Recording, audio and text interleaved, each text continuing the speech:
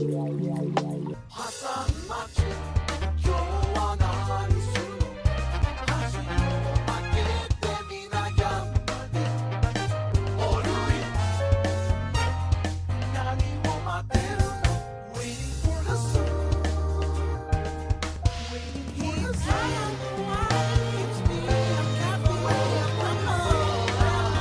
on, everybody? I hope everyone's having a fantastic evening, fantastic afternoon, fantastic pre-noon, no matter where you are in the world. I'm Hassan Piker, and this is the Awesome Night Broadcast coming to you live from cloudy and rainy California, Los Angeles. Folks, we're live and alive, and I hope all the boys, I hope all the girls, and I hope all the MBs are having a fantastic one, because today's a beautiful day. Today's a wonderful day. Today is a fantastic day. It's a Sunday. That's right. It's Sunday, January 21st, 2024, and I am live and alive, folks. Now, I'm, of course, live a little bit later than I normally would be, but then again, usually on Sundays, I don't even go live. So, this is a unique, super secret, super special, super spectacular, maybe even a little spooky Sunday. Okay, Megaphonics, you don't have to send me the Tesla Israel link, okay? It brings you all the pleasure in the world to send me that. Like, anyway, I'm live and alive, folks. That's right. Oh, right. And there's obviously some reasons for why I'm alive. Part of the reason why I'm late, though, and this is part of the broadcast where I tell you a little bit about my personal news. Normally, this is a day of rest for me, even though I never really rest on Sundays. I shoot a podcast, which I did this morning. The real reason is because Ron DeSantis has dropped out of the race, which we will be talking about. I'm live and alive. Ron DeSantis is not. We'll get to that in a second. Now, before we get to that, personal news. Last night I ended the broadcast. What did I do? Absolutely nothing. End of the broadcast, cracked open a cold one. And by that, I mean, cracked open a cold one of the Better Call Saul show. Made myself my classic breakfast sandwich at dinner, because why not? Made myself that classic breakfast sandwich for dinner. Watched a couple of Better Call Saul episodes. Jerked off and passed the fuck out. Woke up early. Had a great night's sleep. Took Kaya out on a structured walk with Todic. Kaya did not poop outside, unfortunately. She just hasn't pooped yet. I did not jerk off to Better Call Saul. For those of you who are wondering, that's not what happened. It made it seem like I jerked off to Bob Odenkirk. And to be fair, his acting is so phenomenal that I feel like if he wished it, I would be able to get myself to do that. But that wasn't what was going on. I was saying it as a separate thing. Jerked off later before I went to sleep. Anyway, Bob Lodenjerk. I like how you offer this information. Listen, this is for the parasocialists out there. Did Todic poop outside? He did not either. Anyway, we're gonna do Ron DeSantis dropout video in a second. But yeah, did that. Shot the pod. Shot another episode, a banger episode. Wow, here's what you would look like if you were a black or Chinese. I got V-Lone Predator. That's crazy. It happened. What is in the breakfast sandwich? We'll do that in a second. Are we getting both episodes tomorrow? No. The Target one will probably be landing next week. Anyway, I saw Perfume Genius follows you on Twitter, and I need you to bring him on the broadcast, please and thank you. Who's Perfume Genius? I don't know who that is. Perfume Genius? What is that? It's a music gay? Super gay good music? Okay. We'll figure it out. Anyway, regardless, all right, no suit today. No suit today. Why no suit today? Because it's my Sunday. It's my day off normally. Someone in the chat that wasn't Megaphonics said I look like this guy, and I want to say thank you to the person who said I look like this guy. I don't believe I do, but that's very nice of you. That's very kind of you to say that. You're lying to me and perhaps to yourself as well. This is a much better looking man than me, but I'll take it. This is your day off, but you still stream the majority of Sundays? That's true. I think last year I took like 14 total days off or something crazy like that. So anyway, last night's gaming session was awesome. I love it when you and Will go nuts. Hell yeah. I record Fear and usually in the mornings on the weekends. But anyway, we're going to do a Sunday fun day today after we cover a little bit of Ron DeSantis news, because obviously I have to do that. That's big news. Big news. Oh boy. Big news. Big drama. Oh boy. But other than that, we'll be doing Sunday fun day, because let me tell you something, okay? Let me tell you something. For me, in particular, who the fuck drops out on a Sunday? Cuck move? Yeah, exactly. That's like really messed up. It is kind of messed up. I forgot what I was gonna say. You think Rob DeSanti could come from behind and take it? Yeah. I did see that Will set up a streamer thing for Pal World, yes. Let me blast off real quick. Little Rhonda drops out. Oh, what I was gonna say is like I really liked yesterday's episode. I really liked yesterday's broadcast. Okay, I did. It was a lot of fun. It was just like, you know, a little bit of like reacting to chat, certainly, and people don't like that. But beyond that, we did some fun reacts. You know, I got to do more of that. So and some video gaming too. So I'm gonna do more of that for sure. That's what I need to do more of, and that's what we're gonna get back to. It's just like something I keep forgetting to do always, because the world is on fire all the time, even though people just don't really care about it. Okay, little Rhonda drops out and endorses Trump. Massive cuckening. Okay, massive cuckening for little Rhonda. Oh yeah, we watched Vagrant Holiday. More fun reacts for Sunday Fun Day, and maybe even Pokemon Gun Show. Get in now for a super secret special Sunday Fun Day. Navion lan? Ne diyorsun? Oh, nice. Okay. Please don't forget to put my car back in the garage when you're done. Unlike last time, you don't cover Gaza anymore. Yeah, no, famously. Yeah, I don't. I famously don't do that. Like, come on, big homie. We know what you're doing. You little brothering Tarek? No, that was actually that was Murad. Literally my little brother. You take too many days off, lol. That's crazy. Saying I don't cover Gaza enough is like saying I'm not controversial enough of a streamer. You know what I mean? It's just like, I'm not a very controversial streamer. I'm not controversial enough as a streamer. I need to be upping the ante here, you know? Oh, sheesh. Okay. You are too brand friendly. I think so. That's why I don't cover the genocide enough.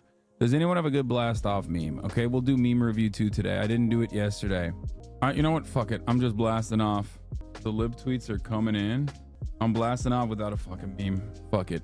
You could be angry though. I saw someone call you left-wing Alex Jones. You should lean into that. Yeah, people that call me left-wing Alex Jones are completely oblivious to their own Alex Jonesian style, QAnon style adjacent conspiracies that they personally believe in.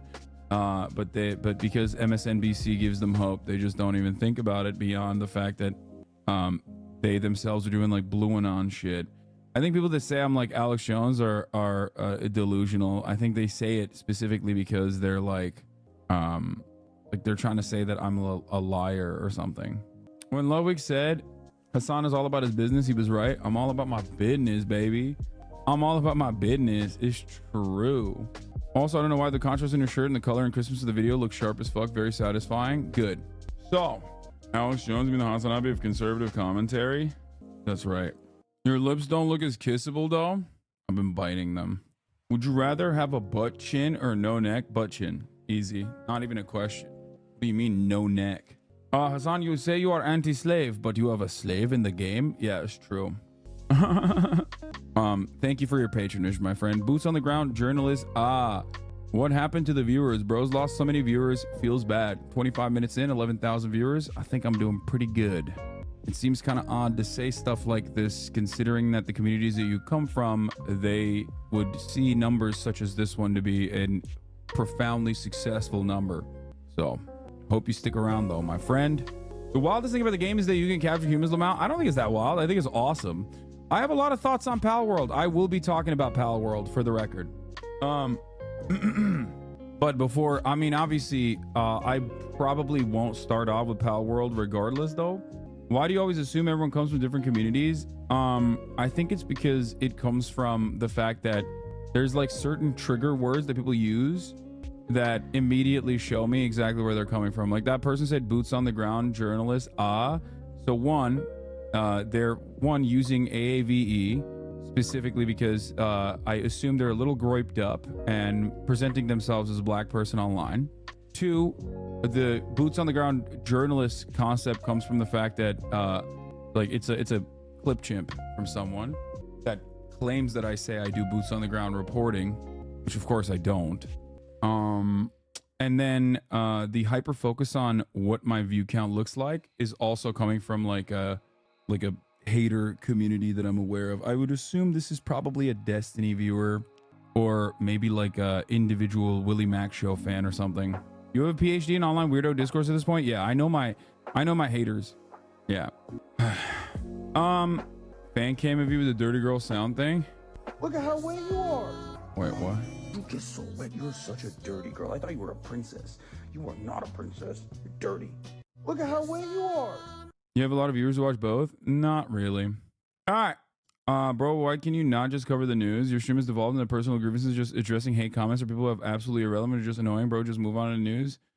How is this entertaining or productive? Jesus Christ, dude. Are you going to cover the news? Are you going to cover the news? I think like a 5-second leaning into that is just completely fine. I think chirping me on a Sunday, on an extra free day for you, on an extra day of coverage, it's kind of odd. It's 28 minutes in. I've just literally turned on the broadcast just now. What are you doing? You are not going to start crying. You are not a crier anymore. What is this? You've become a baby. Yeah. Dude, you sound like one of those people who likes the drama. Yeah, he wants to be the person who's the drama himself. All right, let's look at this one. What is this? What happens to what was the name of the plane that dropped the atomic bomb on Hiroshima? What was it like? A bomber. Enola Gay. What's the capital of Turkey? Wait, what was he going to say? Dublin. No. What? What do you guys think it is? Damn, you guys know already, I think. Did he say Dublin? Yeah, it's Ankara. It's not Istanbul. Many people think that it's actually Istanbul, but it's actually Ankara that is the capital. Yeah. Istanbul is not the capital. No, that's Ireland. No. Ankara. Which South American bomb on Hiroshima? Kind of like how people think Toronto is the capital of Canada. What's the capital of Canada? I don't even know. But yeah, why is it Ankara? Is it like a politics thing? Geopolitical position. Ottawa. Oh yeah, it is Ottawa. I knew that because I knew that from the trucker saga. Because like, didn't they march to Ottawa or something? Like the truckers were like, we're gonna shut down Ottawa, eh? But yeah, a lot of states in the United States of America actually have unique cities that you would not suspect as like the capital. For example, California's state capital is not Los Angeles. Okay, it's actually Sacramento. New York state capital is not actually New York City, but instead Albany.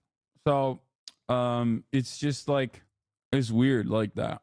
By unique, you mean shitty? It's just, you would think that it's not that. You know, you would think that it'd be the like most populated city, most popular city. It's not usually. All right. Yeah, I got V-Loan Predatored. Okay, there you go. Here's what you would look like if you were black or Chinese. Hit me with the V-Loan. I got V-Loan Predatored. I got V-Loan Predated on.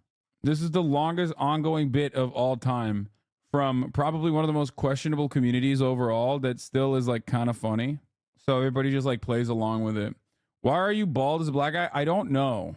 This bit has never been funny, to be honest. I think it's fine. This is whatever. One of you states, Georgia, Massachusetts, Virginia, Utah, to name a few, have their capital in the city you think it'd be. Oh, nice. Lockout. Australia's capital is not Sydney. It's Canberra.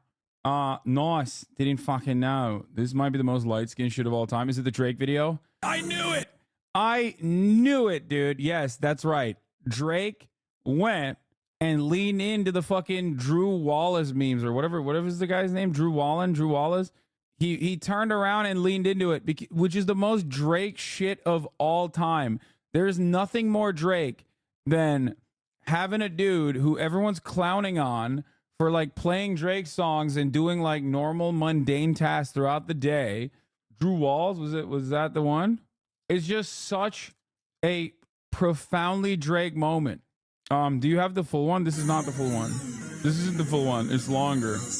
It's literally the full one. I think is longer than this even. But for those of you who don't know, because we have like a lot of whites in this community. Does anyone have the OG? Let me find the OG real quick. So there's this guy whose name is Drew Walls. Drew Walls 10 on Twitter. And basically, we've looked at some of his memes as well. Like his whole thing is that he just like does like daily mundane shit. In Greece, I with like oftentimes Drake lyrics in the background.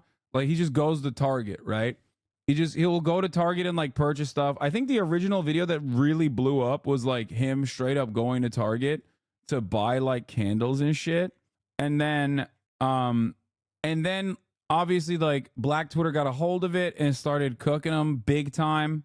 And we're making fun of him because he was like, dude, your daily life is so mundane. Why are you filming this stuff, right?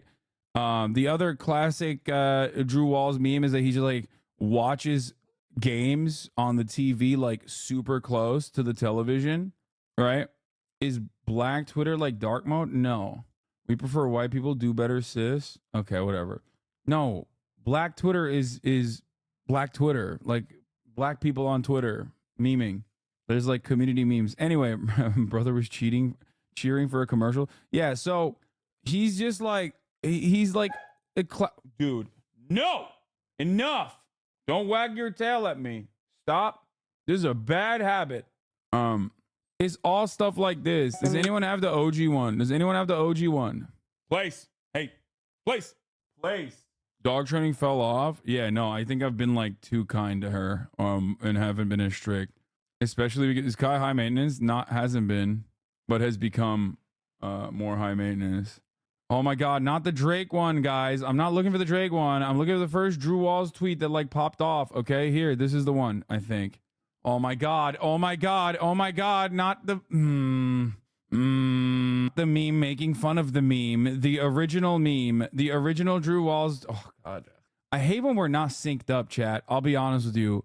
And lately we are so not synced up, especially when it comes to like anything that's not immediately related to motherfucking genocide. Hey, place down. That's crazy. My life is falling apart. My chat is falling apart. We're not synced up. I don't know what the fuck's going on. Back in the day, it's a two-way street, man. Your vibes are off. It's a two-way street. Shut up. Take an hour off. Sounds like a you problem. It has become a me problem. It didn't used to be, but it is now. Here, this is it. This is Drew Walls went from being made fun of for his videos to a Drake cosign, man. This is the OG video. This is the OG Drew Walls video. Thank you so much, chatter. A lot of chatters are extremely obtuse. It looks like it's on purpose. Yeah. We're dying, Abby. No, it's like turned into Discord. This is literally how Discord behaves, which is so funny because chatters think they're above Discord. And like, this is unironically what my relationship with Discord is as well. If I go into the Discord for a question or something like that, or any kind of discourse in and of itself, it immediately turns into just like a devolution, is a devolvement of just like who can fucking piss me off quicker by being like, no, you don't get it. I'm going to do my bits here. I'm going to do my bits. What can we do to make it better? We just got to sync up better. Okay. That's it. De-evolution. We used to be way more in tune. I don't know what's going on.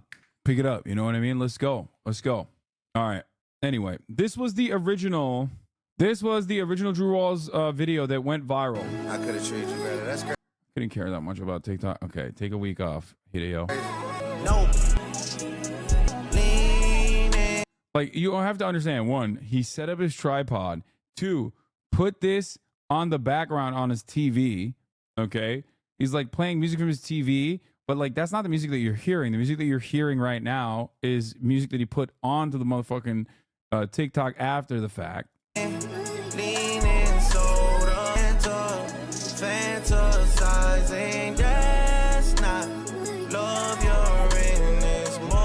Like the amount of like pre-production that goes into making something like this is pretty crazy, because it's like he's putting tripods up everywhere around Target to film himself doing the most mundane thing, which is just like purchasing stuff. Compromising mountains for you for that social climbing.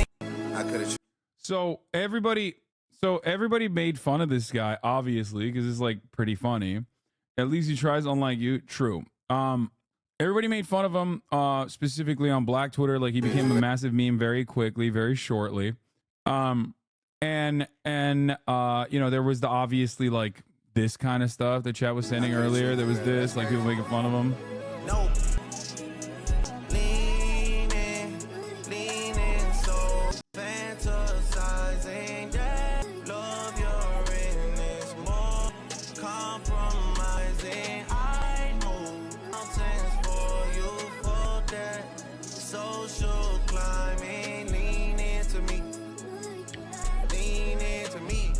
Yeah, he just like.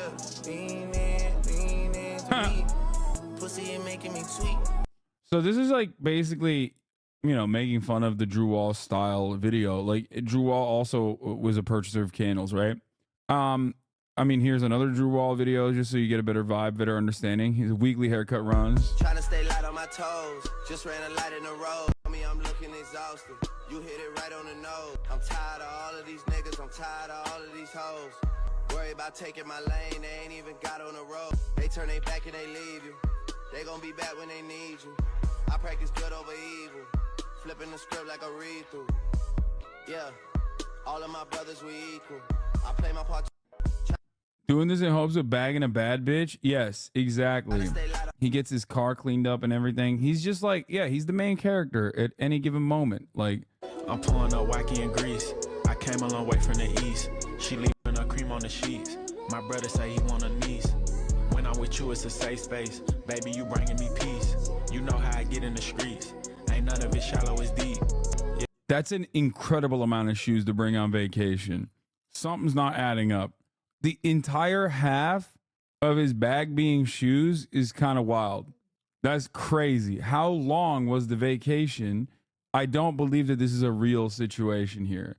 No, 5 pairs ain't too bad. That's crazy, bro. That's crazy. First of all, he doesn't even have 5 pairs. There's a 1, 2, 3, 4. Yeah, he does have 5. Never mind. He has 2 and more shoes on the other half. 5 pairs of shoes is crazy because guess what? There's a delicate balance here. The shoe space means that you don't have enough space for pants and t-shirts and underwear. Okay? If you're putting up 5 pairs of shoes, that means that's 5 separate days, right? At minimum. I assume you have a 5-day vacation, minimum 5-day, right? Because if he's doing 5 pairs of shoes for like anything less than 5 days, that's some real sociopathic nonsense, right? It's technically 6 pairs because he's also wearing a pair of shoes too, obviously. So what the hell's going on? It's a 6-day vacation, let's say. That means you need 7 pairs of underwear, 7 pairs of socks, right? Because you always got to have one extra in there for security, right? You need at least 1 pair of shorts that you can wear to the gym and stuff. And then you need like 2 to 3 pair of pants if you're doing 6 days. And then you need a rotation of tops that you can match with all the 3 pants in the bottom. That doesn't fit in here, which is precisely the reason why you cannot pack 6 shoes on vacation. You can't do that. Unless he's just wearing the same rank ass, nasty ass underwear the entire time, 1 pair of socks the entire time, and then maybe like 2 tops. Like, it just doesn't make sense. Why would your shoes be the main course here? You know what I mean? On your outfits. Like, shoes are important for sure. But like, you got to have, I put maximum 2 pairs of shoes in there and the 1 pair I'm wearing, right? No, I wear 6 layers and save room for 8 pairs of shoes. I mean, it just doesn't make sense. You can't do that. This guy does it, no problem. Cultural differences, I fear. I mean, I don't think so. I think it's just like doesn't make sense. He's checking the bag specifically for shoes and clothes in another bag. Maybe. It's also wild because, like, sure, colorway, he's got like, don't even think about it. Colorway, he's got like different colors and stuff. Black Air Force Ones being packed for vacation is wild. What is happening? What is happening on that vacation that requires you to have all black Air Force Ones on? I don't want to know. I don't want to speculate. Who the fuck packs black Air Forces and white Air Forces too at the same time? Now, let me tell you, white Air Forces, I wear mine on vacation every time, okay? Every time. That definitely makes sense. You need different kinds of shoes, right? What about formal? What about hiking or something? No, I mean, that's fine. I pack 2 different Air Forces as well. 1 high top, 1 low top at least. So there's like a little bit of deviation there. But then also beyond that, I will get like 1 relatively formal pair of shoes too. But regardless, like, yeah, I have like 1 pair of boots, 1 pair of low tops that are my dailies, and then 1 pair of high tops that's like a little bit fancier. But regardless, this is a ridiculous way to pack. But anyway, let's take a look. Yeah, I mean, those are his workout shoes. He has 2 different Air Force Ones. I think those are, and then what is this one? This one is like I forget what it's called. Those are nice though. Yeah, for weeks. Your mama don't think that you innocent. The I Cortez, yeah. know you turn into a freak. The other crazy sociopathic move is that he immediately unpacked after traveling, which is like crazy. I mean, I do that too sometimes. Really care about your exes. Whatever it is, it can be. They playing on making. Oh my God, he's putting the shoes back in the shoe. Okay, this guy's insane. Oh my God, that's for the video. There's no way. There's no way. There is no way you put him. First of all, if you're that much of a shoe head, you should have like specific shoe boxes. Like you should have a closet that you can put the shoe boxes in. Putting it in the actual original shoebox is crazy. I know you swinging on her by the D. Had to comb out the dreads. She fell in love with the braids. The bitch, she cooking clean and she'll load up the caves. Your body got me in the days. It don't matter the look, you get slayed. Her face card never decline. Man, fuck all that makeup, you fine. Better tell all them niggas you mine. She $1 way more than a dime. When I'm with you, I get nervous. It gotta be love, it's a sign. Yeah. Whoa. No, that's crazy. He also like cleaned up after himself in the apartment too. He also didn't have shoe bags in the suitcase. Fake sneakerhead. I mean, it's fine. Sneakers are Funkos, I'm pretty sure. Yes. You would print views doing this? I think so too. A lot of TikTok is just posting OCD though, for real. Anyway, whatever. So like My family works this is the about overall me, hear it in vibes. my music. Mama scared for me to get a gun, cause she know I'ma use it. Floating off a Roxy in a bar, it feels so therapeutic. Want me to stop taking all these drugs, she hate how I abuse it. I've been going through it, with the guys move as a unit. He's sitting on them bags, he don't know how to move it. She do anything for clout, just wanna be included. I don't wanna hear about what you gon' do, make a nigga prove it. Always Fear of smoking God limits, so I'm Essentials never on lock, time. of This course. nigga keep on dozing off, only drink. Damn, bro. He packed up so we could go free Palestine. Never mind. Drew's the man. I take it back. You see that, dude? My man was like, I'm gonna wear my best. Okay? I'm going to wear my best. No case for the toothbrush is wild. Yeah, he's raw dogging that toothbrush, which is wild. Blooming, so I'm never on time. This nigga keep on dozing off, only drink half a line. Squeeze the trigger like a grape and make a nigga whine. Think I'm starting to. Bro, okay, he had a fan moment, but like what? He has someone film himself while the fan was taking a photo of him? Come on, dog. That's crazy. Squeeze the trigger like a grape and make a nigga whine. Think I'm starting to peak, I feel it in my spine. Daddy didn't raise no hoe, so stop all that crying. If I told you that I love. If I told you that I What love is he saying? my family. Anyway, yeah, he's just having fun. He's having fun with it. But everybody, of course, made fun of him. I don't think they did anything for Palestine. Man, that was a joke, chat. Jesus Christ. I'm fucking joking. Of course he didn't do anything for Palestine. What's wrong with y'all? Okay. So basically, this became a meme. Everybody's making fun of him for like literally doing this thing that is like super mundane overall and like vlogging it because like you can't try hard, right? Like if you try hard online, then everyone's gonna make fun of you. However, in the process, while there was, sorry, Mirage like banging on some shit in the garage. In the process of him participating in these kind of activities, there was another moment. There was another situation where Yasin Bey, very well respected American rapper, singer, songwriter, also formerly known as Mos Def, had some smoke for Drake. Now, I'm going to tie both of these things together for you if you're unfamiliar with the story. Yasin Bey, Mos Def, was on Complex, okay? During an interview on the Cutting Room Floor podcast that premiered on January 10, Yasin Bey referred to Drake as Pop when asked whether he considered the Six Gods music hip-hop. Here's the video Like, now. is Drake hip hop? Drake is pop to me, in the sense like if I was in Target in Houston and I heard a Drake song, it feels like a lot of his music is compatible with shopping. It's a great take. It's correct. Commercial music. Or it's Commercial music, yeah. shopping with an edge in certain instances. Fair. I like Drake's music, but I understand exactly what you're saying. People who like Drake have shit music taste. Wrong. No, I don't agree with you. I think Drake makes great pop music, and there is nothing wrong with that. Okay? I think you're an elitist, and I think that you're silly because there is always going to be a place for just like bubblegum pop bangers. Okay. And that's precisely what Drake's doing. It's fine. It's just popular. So people want to hate. So having said that, I mean, Drake has a lot of like corny qualities to him as always. But overall, okay, this part is 100% on the money, 100% true. But of course, a lot of Drake fans got very mad at Mos Def for this, Yasin Bey for this, when he was making a broader point. Brother, this is your worst L take ever. Guys, I am a person who will always say, I like movies. I do not watch film. I do not watch cinema. I watch movies, okay? I have a like very normie focused understanding of culture, and I consume it as a normie as well. Do you understand? And the same goes for music as well. It's just like, yeah, he makes pop music 100%. Of course, I mean, It's I get commercial, entertaining, fun, good, It's formulaic music. it's likable. Likable music, yeah.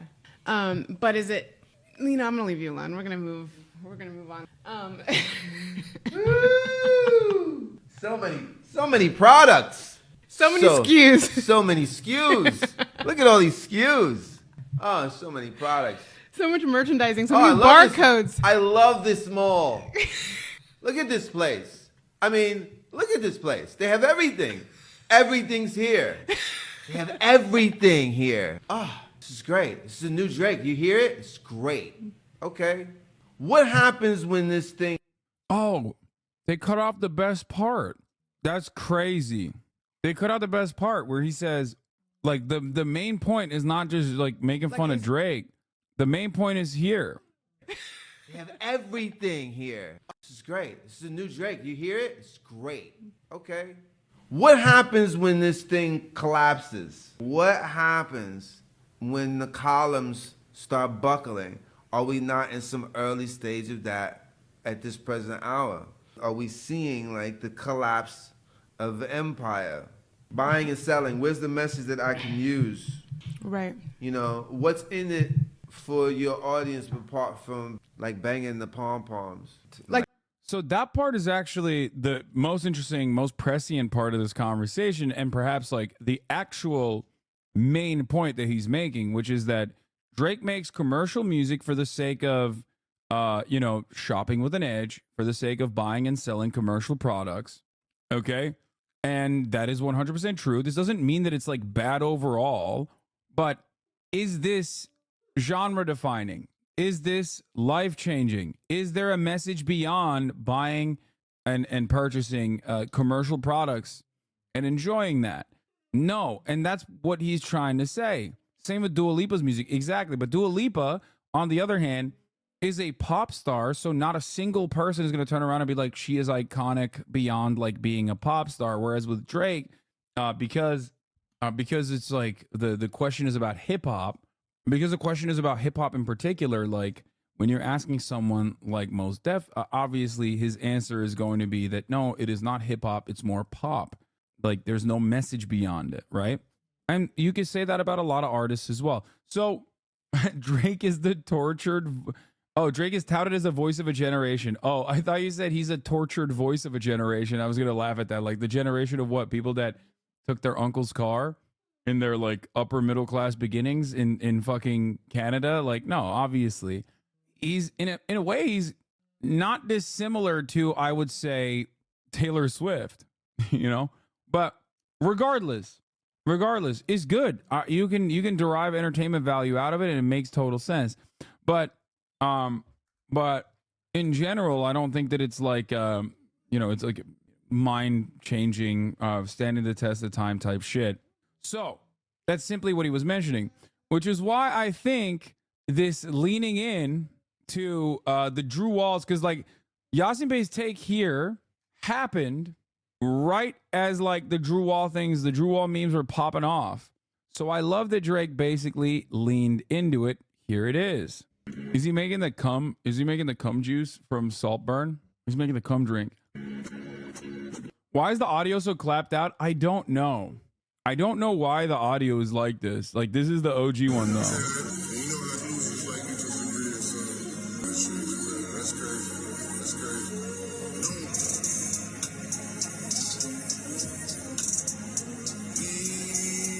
This is what he gets made fun of for, not for his music. I mean, this pairs along with his music quite well, though. That's the whole point here. I said that man got childbearing hips. Yeah, it's not wrong. Bro, this is, am I crazy? Am I crazy to think that like his house is kind of weird? Like that was my takeaway from this, is that like, yeah, he's got a lot of like, I guess, things that I'm supposed to look at and go, wow, like what a bunch of cool objects that he has. But like, it's such a weird, dark, like edgy hotel looking ass house. Like it just doesn't feel like, it feels lonely. Maybe he's right. It feels lonely at the top, but like it straight up feels like it looks like a hotel. I don't understand it. It's not a McMansion at all, by the way. His house is fucking ginormous, and I think he like carved out an entire city block for something for his house. But you're literally describing your own fucking BG Lamau. What do you mean, my own background? This is my living room. Drake's made a video about it. Drake's mansion is both amazing and awful. The coolest thing about his house is that he has a basketball court and an indoor basketball court that's like pretty fire. I think that's cool. I do think that that's like totally valid. Every part of this, like including the bedroom. Look at this. It just doesn't feel like a real. It doesn't feel like a real bedroom. No house as big as this would be normal. It's not housing at all. It's not warm. I mean, I don't know.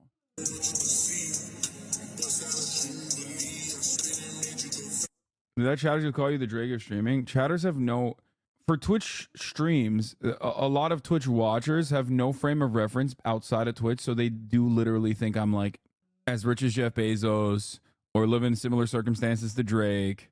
Like they don't think about it. Nobody lives in this house. Yeah, that's what I mean. It's like, one thing that you guys know about my living situation is that like I always have, like I have currently in this house 2 rooms that we've turned into studios beyond this supposed to be living room space that is my studio, right? And outside of that, there's my bedroom and 2 extra bedrooms upstairs. They are always full.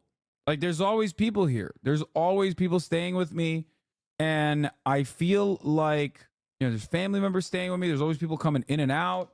And I feel like he has so much space that I don't know what he would do with all that space. Like there's no way. He probably has like 15, 16 bedrooms, I suspect. Right? We need a guest says you have a normal house compilation. Yeah, I mean, it's fine. The point is, would you ever let a fan stay at Hotel Piker? No. What the fuck are you saying? No, of course not. No, random people cannot stay at my house. What is happening? Elon Musk responded to a post about you? Oh, God, I hope not. That's gross and weird. Oh, he did. Oh, God. Oh, God. With 169. Ay. Well, it only got 700 likes. Don't elevate it further. I think everyone's forgotten that he posted his Insta stories, Mommy Milker's anime. Drake's 4,000-pound bathtub delivery. Yeah, they made like whole ass videos about the construction of his house. From the outside, it looks kind of sick, but I feel like the inside of the house is not so sick. Does that make sense? We've watched this before. In Atlanta, his grandfather lives at one of his houses, which is funny because weirdos on Twitter rip you for not donating all of your wealth to socialist causes, but let people stay in your house all the time to the point where I don't even understand how you have any alone time. I don't mind having no alone time. I like it. Drake's mattress cost $395,000. We spoke to the owner of Hastings, Los Angeles about what makes the Grand Vividis so special. Drake's affinity for luxury was on full display in the most recent Architectural Digest cover story. The OVO rapper gave fans inside a look of his 50,000. His house is 10 times the size of mine. In his hometown of Toronto, showing off lavish amenities and features such as the 20,000-piece Swarovski crystal chandelier, full recording studio, and an NBA regulation-sized indoor court. That part is fire. I think every rich person should have an NBA regulation-sized indoor court, and then they should let me play basketball there on rainy day. Don't even think about moving. I think that that's like a thing that should happen. That's my point. An indoor swimming pool and an awards room, but one of the most notable pieces in Drake's not so humble abode was nearly his $400,000 custom bed. The bedroom is where I come to decompress from the world at the end of the night, where I open my eyes to seize the day. This bed lets you float.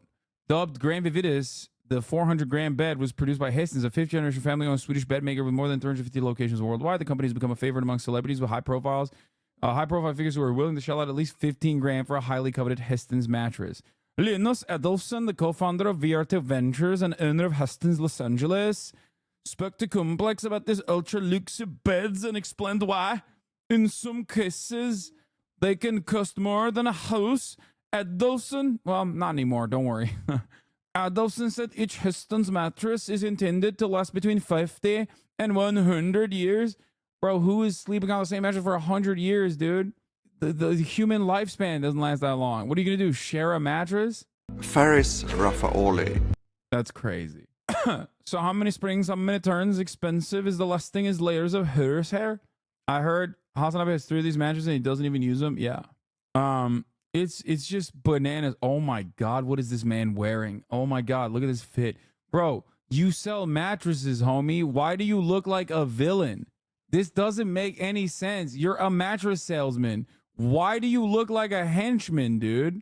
I want my look at my mattress salesman, dog. I want him to look like he's selling me cocaine, okay? You skip the part where they send people to flip your mattress and massage it? What? Oh, it's actually ironic because mattress business is like filled to the brim with mafia guys and is basically a fake business. You are right. You're actually not wrong. A lot of the mattress businesses are owned and operated by like shady, illicit business owners that are using it as a front. I did forget about that, but like I wouldn't expect this guy to be like that. He does look like a level 100 boss. This dude is buying VIP tables at One Oak and banging models. Yeah. Oh, he's the architect of the house? That actually does make sense if this guy is just the architect of the house because he looks like the house. Don't even think about it. His fit looks exactly like the vibes of the house. God, it's so ugly. Anyway, whatever. Let's just, yeah. Have you seen the, thank you. Have you seen the OVO inspired Rolls Royce? Rolls-Royce makes some of the world's most luxurious cars. Known for producing handcrafted automobiles that promise a seamless magical carpet ride for its customers. A Rolls-Royce car does not come cheap. These are some of the best-selling Rolls-Royce models. And these are their entry-level prices. But with virtually unlimited optional extras, upgrades, and customizations, the true cost of a bespoke Rolls-Royce has no limit. Drake's house looks like a Cheesecake Factory. I can't explain it. No, I think it's more like a PF Chang's. It's like, you're right though. Like you're on the money. It looks like a franchise, like a maybe higher level franchise than like it's not an Applebee's, right? Like it looks more like a PF Chang's because it's like it's higher level than Applebee's, right? But it's also not like there's still an air of like copy pastedness to it. A boutique hotel vibes. I don't know why. It just doesn't look like a home at all. In fact, Rolls-Royce refuses to even discuss its base prices. There isn't really a specific base price which we would just discuss because it really depends on each customer as an individual and the bespoke options which they like to design and develop with our bespoke team. So what are some of these bespoke extras? And is that what makes Rolls-Royce so expensive? One of the first obvious starting points probably is the colour. We have a palette of 44,000 plus colours. We replicate people's 44,000 plus colors? What the lipsticks, hell? Something from your house. I didn't even know there was that many colors, dog. How many colors are out there? I feel like at a certain point you got to run out of colors. Something your own, something you've seen. Even we've done the dog of an owner, a red setter. So we exactly replicate them, whether it be by the DNA, the chemistry, or whatever. For us, it's unique. It'll be registered as your colour, and you can give it a name, and it's yours. And if someone else has seen it and wants to use that exact finish, we have to go to that person and ask their permission. When we go to the paint shop, you'll see it's called the Surface Finish Centre, because it's a bit of an insult to say we're painting the car. It's more than that. You're going to have at least some layers of coat. There's primers, there's base coats, there's colour, and unusually we put on 2 clear coats of lacquer. But you could. My cousin plays for the CBA and bought a Rolls Royce. What is CBA? I drove it for a bit and it's so shit, lol. I don't think I've ever been inside of a Rolls Royce or driven a Rolls Royce, but I mean, I have a nice car. CBA's Canadian basketball. You make money like that in Canada? You can fucking buy a Rolls Royce? We have up to 23 layers of coating, which we've done before, equating to about 45 kilograms in weight just of coat. In addition to the endless variations of colour, Rolls-Royce customers can infuse their paint with materials to create special effects. Cum! That's the cum paint! Oh my god! Of colour. That's... what? That's crazy. They're like, hey, you know someone has done that. You know someone has done that. You know someone's come inside the paint. That's crazy. Rolls-Royce customers can infuse their paint with materials to create special effects. One particularly wealthy customer went one step further, requesting the addition of 1,000 diamonds. Wanted a bit. Bro, this shit should be illegal. Public transportation is the way to go, says Anarcho Junkie. The way I see it is this. Are you ready for this? I think this is basically the same energy of like, I don't know, having like an interest that is within your means, but like played at the literal highest price point that you can arrive at. Okay, rich socialists take incoming. No, like, I mean, for the person buying a car like this, it's like you buying a Funko Pop if that's what you like. You know what I mean? It's ridiculous. I think it's insane. It is obscene, especially with the price points that it's at. I don't care if Rolls exists. You just can't have $200 billion is a big difference law. Exactly. Like, people point to this and go, dude, this is actually the problem. This is not the actual problem. The actual problem, or an infinitely larger problem, is the fact that American car standards have turned into like mini tanks that ruin roads, and you can't even fucking see little children walking past you.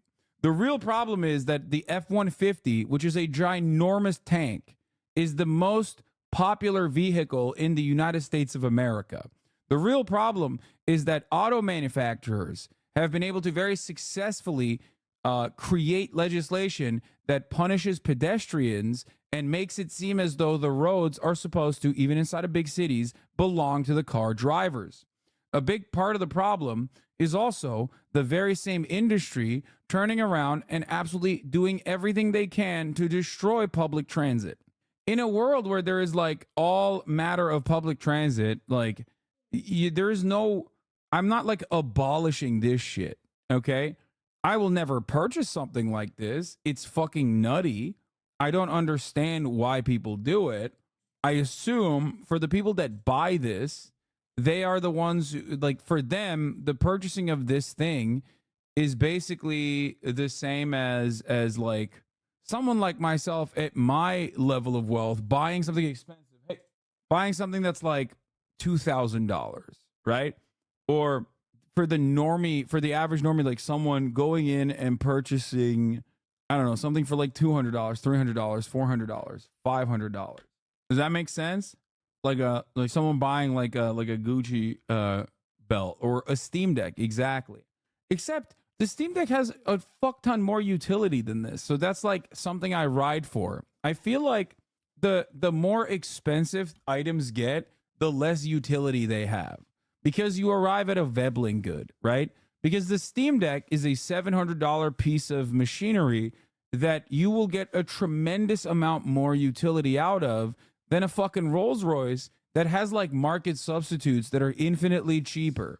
Because you're not buying the Rolls Royce specifically to you know, have as your daily driver. This is the type of car that most people, I think, buy when they already have like 3 cars. You know what I mean? Yeah, it would be more like buying an old ass sealed and rated video game. Yeah. But then something better will come out in like 2 years and then you have to spend another $700. Fair. But there is no status symbol to like purchasing a Steam Deck. Anyway, I don't understand this kind of thing at all. And I'm trying to make sense of it from the perspective of like minor luxuries that everyone, if you were to like price adjust it, what would be a minor luxury that someone who makes like $120,000 a year living in a big city, like what would they purchase? You don't buy a Rolls Royce to drive, you buy one to be driven in. I guess that too, but like, it's just, you know what it is? I think Rolls Royce is very nouveau riche. it strikes me as like the Philip Plein of cars. It strikes me as the what's that really ugly watch company that I hate with a big face watches? Not Rolex. No, no, not Patek Philippe. Richard Mille. No, not Hublot. No, Richard Mille. That's exactly what I was thinking about. Richard Mille. I feel like it is ugly. It's a Veblen good. It's a power status moment. You're purchasing it to showcase your level of wealth, I guess. No, Maserati is the Philip Plein of cars. Fair. But Philip Plein's price point makes it the Rolls Royce, I think. And Rolls Royce is the most old money car in the universe. Yes, this part is also true. However, new Rolls Royces are not like that at all. I feel like a Rolls Royce that you purchase with this level of customization options, you are doing specifically for the uniqueness of it, right? Whereas old school Rolls Royces are they're kind of sick, but they were more streamlined. You know what I mean? You know who had a Rolls Royce? Fucking Lennon. I agree. Lennon did have a Rolls Royce. My king. Happy birthday, right? Isn't today his birthday? More sparkle in the finish. So it gave us a bag of diamonds. We crushed them. They were infused into the paint. That's insane, bro. So many better ways to use your money, like purchasing a top of the hour ad break here to avoid the top of the hour ad break that comes at the top of every hour. It's 3 minutes long, or even gifting people a subscription so you can share in on the fun that they can have with an uninterrupted broadcast experience. Here's a 3-minute ad break now. It's a fun day. Calm like a Tom, thank you for the 10 gifted subs. Factory Candy, thank you for the 5 gifted subs. Sakura Gore, thank you for the 10 gifted subs. Remarkably, the detailed paintwork on Rolls-Royce cars is done by hand by it's not his birthday, it's his death day. Just one person. My name is Mark Court, and I am the coach liner for Rolls-Royce Motor Cars. A coach liner means that I am able to put this pinstripe Kathleen is thank you for the 5 gifted subs. onto the side of the car. The uniqueness is the fact that I do it completely free. Sorry, this is Lennon's death I'm day. the only one within Rolls-Royce that can do this. That's like worldwide within the Rolls-Royce BMW group. So the brushes I use is made of squirrel hair. We found that most brushes nowadays are man-made, and which tends to leave brush marks within these lines. This is a natural hair. This natural hair tends to leave no marks at all. So we work to one standard, which is the highest standard. So we use one that leaves no brush marks at all. That's not the accent I would expect from someone who paints bespoke luxury cars. What? He's a fucking worker, mate. What you mean? I mean, I guess maybe it's because I just like don't appreciate cars that much. Like, I guess this is another, like my closest association to this kind of thing would be fashion. Like, I respect the craftsmanship of fashion and the amount of effort and work and the history that's put into the craft. And I think it's like another form of expression. But then again, also, I don't know. I just, it just feels ugly. I don't know why. I don't get the same thing from the Rolls Royce. And if customers without a coach line decide to add one to their car, Mark is on hand to travel worldwide with his paintbrush. As That's normal, sick. with Rolls-Royce never comes back to us. We go to it. So if it's in Dubai, so be it. That's where I have to go. You libtards trying to put down the everyman for liking Rolls Royce? No, first of all, in this community, I don't think there's a single person that's like, oh, my Rolls Royce is sick. It's more so that it's not supposed to be a everyman, but I'm sure there's like people who love cars that probably could make a better argument as to why this is like a sick vehicle or something. And they're doing a decent job of showing why it's like, as expensive, I guess. There are several unmistakable features of every Rolls-Royce exterior. The handmade... Liking cars is sus, unironically. Car guy here, Rolls are genuinely dog water. Dude, the thing is, I saw a guy who went to a dealership that does like barn cars in California, and that was sick. Like, they're selling old ass Porsches there that are like 50 grand, right? They're selling old ass cars there. There was a car that they were selling that was from literally World War II, and it had like the veterans like Marine Corps jacket in the back. That shit is fire, okay? That stuff is fire. If you could like actually drive that around normally, it would be sick. Pantheon grille, the self-righting wheel centers that ensure the RR logo is never rotated, and the Spirit of Ecstasy ornament. In fact, in 2003, BMW paid $65 million to acquire the rights to the Rolls-Royce name, symbol, and the Spirit of Ecstasy. But it's inside the car where luxury and cost dramatically increases. To create a virtually silent ride, Rolls-Royce adds approximately £300 of acoustic insulation around the cabin. Its tyre manufacturer, Continental, even developed special foam-filled tyres, which reduced the noise of the road by 9 decibels. The results were so profound that Rolls-Royce removed some soundproofing to avoid causing acoustic sensory deprivation. The dashboard of the Rolls-Royce Phantom can even become a bespoke art gallery. Customers have commissioned artists to produce all sorts of designs for this space, including this gold-plated, 3D printed stainless steel installation that replicates the customer's DNA profile. Another shining feature of Rolls-Royce is the Starlight headliner, an intricate series of fibre optic roof lights that recreate the night sky. It takes up to 16 hours to build the Starlight headliners. We're starting by drilling it, and we perforate every single hole to thread fibre optic through every single hole. We've got up to 1,340 holes. We're doing this to achieve the stars, that are on the sky. So we're going to have the sky in the night covered with stars.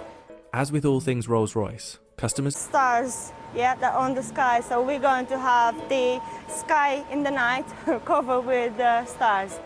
As with all things Rolls-Royce, customers can create bespoke starlight designs, including randomly generated shooting stars.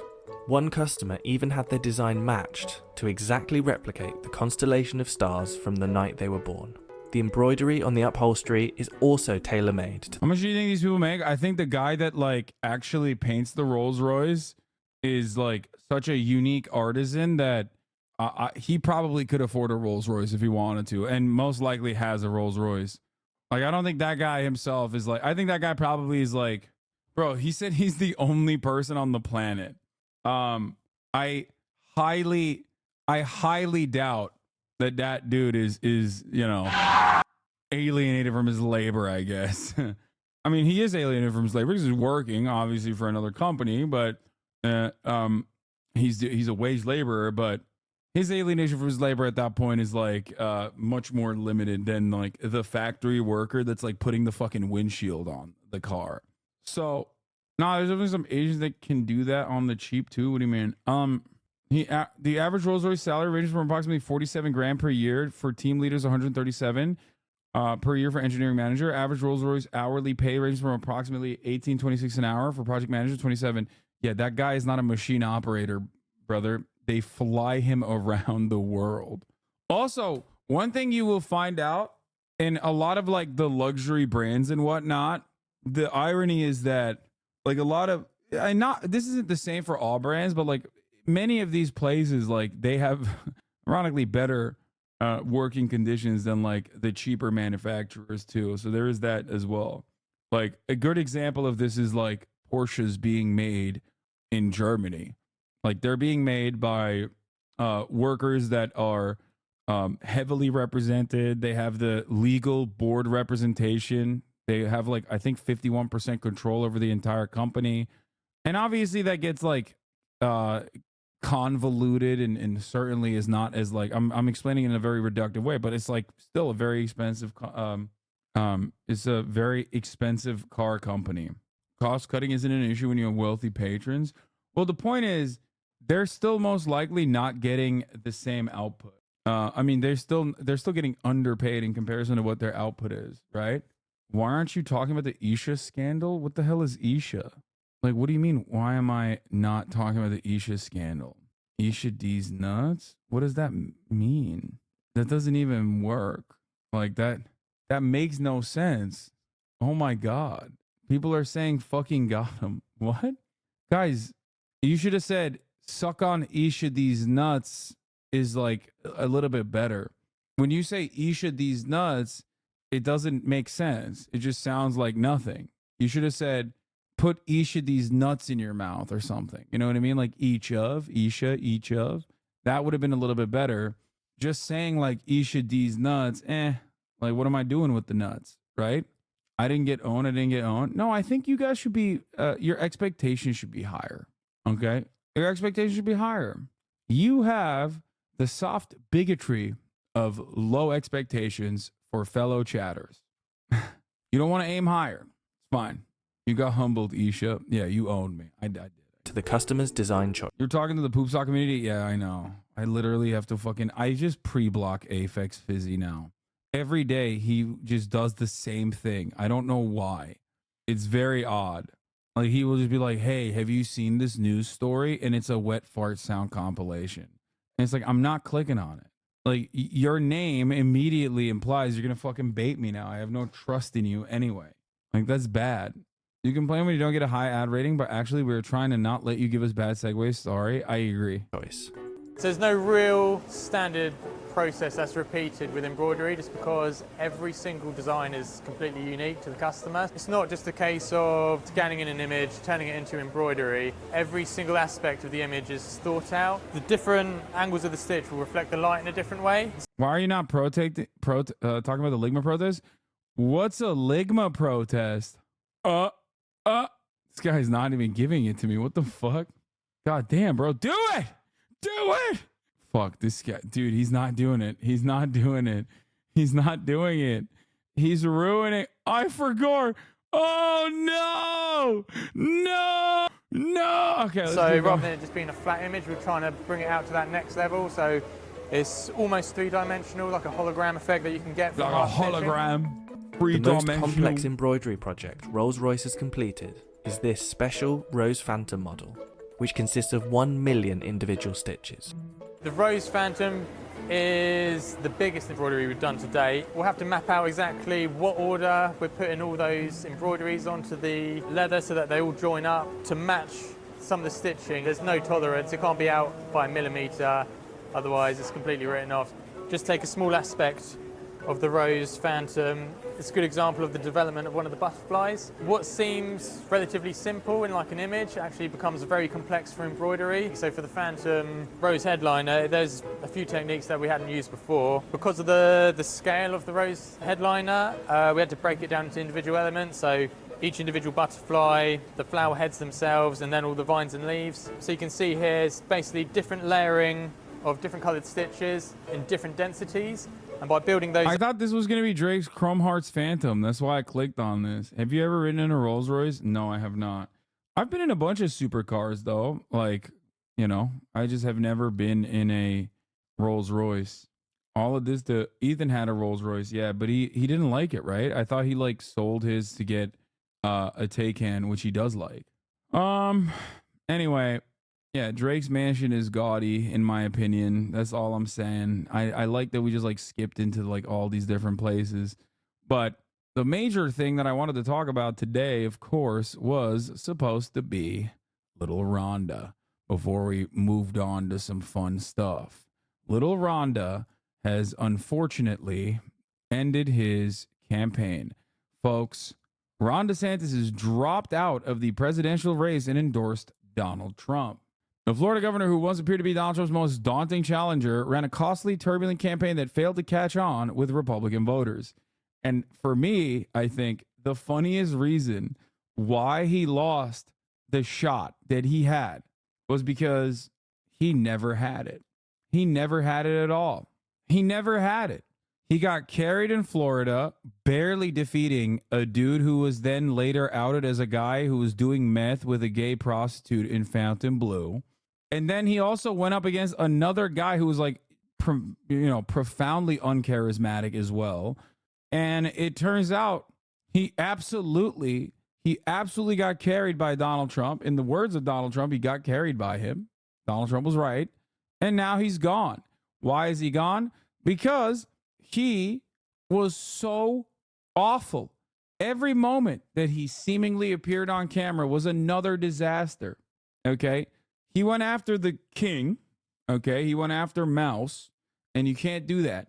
Mickey has got shooters. Mickey destroyed him. He was like stuck over correcting, trying to be like the nerdy Donald Trump, losing sight of something that I mentioned a million times over, which was that the culture wars are supposed to be fought on the boundaries as a distraction, and you should never actually use a culture war phenomena to, you should never follow through on the culture war and actually go and hurt the bottom line of capital. You're missing the point. And he did that. He did that while simultaneously being the least likable person, the most no riz having ass, absolutely destroying his chances. The media propped him up.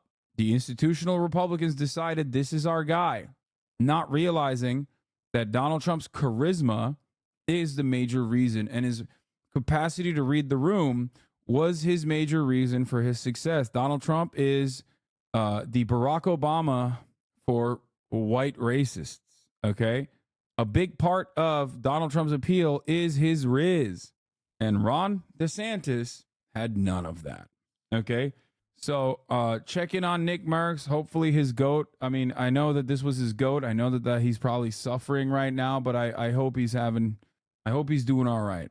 But Mr. DeSantis' devastating 30 percentage point loss to Mr. Trump in the Iowa caucuses last Monday had left him facing a daunting question. Why keep going? On Sunday, he provided his answer acknowledging there was no point in soldiering on. Let's take a look at his 4-minute video. His campaign, remember, started off on Twitter as a massive failure, and his campaign is departing on Twitter, also in a massive failure. Let's take a look. Greetings from Florida. The warmth of being home is a reminder why I've chosen public service. From joining the United States Navy and serving in Iraq, to representing the people in the U.S. Congress, and now serving as governor of Florida. And it reminds me why I decided to run for president, to fight for those who have been forgotten in this country. This is America's time for choosing. We can choose to allow a border invasion, or we can choose to stop it. We can choose reckless borrowing and spending, or we can choose to limit government and lower inflation. We can choose political indoctrination, or we can choose classical education. These choices he wants political indoctrination, obviously. All are of this. symptoms of the underlying struggle to ensure that constitutional government can endure and that Western civilization can survive. Now, we launched this campaign to bring accountability to government, regain sovereignty at our border, and restore sanity to our society.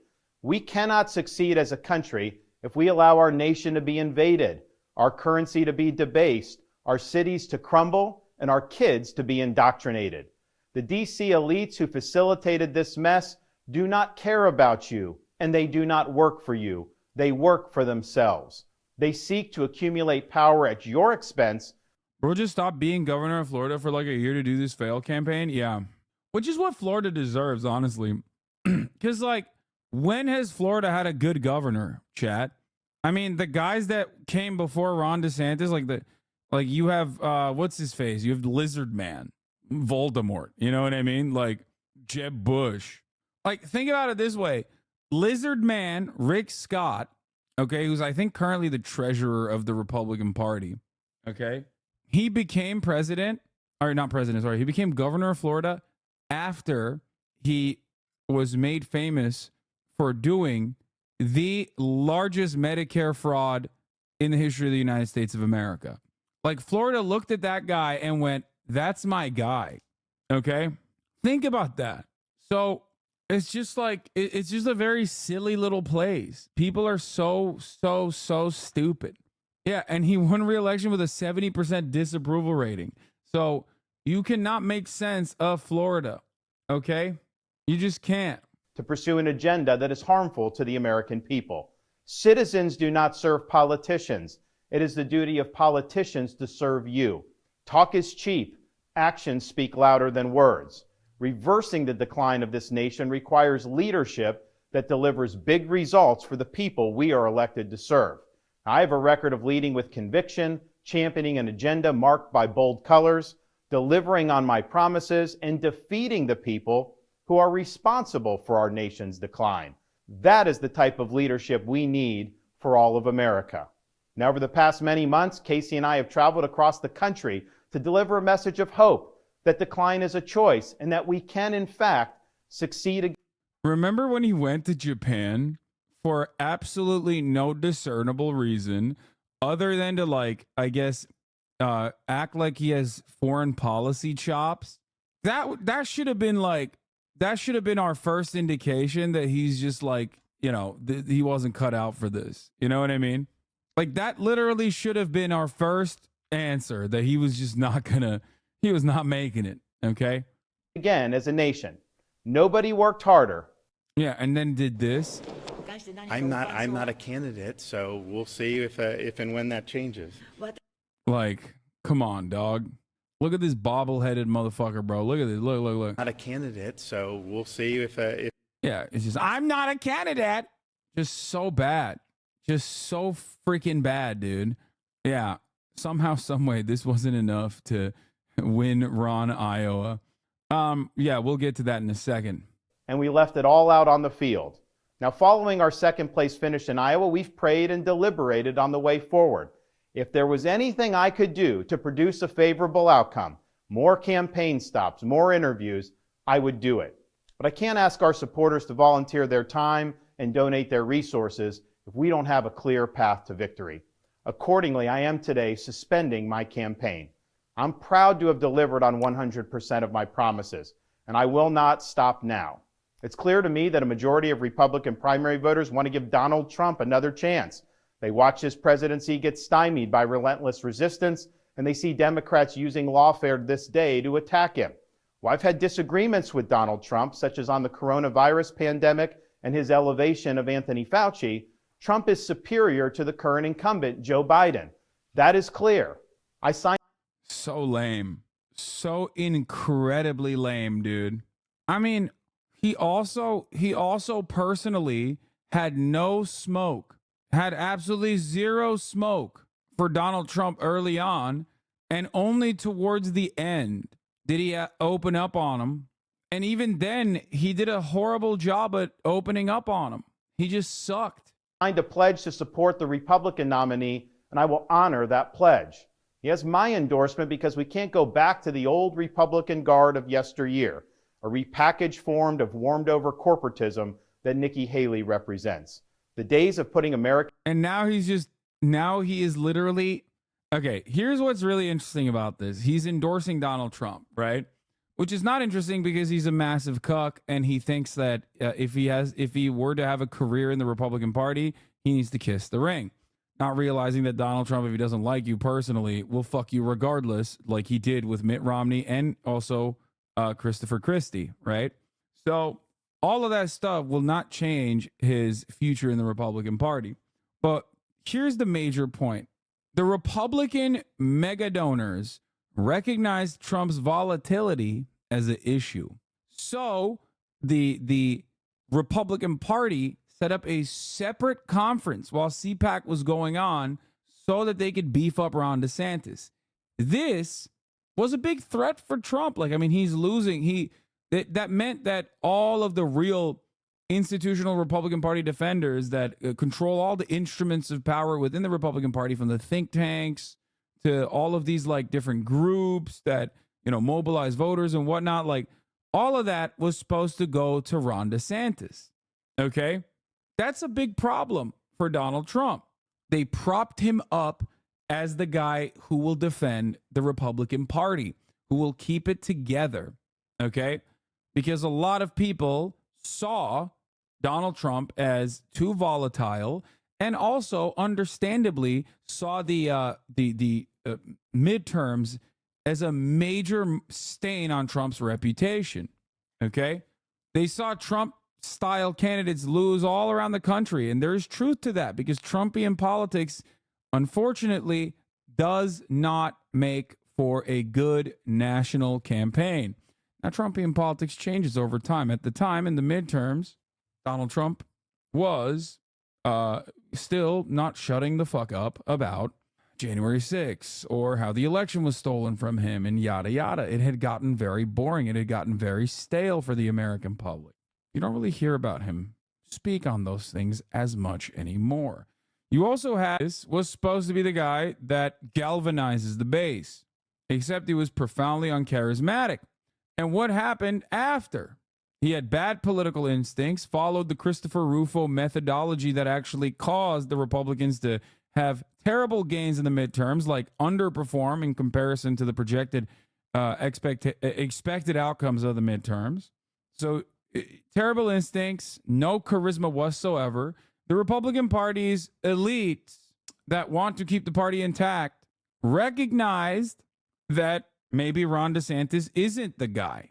So in a last-ditch effort, they tried to mobilize behind Nikki Haley. You saw the Koch brother pull support from Little Rhonda and point in Nikki Haley's direction. Now, I personally believe that will be a failure as well, of course. But this failure for Ron is entirely in his hands. He had everything lined up for himself. And he had horrible political instincts and even worse charisma. And that is why every single time he appeared on camera, his popularity got worse. Ron did worse than Bloomberg money-wise. Ron DeSantis spent $150 million, okay, and only got 23,420 votes. That's $6,400 per vote, a record failure by a factor of 10x. Michael Bloomberg only spent like $450 per vote, the biggest dumpster fire in the history of presidential politics. To be fair, you're comparing it to a caucus that was sparsely attended, I would say.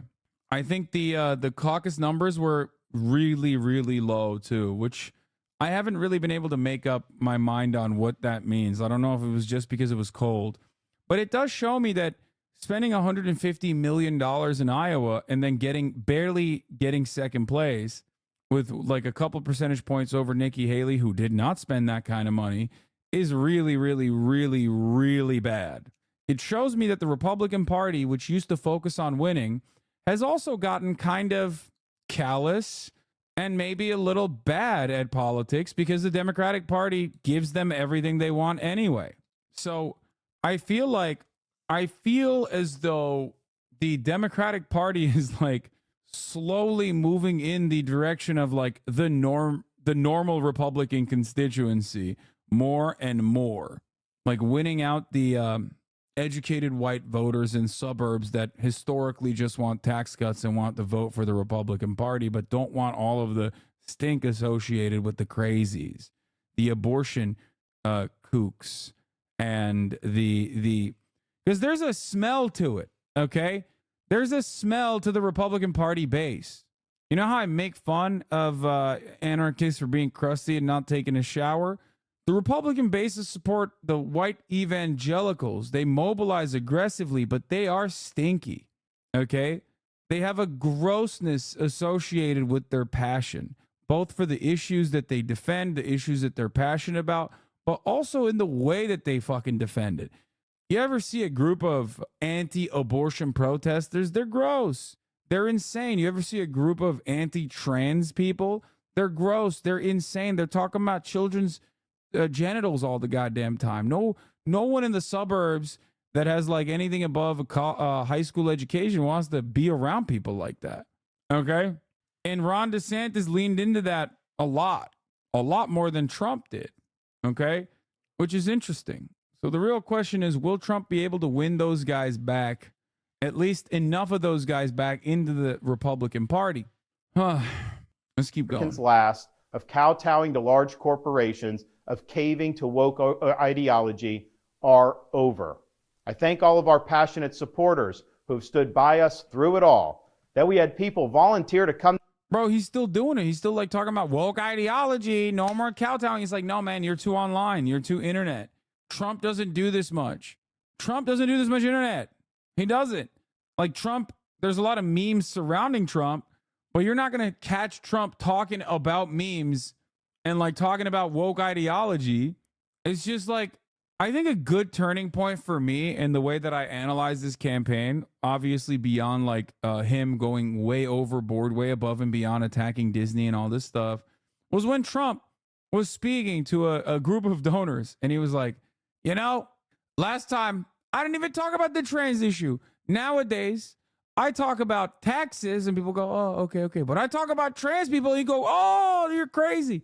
Like even he recognized that like the audience is a little wild, you know? I think Trump has better instincts than Ron DeSantis in that regard. Trump has better instincts than even the Democrats when it comes to Israel in that regard. He doesn't like Netanyahu. This doesn't mean that he's not going to be inherently more violent than Joe Biden's administration as it pertains to Israel, especially considering that the Abraham Accords is his administration's strategy, which was an abject failure. But Joe Biden looks cucked to Netanyahu right now, like unimaginably cucked to Netanyahu. Trump, I was watching an I-24 broadcast on it. In one of these books, he's just very openly says like, "Oh, here, I'll show you Trump's instincts in comparison to Ron DeSantis." Revealing. Here. It's amazing how strongly people feel about that. You see, I'm talking about cutting taxes. People go like that. Talk about transgender. Everyone goes crazy. Who would have thought 5 years ago you didn't know what the hell it was?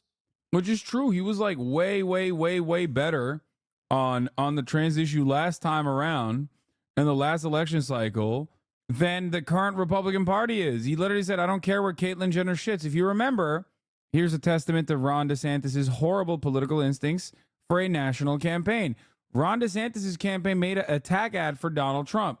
This was the attack ad. I will do everything to protect our LGBTQ citizens. If Caitlyn Jenner were to walk into Trump Tower and want to use the bathroom, you would be fine with her using any bathroom she chooses. That is correct. In the future, can transgender women compete in Miss Universe? Yes. Make America great again.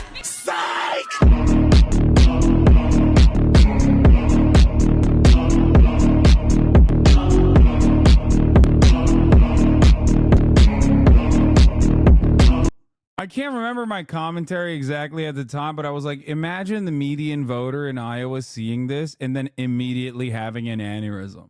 One thing I will tell you is if you look at the actual demographics of Ron DeSantis' campaign, he has captivated the youth. It's just that the youth are not fucking voting at all. And if they are voting, they're more likely voting for the Democratic Party. And that's the fucking problem. Okay?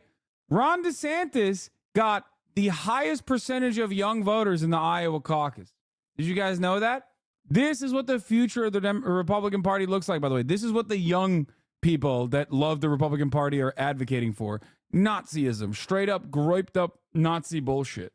My dad literally commented on this and was like, "What is this fucking shit? I'm in Iowa." Exactly. This is so stupid. A bunch of fucking weird, griped up 4chan poll losers that he hired for his campaign were cooking up these incredible videos, not recognizing that like the American voter doesn't think this is cool. They think you're a gross shut-in, okay? Like this is made by internet people for internet people. It's so stupid. It's so profoundly out of touch. As I said back then, people that understand these references will never vote, okay? People that understand these references are the types of motherfuckers who can't go outside, okay? They just can't. They will perish if they see the sunlight. I cannot think of anything more horrifying. It really has shut down drag. Just produced some of the harshest, most draconian like the Humanity Report laws that literally like immediately. It's like, bro, you put him on, like, look, he's great. He's a wonderful guy, right? But you put him on your ad. Are you the one who wore the Make the Rich Pay shirt and then posted about being detained in Mexico and getting taxed to pay for your electric equipment? Hypocrite Lamau. Yes, that is me. Only two jerks. The actual tax wasn't a real tax, though. I mean, I don't know if you actually care about the story or not, but it was a fun story. I talked about it quite a bit at the time. He came from a Muslim reply. Yeah, I saw. By the way, this is what he's talking about. This one slapped the other day. So, of course, someone else immediately posted it and reposted it. But someone posted this and was like, landed in Mexico and immediately got detained by customs for having too many pieces of electronic equipment for which they made up a number and forced me to pay taxes on. Yeah, I just saw a post on the Being Libertarian page. Brother, if you're watching the Being Libertarian page, you should be put on a watch list, okay? Sorry. You weren't even mad? Yeah, I thought it was a fun story, but people want to make it so that it's like, yeah, here. Oh, this is my original reaction to the Trump DeSantis ad. All right. I mean, it was extortion. It was not real tax, but libertarians think like all taxes are extortion anyway. But yeah, it's because Elon Musk replied to it with this. Reply under Elon. Should I? Watch list for what? You mean the party that wants to stop wars in the Middle East? What?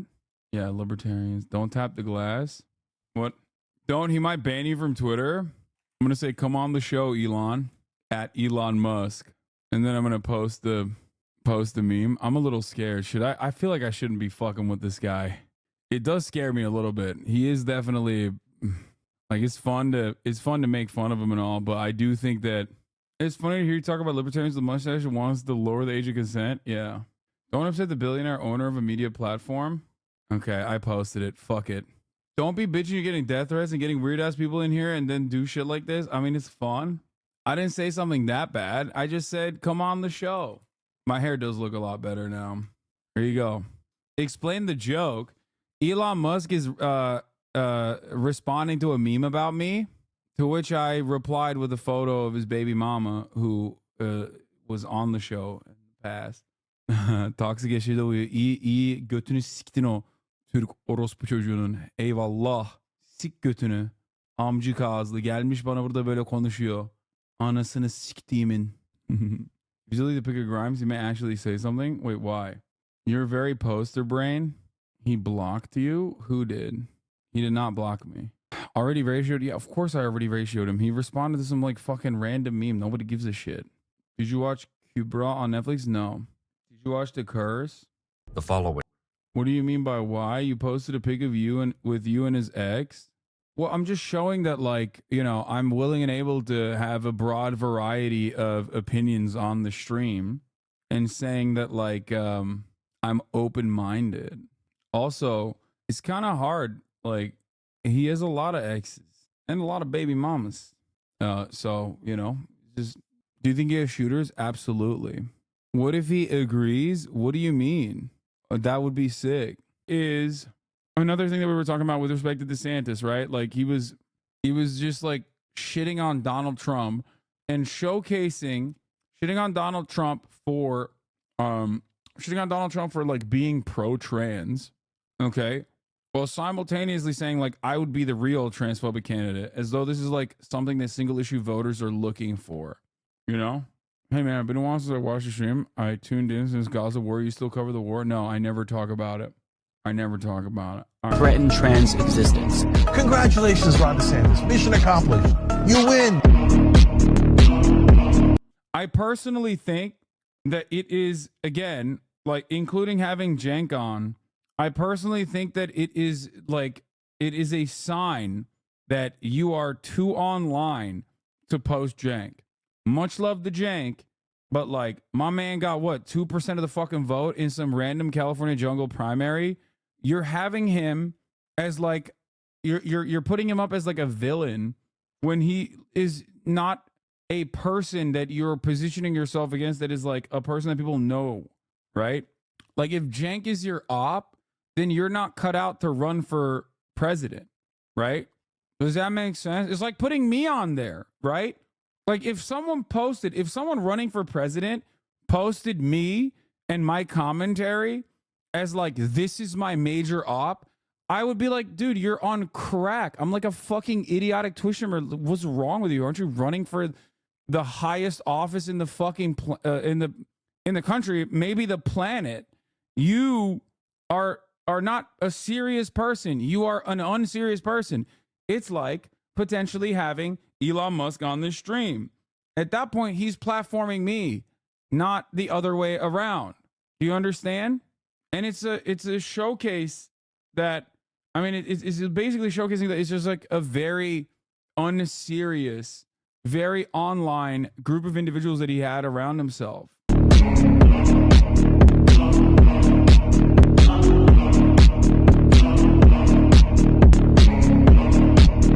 No, of course Twitch chat doesn't understand power dynamics. Duh. They're on Twitch. They think everything is like related back to Twitch. Are you crazy? They literally think like I'm actually doing Elon a favor by having him on the stream. Like, they have no way of like understanding how broad the world is beyond these boundaries. Anyway, so that like, again, big trouble. Come to Iowa in the middle of a blizzard to knock on doors and make phone calls touched us dearly. No candidate had more thrown at him but no candidate had so many committed volunteers and staff. Yeah, this is another posting of an L, dude. You visited all the counties twice, 239 campaign stops in Iowa, and you barely defeated Nikki Haley, who didn't do any of that. $150 million dumped into Iowa. You barely defeated Nikki Haley. Massive, massive, massive failure. Finally, I want to thank my wife, Casey, and our kids, Madison, Mason, and Mamie. Casey's gone far One of his kids, his name is Mamie? What the above hell? and beyond in her support for our campaign and for our cause. She's not only a great wife and mother, she's a great American who cares deeply about the future of the country that our kids will inherit. Our kids have seen and done a lot on the trail, from playing on the famed Field of Dreams baseball site in Iowa to making their first snowman in New Hampshire. They are one of the reasons we fight so hard for what we believe in. Winston Churchill once remarked that success is not final, failure is not fatal, it is the courage to continue that counts. Yeah, by the way, DeSantis appears to misattribute a quote to Churchill as he drops out of the primary. The International Churchill Society has a long list of quotes that are often wrongly attributed to Winston Churchill, the former British Prime Minister. Turns out, this is one of them, which is pretty funny. That, like, he is such an abject failure. He is such an abject failure that he couldn't even fucking put a correct Winston Churchill quote. While this campaign has ended, the mission continues. Down here in Florida, we will continue to show the country how to lead. Thank you, and God bless. Huge numbers from the Fearan calendar. We sold out the Fearan pod calendar before we were able to get it all tier ones in the public. Ordering more, and we'll have an update on the Fearan Twitter tomorrow. Sorry, we only ordered 1,000 because honestly, never sold a calendar before. Trying to find a balance enough for everyone to get one that wants one, but also for us not to be stuck with a bunch of calendars. We can't do pre-order or it will delay shipping, so we bulk order and pray. Yeah. John Miller, thank you for the 5 gifted. Do you think Florida fascists are feeling like we did when Bernie suspended his campaign? Probably. The difference is Florida fascists still get what they want with Donald Trump. At least close enough to get, well, like, Ron DeSantis would not deviate from a Trumpian style politics. He would just be less volatile. Okay? The difference between Bernie Sanders and Joe Biden is profound. Like, much, much, much greater than the difference between Ron DeSantis and Donald Trump. Do you understand? I'm so incredibly sad it was sold out. You don't even know. I'm sorry. Florida fascists are hibernating now because it's 50 degrees in Florida and denying climate change because Florida cold. Yeah. Look, you got the Red Sea, right? Kind of resembles a pinched loaf. Way up here at the narrow passageway at the north, you have the Suez Canal. 12% of all global trade happens through the Suez Canal. Down here, you have a country called Yemen, and that's where an armed resistance group called the Houthis have taken control. They're lobbing rockets into the Red Sea, attacking commercial ships, and disrupting. Have you ever considered adding captions extension to stream? It could be really helpful. Yes, I have done it. It was a massive failure. Some of those captioning programs that I used literally were actually like listening to my microphone even when the OBS was muted and still giving captions. And they were also oftentimes very wrong. So I stopped using it. The global supply chain. Of course, the United States doesn't like that. The Houthis are disrupting the global economy to protest the genocide in the Gaza Strip, in solidarity with the Palestinians. So what does America do? Well, America sends another aircraft carrier to patrol the seas and enforce the status quo. The Houthis are smart. The Suez Canal is a choke point. The Houthis are doing what the American working class should be doing now, choking the economy, disrupting the supply chain, showing these capitalists and the politicians that they bought who actually wields the power in American society, the working class. The Houthis have demonstrated material power over the economy. This buys them associational power, social and political capital. They are mobilizing other organizations and other aspects of society in their fight against the U.S. empire. Do you think people talk too much about fascism? Okay, stop. Take 30 seconds. I know you can train AI to talk like someone. Would you be opposed if a trusted person did something in reverse? We already have an AI. There's an AI for me. Okay. I talked about this already, but it's like what they're doing is basically the implementation of a blockade, which is like in a normal world, it's what America would be doing, and therefore would not even need to like lob missiles at anybody because when America says when America says there's a blockade going on, nobody violates it. You know what I mean? And that's it. So, Death to Force, thank you for the 5, get the subs. Speaking of little Rhonda's L's, let's finish off with this beautiful one, which is another indication that his campaign was like filled to the brim with extremely online people who are stupid as fuck. It doesn't hurt me. Do you want to feel how it feels? Another like Wojak, Soyjak moment from the Ron DeSantis campaign, which also featured some more interesting symbolism, as you'll see. Do you want to hear of the deal? It's you and me. And if I could make a deal with God, and I get in this swap, oh please. God, what a jam, though. I mean, putting vagina music over this is pretty good.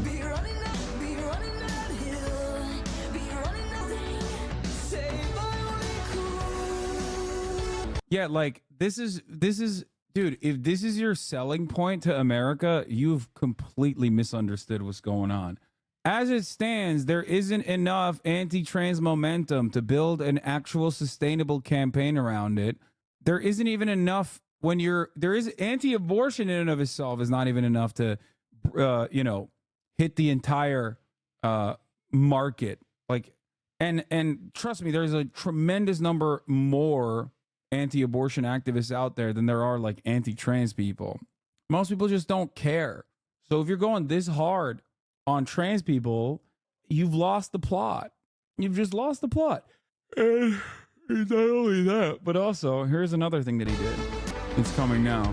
There it is. You catch that little glimpse there? I guess he's maybe he's just a pro-Ukraine, I think, according to Getty Images. Yeah, that's a black sun. Very popular fascist symbol, just a big black sun fan. Yeah, it could go either direction. You're right. He might just be a Russian private military contractor as well. It goes in either direction in that situation. Yes, it is a obvious neo-Nazi symbol. And as soon as they caught this, they were like, "What are you doing?" Yeah, the guy that made this was on his campaign, chat. The guy that made this was on his campaign at the time. Just what a devastating turn of events for the guy who was supposed to be like the least volatile candidate. The black sun was a symbol actually used in Nazi Germany. Yes. You misunderstand. He's just a big World War II guy. Yeah. So no more debates. I mean, Nikki Haley and Trump are still in it to win it. We'll see what happens, but Trump is currently pulling away from Nikki big time. But yeah, as a testament to Trump's instincts, I wanted to show you something. Donald Trump gave Israel everything Bibi Netanyahu wanted, right? Everything. The black sun is simply a symbol of our freedom from the international Jew, or as you like to call them, Zionists. Good one, man. Thanks, dumbass Nazi. Follow your leader. Follow your leader. Follow your leader. Jews are not a substitute for Zionists at all. There are infinitely more Zionist Christians on the planet than there are Zionist Jews. That's number one. There are infinitely more Zionist Christians in positions of power in the United States of America than there are Zionist Jews.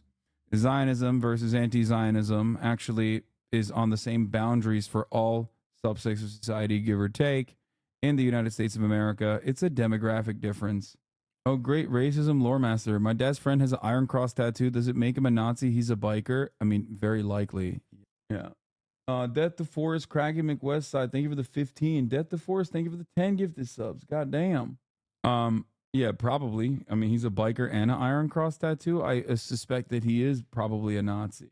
Here's the guy who made the DeSantis vid if you want to see him. Yeah, this is the guy. To us about, issues we care about. So, conservatives need to talk about things like climate change and the environment, and give common. Honestly, this is like having this guy on your campaign that made the Black Sun thing is like having like Will Stancil run your campaign. You know what I mean? He's just like a Twitter guy. You can't be having these dudes who have no experience whatsoever come in and fucking copy paste 4chan Groyper memes because you think that they're going to be good. Okay? That's crazy. Like the Republican Party used to stand for something. They used to want to win, sense conservative solutions to those issues rather than just denying they exist, because people my age care about those issues. But that doesn't mean that, you know, the Republican Party just has to become liberal, because they can still be pro-life, they can still be pro-gun rights, they can still be pro-America, they can still be pro-freedom, and people my age really resonate to that. So it's complicated, but Republicans can. It worked for 2016. Why wouldn't it work this time? It worked for 2016. You think Trump won with memes? Guys, please never make this analysis in here ever again, especially if you're a 57-month subscriber. How many times have I talked about this? Oh my God, dude. You've been in here for 57 months. That's like, you've avoided every ad break at the top of the hour and the middle of the hour ad break for 57 months. At a certain point, you must have heard by accident that I've like criticized this narrative that like Nazi memes are the reason why Trump won the election is a ridiculous narrative. Okay? That's crazy, dog. Plus, it's not like Trump made the memes himself. Others made the memes on him, but those memes are not the reasons why he won. I mean, this is like one of the most talked about disastrous elections of all time. The memes had no basis on this. Yeah, if you think like suburban wine moms, 52% of white women voted for Trump. Do you think that was because people saw Kekistan flags made by like the fattest agoraphobic loser you've ever seen in your entire fucking life? You think that's the reason? Like, really? Like the scraggliest beard of all time. And you think like the you know, why moms voted for that? Chatter watched The Boys season 2 on Amazon Prime Video and thought it was a documentary. I don't know. Here's the 3-minute ad break now, by the way. All right. So like memes don't play a role in winning campaigns at all. Okay. That's not a thing. Like, that's not a real thing. Please don't taste it in your goddamn life. Give us your talking points and narrative tree for why he won / will win. Donald Trump won in 2016 because Hillary Clinton was a despised figure at a time when everyone was disassociating with the elites. They despised the elites. Hillary Clinton personally was a great demonstration of like bicoastal elitism in the country, both in the way that she carried herself and with her track record. They saw her as a corrupt candidate. She also did not go to key states that she should have visited. Okay? Donald Trump ran a better campaign than Hillary Clinton. He read the room better and also utilized the fact that he was an outsider underdog, which he wasn't really. He was neither an outsider nor an underdog, but he was able to present himself as such and did a phenomenal job with that. Okay? That's it. I watched 2016 debates and look back, and Hillary's so uncharismatic in her speeches. Yeah. Also, Hillary Clinton's failed strategy of Pied Piper was a part of the reason as to why she lost. She thought that Trump would be the weakest out of all of the Republicans. And so they propped him up in the primaries. There was endless coverage. That coverage also was very fascinating because ultimately Trump is very good at being telegenic and keeping people, getting people to pay attention to him. He's a TV guy. Celebrity since the 80s, one of the most diverse TV shows with the most diverse audience of all time. Okay, at a time when it did not even exist. Like diverse TV shows with a diverse targeting was not even a real thing. That kind of stuff has staying power.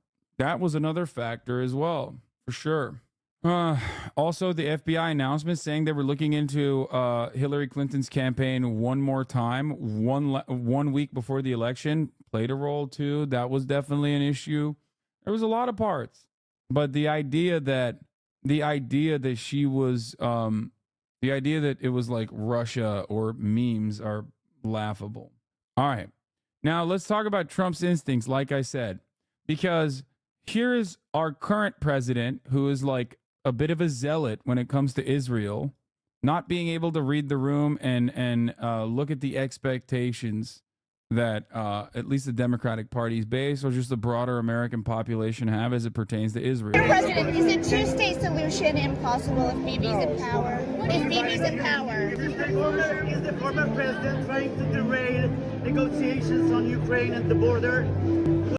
So Brandon's response to this was something along the lines of like, oh, no, Jack. Ask him. Are you going to reconsider conditions on Israel aid given what Netanyahu said about a one-state? I think we'll be able to work something out. What does that mean? There are a number of types of two-state solutions. There's a number of types of There's two-state a number solutions. of countries that are members of the UN that are still don't have their own militaries.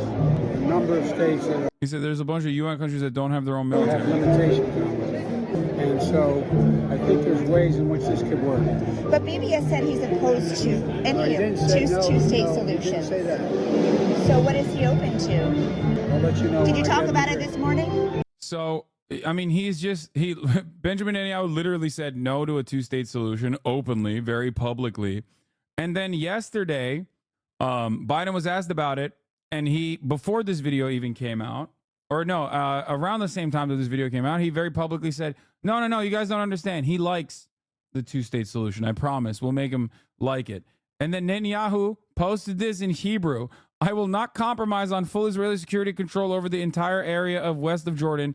And this is contrary to a Palestinian state, which is like that's it, bro. He's saying, and he is doing this specifically to say, fuck you to Joe Biden. I need you to understand something. Joe Biden did the bear hug strategy. He went into Israel right after October 7 and bear hugged him.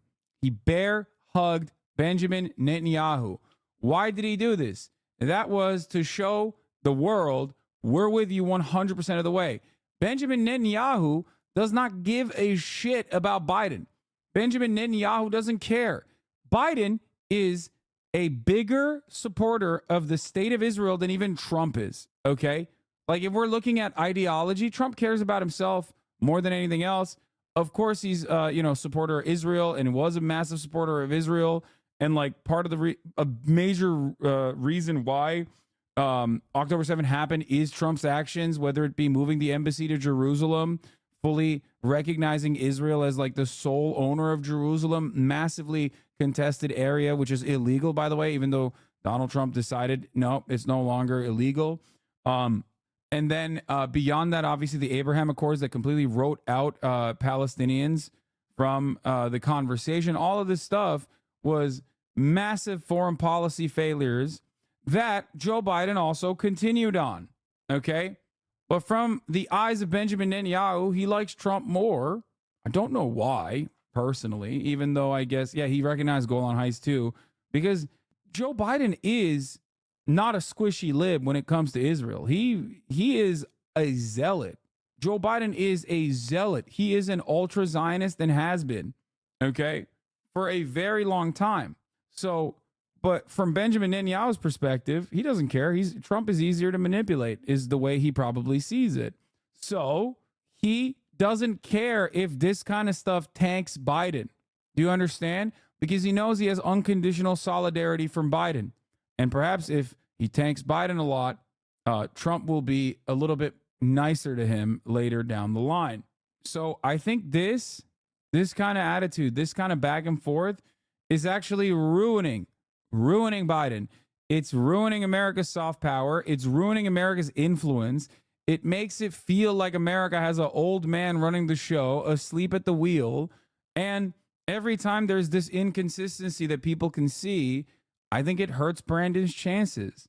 If Joe Biden were to get out there and say, I'm 100% unconditionally pro-Israel, Israel has a right to defend itself, Israel should be able to nuke Gaza, and the Palestinians are dogs, okay, which is what I suspect Trump would say, right? From an American foreign policy perspective, the way that people receive American foreign policy globally, that would come across as, one, more honest, and two, more powerful than this wishy-washy back and forth bullshit that Biden's been doing. Because the wishy-washy back and forth bullshit makes him look weak, okay?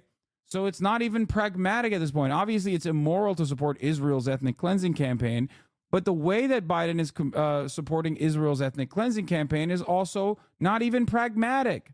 It looks like he's constantly saying, oh, I don't know, like maybe Israel shouldn't do this. And then Israel is doing it undeniably over and over again. And we're giving Israel the weapons to do it while he's trying to basically tackle the issue from both ends. It's not going to work. It makes him look weak because actions ultimately speak louder than words. And there's only so many articles you can write about how Biden is actually, having a soft touch on Israel. Biden is actually doing the soft touch on Israel and it's working really well. Like, it's not. It's not working at all. And people can see it. That's it. Now, Donald Trump told Barack Ravid, Axios reporter, in April 2021, Bibi never wanted peace. He just tapped us along, tap, tap, tap, tap. Biden yesterday, Bibi isn't against any kind of two-state solution. It is possible to get it while he's in power. This makes no sense. It makes no sense that Biden is trying to do PR for Benjamin Netanyahu for liberals in America. You're not going to change people's minds, brother. It is so dumb. It's so incredibly stupid. Now, beyond that, we're opening up another front here, which is also really stupid. Okay? Yemen's actions in the Red Sea have been relatively successful in at least stopping Maersk from utilizing the Red Sea. 12% of commerce flows through this area. Okay? Yemen, or the de facto government of Yemen, the Ansar Allah administration, which currently controls territories that have almost 90% of the entire population, has said that the reason why they're trying to stop shipping from happening in the Red Sea is because of the ongoing ethnic cleansing campaign in Gaza. Now, I certainly am not fond of the Ansar Allah motto, especially the anti-Semitic parts of it. But overall, what they're doing in this situation is the right thing. I mean, I have asked for a blockade myself, okay? And I stand on that. I've said America should be doing this. I said America should be boycotting until and implementing sanctions to apply pressure to the Israeli government to ensure wait, what? Bro, what? Yeah, also, is there food outside? Did my food get delivered or not? Bro, what? Bro, hold on. Bro, Uber just did not deliver my food and then turned around and acted like it did deliver my food when it did not. Is it here? Oh, it is. Oh, never mind. It is here. Never mind. Uber did deliver my. All right, here. Hey, Sabrina, is it now fair to say that the U.S. is at war in Yemen? And secondly, there are some reports about a U.S. MQ-9 being shot down over Iraq by Iranian-backed militia. Is that something you're tracking? Thanks, Idris. I'll take the second, the last one first. I have seen those reports. I don't have anything for you on that, so I'd have to circle back with you. I've seen those reports, but don't have anything to add. In terms of your first question, no, we don't seek war. We don't think that we are at war. We don't want to see a regional war. The Houthis are the ones that continue to launch cruise missiles, anti-ship missiles at innocent mariners, at commercial vessels that are just transiting an area that sees 10 to 15% of the world's commerce. The U.S. is what we are doing with our partners is self-defense. We certainly don't want to see this widen out to a regional war, and we don't want to see this continue, which is why you have seen the action that we've taken. And as the Secretary has stated before, we will continue to take that action if we need to. Just to follow up on Idris's question, you said that self-defense. We're self-defensively doing the bombing campaign. You don't understand it, okay? Guys, these are self-defense style strikes. Bro, you're the United States of America. What's happening? Why are you in Yemen? That there is a self-defense style situation going on in Yemen. You know what I mean? Yeah. She got those self-defense style bangs, my lord. Yeah, she has great bangs, for sure. Except, she's using those bangs for evil and not for good, which I don't respect. Yeah. I did see the Hamas book that was released. Yes, I haven't read it. The Al-Aqsa Flood book that describes their goals, motivations, and whatnot. We'll do it later. 17 pages. Anyway, hold on. I'm going to do something that's crazy today. Because I eat from this place quite a bit, I'm going to weigh. But it's not an Israeli blockade anymore. They're just launching missiles at random ships. How is that helpful? Fuck with Israel all day, but now it's just common piracy, which completely destroys the whole message of helping Gaza? No, that's not true. Not every single ship that they are intercepting is actually directly related to Israel. The entire point, however, is to disrupt commerce for everyone that wants to utilize the Red Sea, even though there are ships that they allow to cross through, okay? But it does not matter because the entire purpose of this is to apply economic pressure, okay? That is the goal. Okay, so it's around 7 ounces, 770. Let's see. It's grilled chicken that's like 7 ounces, 770 ounces. Let's see what that means. Grilled chicken breast.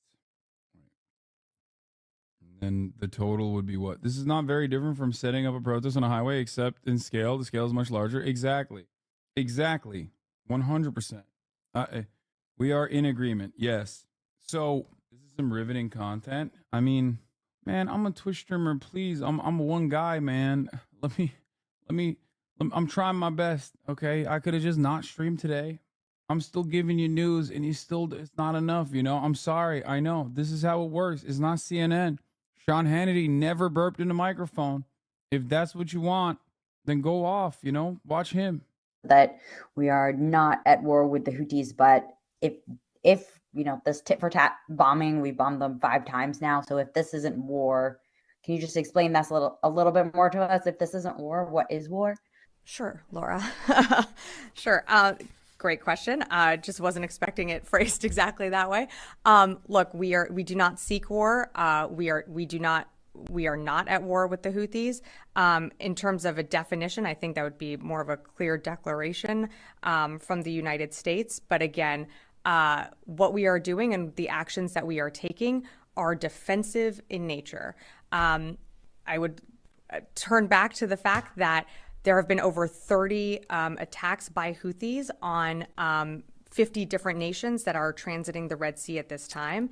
I can only repeat so many times that we do not seek war with the Houthis, but we will take self-defense actions if we need to protect our troops, to protect commercial shipping, and to ensure that freedom of navigation is still allowed through international waterways.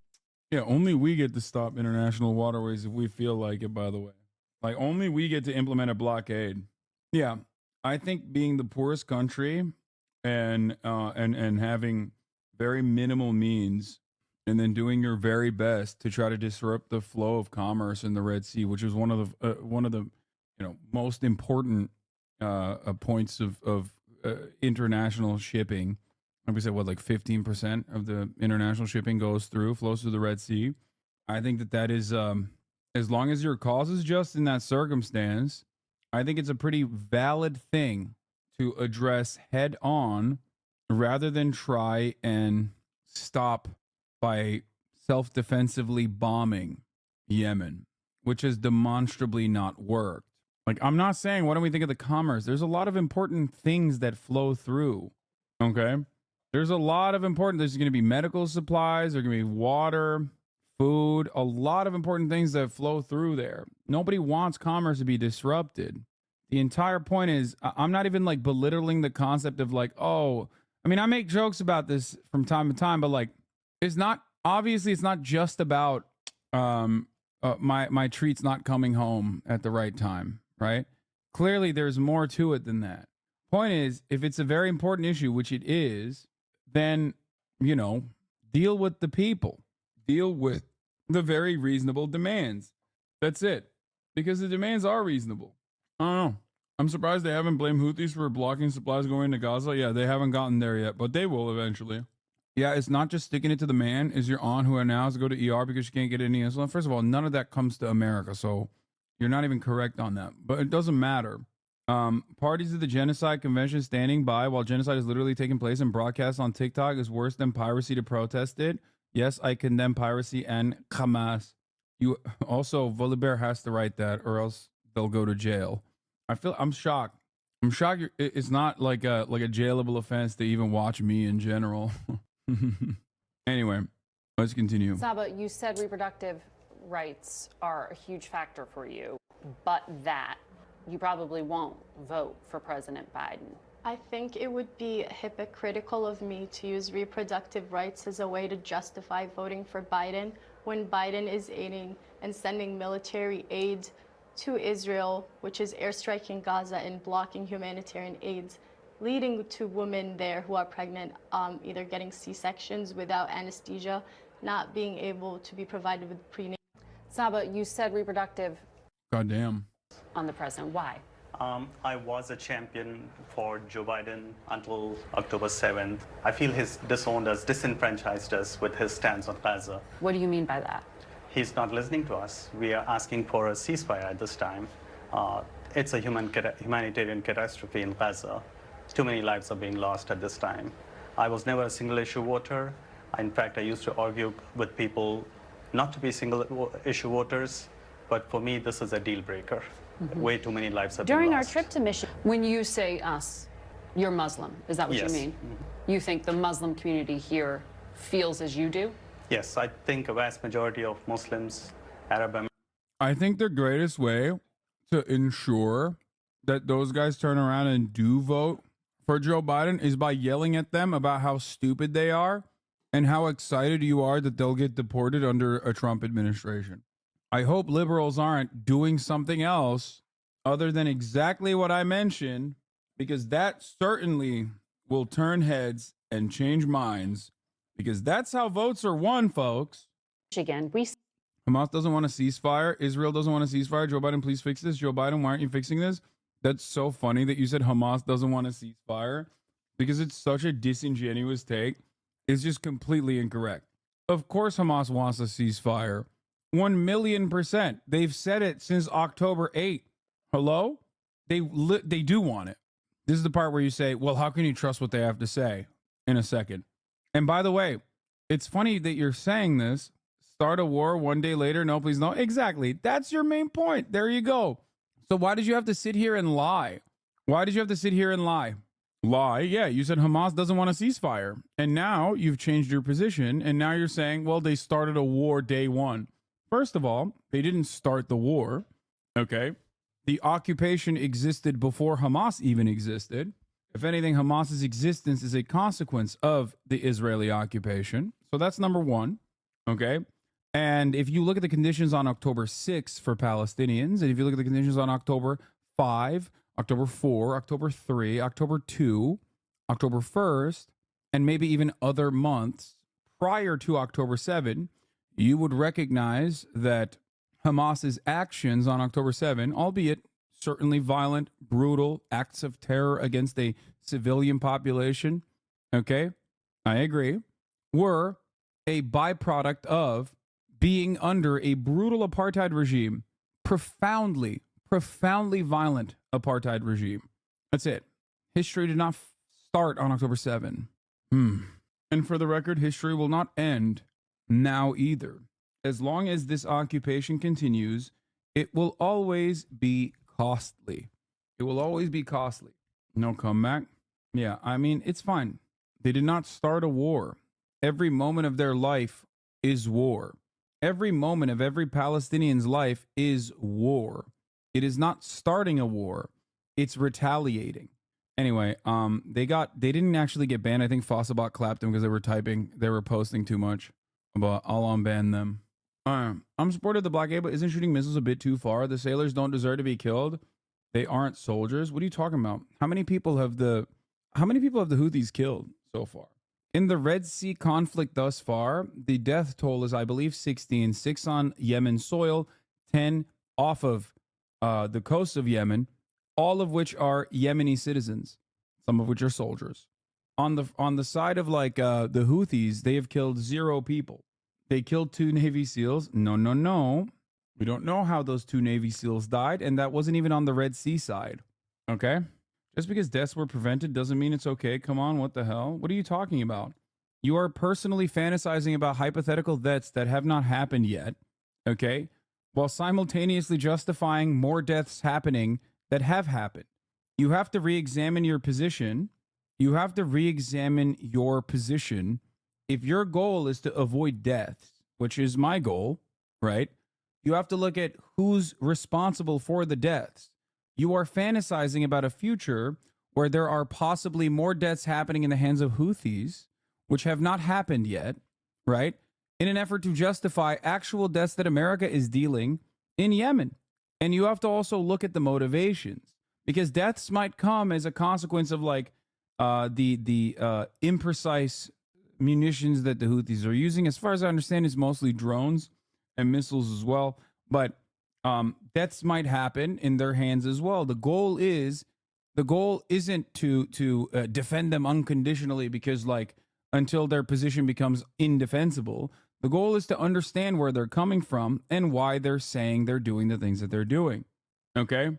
It's odd to say, wow, like, but what if they do deaths while simultaneously defending America causing deaths? Because America is the only one who's killed people so far.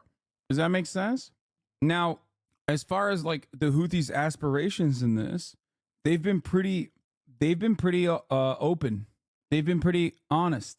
Now, they might be dishonest. Maybe they're lying. Maybe they simply are piracy enjoyers, right? Maybe they are piracy enjoyers in general. But there's no reason, as I've always advocated for, there is no reason not to try. There's no reason not to say, hey, the Houthis have made these demands, and we recognize that we will not be able to maintain complete stability in the Red Sea enough for shipping, commercial shipping freighters feeling comfortable enough to pass through that passage. So in order to maintain stability, what we must do is potentially deal with them and meet their demands, especially considering that their demands are honorable. Their demands are just. They're not saying our demands are, I don't know, nuke Israel, deport all the Jewish people from the region or anything like that, right? Their demands are pretty obvious, pretty overt. And losing me a bit on this one, okay, let me put it to you this way.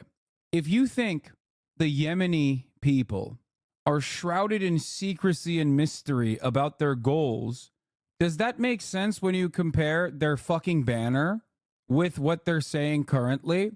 I think it's pretty black and white.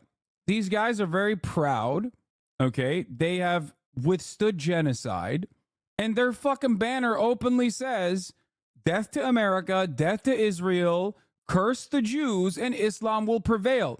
If you think that they were actually taking over commercial shipping for like anti-Semitic reasons or for piracy reasons, don't you think they would openly state that, considering how straightforward they have been about their overarching methodology, their overarching goals and what they believe? This makes no sense to me. If their motto is so fucking obvious and overt, why do you think they're all of a sudden hitting undertones? Okay? Why would they be hitting undertones when it comes to why they're engaging in piracy? Do you think they care about the perspective of America? No, they don't. You're going to get clipped so hard. I mean, that's it. Yeah. This is, well, a Jewish resistance fighter preparing bomb on train tracks in Nazi-occupied France is like, a lot of people have yelled at me saying like, oh, dude, Hassan, remember when you talked about bombing the Crimean bridge? Okay. And you said it was a war crime. I said it was a war crime that still Russia was ultimately responsible for, which is ironic because many people didn't hear that part of the conversation. Okay. When Ukraine blew up the Crimean bridge, I said that that was a war crime, that civilian populations go through there. A civilian died in that process. Okay. And then I followed up and said it's ultimately still Russia's fault that Ukraine blew up the bridge, because Ukraine would not be blowing up that bridge if Russia wasn't invading Ukraine.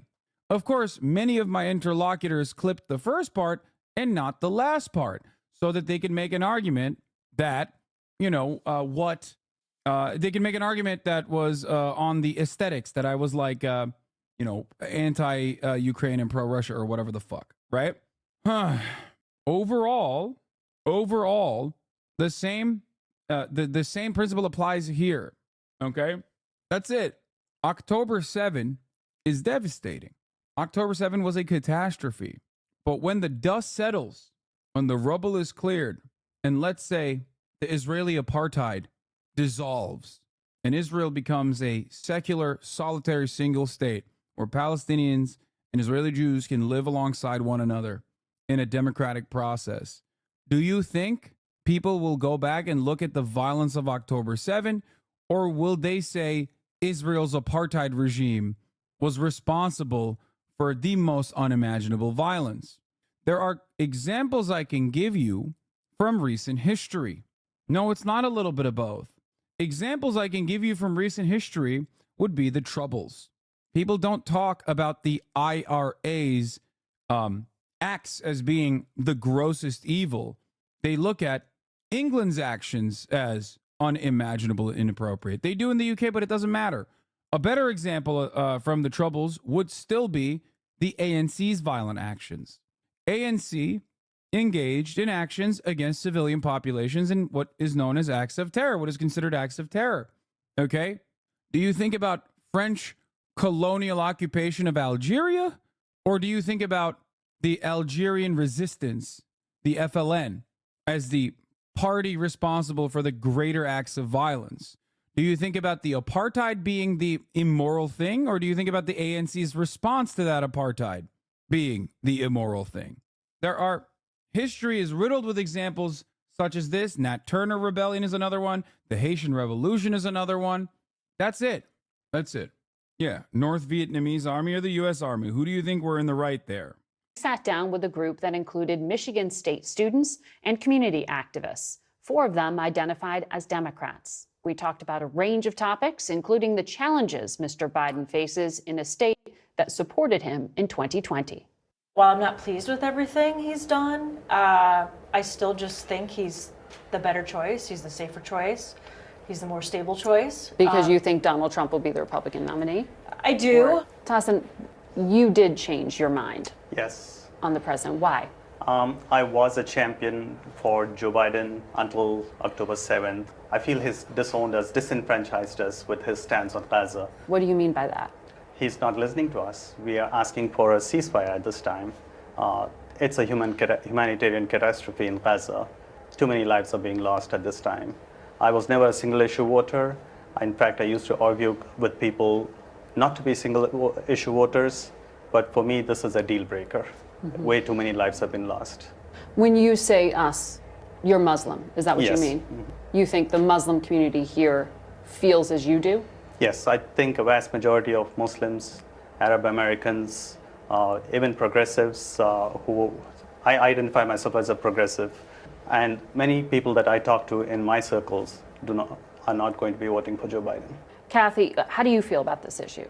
Well, I feel like it's really a difficult issue, but I'm glad we have someone like Biden with his wisdom and experience trying to decide how to handle this. I believe that I like when he says things like Israel has the. It's just insane to me. Like, if I'm sitting in that room, man, that's incredible, dude. Being able to sit in that room and not like lose your mind is actually wild. If I hear something like this in the wild, I don't know what I would. You are shaking your head vehemently, so I'm I sorry, have to. No, you feel strongly. Please tell me how much of reproductive rights are a factor in your presidential campaign vote. Oh, it's huge. The president chooses our Supreme Court justices. I wish I had confidence that you say in our Supreme Court justices. I think there's probably it's one of the most important things that the president does, and that we have had justices put in under President Trump that are, really changing precedent in major ways that I find very disconcerting, and I'm very concerned about reproductive freedom in this country. And you are as well. Same. I mean, I think it was, looking bigger picture, just the last few Supreme Court nominees, the process was totally upended and totally disregarded. And I think it starts with that. And then freedoms were rolled back, such as reproductive freedoms. So I'm fortunate that we have protected them in the state of Michigan. I think, just again, the American people are for some type of abortion protection. Certainly there's a sliding scale, but for the federal government to just disregard that and go the other way, I think is appalling. Saba, you said reproductive rights are a huge factor for you, but that you probably won't vote for President Biden. I think it would be hypocritical of me to use reproductive rights as a way to justify voting for Biden when Biden is aiding and sending military aid to Israel, which is airstriking Gaza and blocking humanitarian aid, leading to women there who are pregnant, either getting C-sections without anesthesia, not being able to be provided with prenatal care. It's interesting that, just to button this up, you are not very excited about the Democratic candidate, But I saw the both of you are excited, but I saw the both of you jump when we talked about reproductive access. That is something that's going to make you show up to vote, even though you're kind of on the candidate? I think so. I mean, I'm certainly a frustrated Democrat at the moment, I would say. I think Joe Biden's made a lot of missteps. I think he's not a perfect man. He's not a perfect candidate, but nobody is. And I think he's done the best, but I think it's been alarming to see the. I'm glad that she just skipped the well thought out and clever response that Saba gave. That was very nice that she just like kind of skipped over her to go back to another white lady that will hopefully give her what she actually wants. You know what I mean? Crazy stuff. Like cut her off to ask this other lady. The things that have gone on, particularly in the Supreme Court, around things like reproductive rights, it's been alarming. And I just think it's a huge wake-up call to women, to young women. Damn, this one is 9 ounces of chicken. That's crazy. 9.8 ounces of chicken. Why do you keep posting this? Houthi attacks in Red Sea delay arrival of critical Yat Sarah medical equipment. Yeah, I know, man. I got it. And people say this does nothing. Yeah, it does. That's the whole point of a fucking blockade. I know. We spoke to one of your constituents last night who said he went door to door for Joe Biden in 2020, but he's lost his vote in 2024, and he said he plans to protest against him. Is President Biden going to face protesters when he comes here because of this one issue?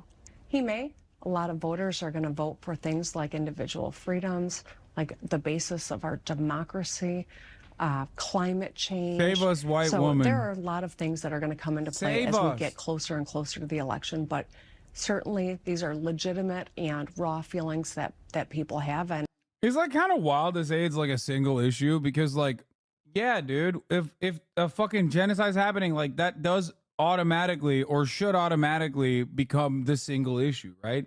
This isn't like fucking gun control, you know, which is still very, very, very important.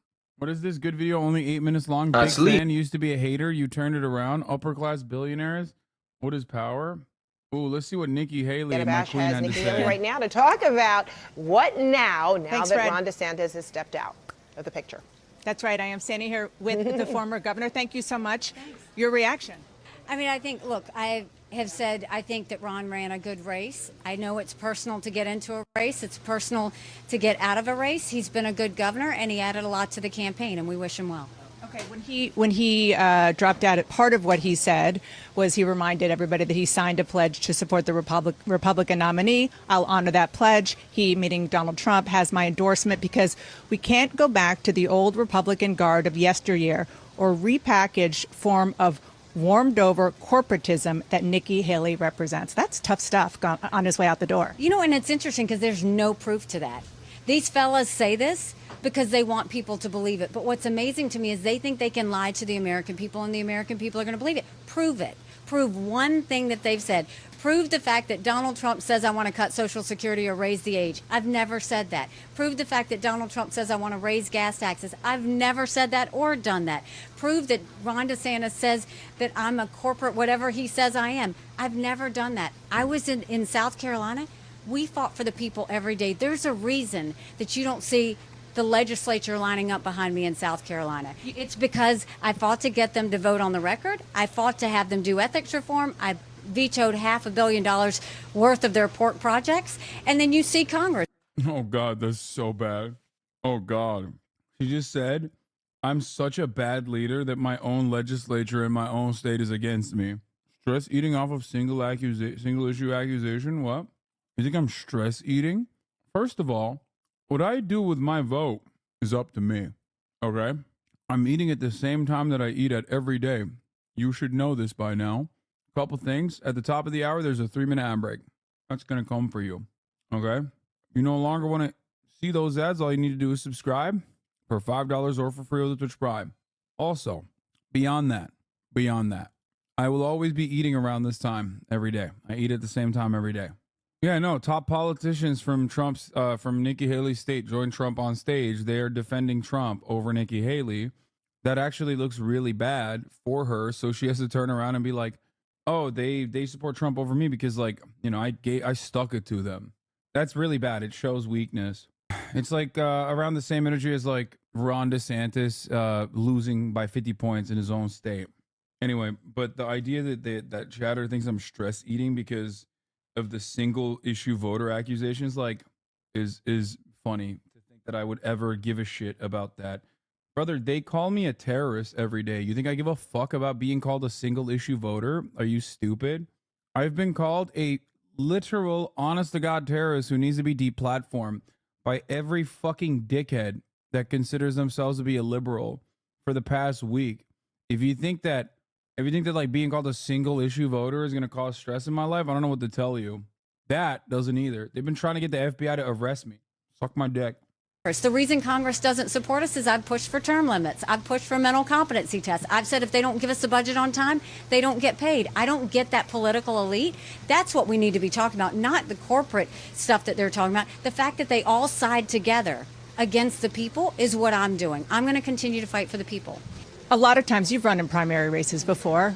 When somebody drops out, there tends to be a breath taken and some nicer words are said. That is not the case right now with Ron DeSantis. Is that surprising to you? Is it disappointing to you? And did he call you or at least at all inform you before he was dropping out? No, he didn't call or inform me. And look, this is what the fellas do. The difference is I don't take politics personally. I never have. And I think that's the problem with where we are now, is you now have people who want to decide who's a good Republican, who's a bad Republican, who's a good person, who's a bad person. That's why our country is so divided. I don't judge people. I focus on policy that's going to make America stronger. I don't take politics personally. I'm not thin-skinned like Donald Trump. I think that people don't want that. They want a leader who's going to bring out the best in people and get our country going forward. Yeah, definitely. People famously don't want like a sassy bitch who loves drama. Yeah. Here's a person who really understands the dynamic between the American population and politics. Lady who says Americans hate drama. Do you think Nikki's hot? I am not going to answer this. Yes, I'm not going to answer this at all. Yes, I do. I know I will not answer this question. It has nothing to do with her bona fides at all. Ron DeSantis is saying that he is sticking by his pledge, which is why, and he believes that Donald Trump will be the nominee. Dude, she's slay mother cunt. I've said it already. She's Nikki Slaley. That's mother cunt to you. You made a pledge a long time ago, before the Republican National Committee debates even started, to support the nominee. Do you still feel that way? Are you still going to support? I mean, it's you and Donald Trump. So if it's not you, I know you hope it will be, and you're working so that it is. But if it's not, if it's Donald Trump, will you support him as the nominee still? It's going to be me. And I know y'all want to talk about it like it's still him. 70% of Americans don't want to see a Trump-Biden rematch. But even look at that. 56,000 people voted in Iowa. Less than 2% voted in one state. We're not going to let that decide what happens in the country. We've got New Hampshire, we've got South Carolina, we've got Super Tuesday. We're going to keep on going, and we're going to fight, and we're going to win. I'm used to people underestimating me. It's always fun. But there were 14 people in this race, and now there are 2. I'm going to finish this so Joe Biden and Donald Trump are not an issue at all, that we actually put them in the past and we go forward, because our country deserves it and Americans want it. They're tired. As former governor of South Carolina doesn't vote, as you know, for a month. You are pledging right now to your former constituents, to your fellow South Carolinians, that you are going to stay in this race through the contest there? Absolutely. And South Carolinians know. I media asset that we could have. And what you've got, actually, every time I hear you, I feel a little bit dumb for what you say. Okay, bro, I can't believe they put an ass shot in there. Like, that's kind of crazy. Like, especially crazy considering, like, Donald Trump wins on the ass race, okay? There's an arms race and then there's an ass race, okay? Donald Trump has, like, the USSR arsenal at its peak. Donald Trump has the Tsar Bomba, okay? This shit has strong Veep vibes. Wait, she said 2? What happened to Trump? What happened to Asa? Asa Hutchinson quit. We already read this, chatter. We already read this. This is from 12/1/2024. It's from like 9 days ago. We read it when it first came out. Yes. All right, let's continue. I won that state twice. They know I'm a fighter. They know I'm going to go all the way through. I'm also an accountant, so we saved a lot of our dollars to make sure we could be strong in South Carolina. We're going to be stronger in New Hampshire than we were in Iowa. We're going to be even stronger in South Carolina than we were in New Hampshire. And we're going to keep on going until we're the last woman standing. You just did it again, and we've heard you over and over in recent weeks on the campaign trail, lumping Donald Trump and Joe Biden together. Do you believe that they are equally bad for America? It's not even what I believe, it's what Americans believe. What do you believe? Because you're the one who's saying that. I worry about the fact that they are so focused on investigations and things that they don't like and focused on the past. When do you ever hear either one of them talk about the solutions of the future? I'm doing this because I don't want my kids to live like this. We have got to start looking forward. You've got a country in disarray. You've got a world on fire, and you're going to focus on people who hurt your feelings. You're going to. Republicans are so bad. They're just so dumb. God, and so are the CNN liberals who are eating this shit up. Bro, she ain't saying nothing. She hit the iframe. Yeah, she's just yapping. Like nothing noteworthy has come out of her goddamn mouth so far. Shut up, hater. Mother is slaying. Yeah. What's the word for I don't care? I want to suck them off. What? I'm just going to drop this here. What is this? Don't scroll. Wait, really? Good call. Oh, that post that is unavailable, I think, is like, oh my God, what the fuck? Yeah! What the fuck? Yeah! Oh! Oh! Oh! All right, we got to get back to Nikki Haley. What the fuck? Focus on investigations that are involved with your families. You're going to focus on vengeance. With me, it's. Bro, I clicked on it. Thank God it was not available. Thank God. I would have been banned so quickly. Twitch would have done to my channel what that person was doing to my asshole in the fucking footage. Not the footage, but the drawing. Okay. That is all right. Well, you know, some things apparently could go wrong. Apparently, things I have said before, like, oh yeah, objectifying me, like that's fine. I grew up fat. I like it. No, it's a tweet that is a massive dildo fucking my ass, and someone drew it. And the worst part is the person who drew it is like very clearly talented. Yeah, that's the worst part, because like these fucking perverts, man, they're very good at drawing. It's just like the grossest thing I've seen. I'm gonna say you're bad on that one. They gave you bara titties. No fucking way that shit is illegal. I didn't actually look at it too much, so I have no fucking clue, and I don't want to look at it, to be honest. I don't want to see it. I don't want to look at it. Let's just move on from it. It's no drama. It's no vendettas. It's just hard work. And it's making sure we're not thinking 4 and 8 years. We're thinking 20 and 30 years out. That's what it should be. And we've lost that. We lost that a long time ago. But we can get it back. And I'm going to prove every day to every American that they made the right decision when I get elected. You don't want to go there on whether or not. The person who retweeted it is wondering why you blocked them. I don't know. They probably said some shit that I misconstrued as a hater. I'm very quick to block on Twitter. Here's the thing. I have a shit ton of haters, and they're not normal at all. Like, a lot of my haters on Twitter are just like straight up stalkers, right? So I have a super quick trigger finger, because I also have like a bunch of people that make like alt accounts. A bunch of people that make alt accounts and like reply to every single one of my replies. Like, they have my fucking notifications on, you know what I mean? Why are your biggest ops divorced dads or pedos? I don't know. But yeah, the reason why I block people quickly is like, if you're even remotely trolling, if I catch you liking like a bad tweet, you know, I'll clap you, because I got no business. Block that Abdul boy guy or whatever. He's annoying. I don't know who that is. Hyper online cyber stalking, incel, loser, fascist. Yeah, for the most part. Not saying that guy is. I'm just simply stating that, like, well, that Ragnarok guy has you on notice. I don't know what that Ragnarok guy is. But probably what ended up happening is probably somebody memed or something a little too close to the sun, so I blocked them.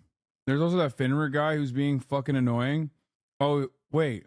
I think that's the guy who's a marine merchant, right? He's like lost his mind. I see his notifications sometimes. It's like there's a guy who was like a long-term community member or something, and he's just like so insanely mad at me and keeps writing about like how marine merchants are under attack by the Houthi terrorist pirates. And it's like the most unimaginable crime that I have like defended what the Houthis are doing. I haven't blocked him because it's kind of funny. Like the way he loses, the way he talks about it is like, I find it really funny because like it's the merchant marines. Like he just talks about that all the time.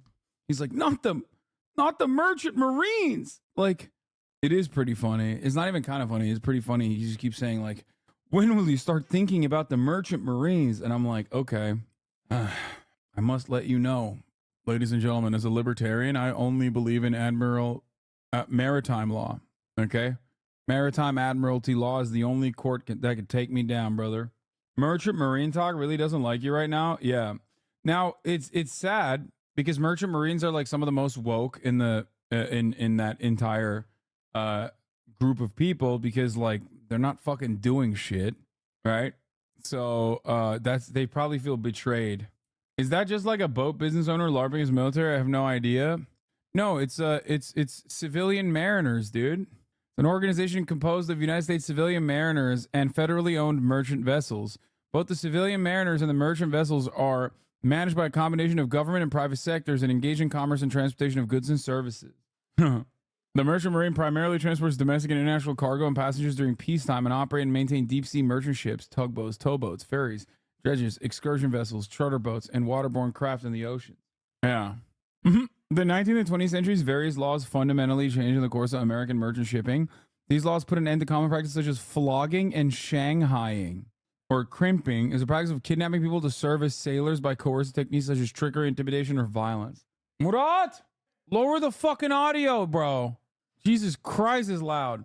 Anyway, yeah. Much love to all the merchant marines out there. They're equally bad. I mean, if either one of them was good, I wouldn't be running.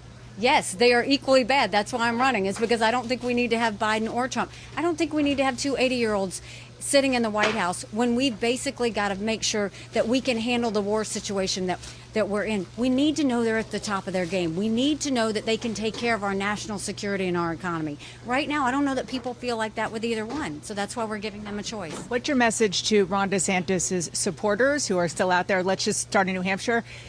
At our latest poll this morning, he was at 6%. So we're not talking about a big slice of the electorate, but they are out there. He just endorsed Donald Trump. What's your message to them about why they should vote for you? I think that they love America, and I think they want a new generational leader. And so I am telling them that I am that new generational leader, and I'm the conservative that can get it done. And we're going to go and make sure that we get spending under control. We're going to get our kids reading again and have transparency in the classroom. We're going to secure our border once and for all, no more excuses. We're going to bring law and order back to this country. But guess what else we're going to do? We're the only one in a general election that beats Joe Biden. Even if you look at the poll yesterday that came out in New Hampshire, general election, Trump loses to Biden by 7 points here in New Hampshire. I beat Biden. Look at every swing state. I beat Biden. I beat him by up to 17 points. This is a fact. We don't want a President Kamala Harris. That should send a chill up everybody's spine. So instead, look at the fact that we could actually win. And I think that's what Ron DeSantis' supporters want. They don't want to lose. They don't want a President Kamala Harris. And they also want a new generational leader, and we give them all of that. Two more questions while I have you. Another thing that was really interesting in the CNN UNH poll that we had out this morning was that when people who were voting on Tuesday were asked to rank the issues that matter most, immigration was at the top of the list. Democracy and the Constitution, it was very high. What is your message about why you think, to those people who are looking at that issue, why you don't think Donald Trump... It's funny that the Democratic Party's main organ has a stranglehold on the Democratic voters in the exact same way that Fox News does on conservatives. America's greatest issue is defending democracy. It's so funny because it's dog, cost of living is a major problem. The fact that we don't have health care is a major problem. The fact that college education is less and less affordable is a major problem. But what do the liberal voters supposedly care about? Well, whatever the fuck the television tells them. And what the television tells them is that Trump is a threat to the democratic process, which is kind of true, right? And if he comes back, orange man, he's going to take your democracy away. And these fucking idiots, in the same exact way, that Republicans are like, oh my God, immigrants are coming in to rape our daughters, are motivated to say, like, that's what they care about. I'm sorry. One channel says migrants are coming in to fuck your daughter and steal your job. The other channel says Trump is coming in to fucking steal your democracy. Okay. And one side hyper focuses on that. The other side hyper focuses on the other thing. Both are just silly. And what do I mean by this? Does Trump have a chance of undermining democracy? Certainly.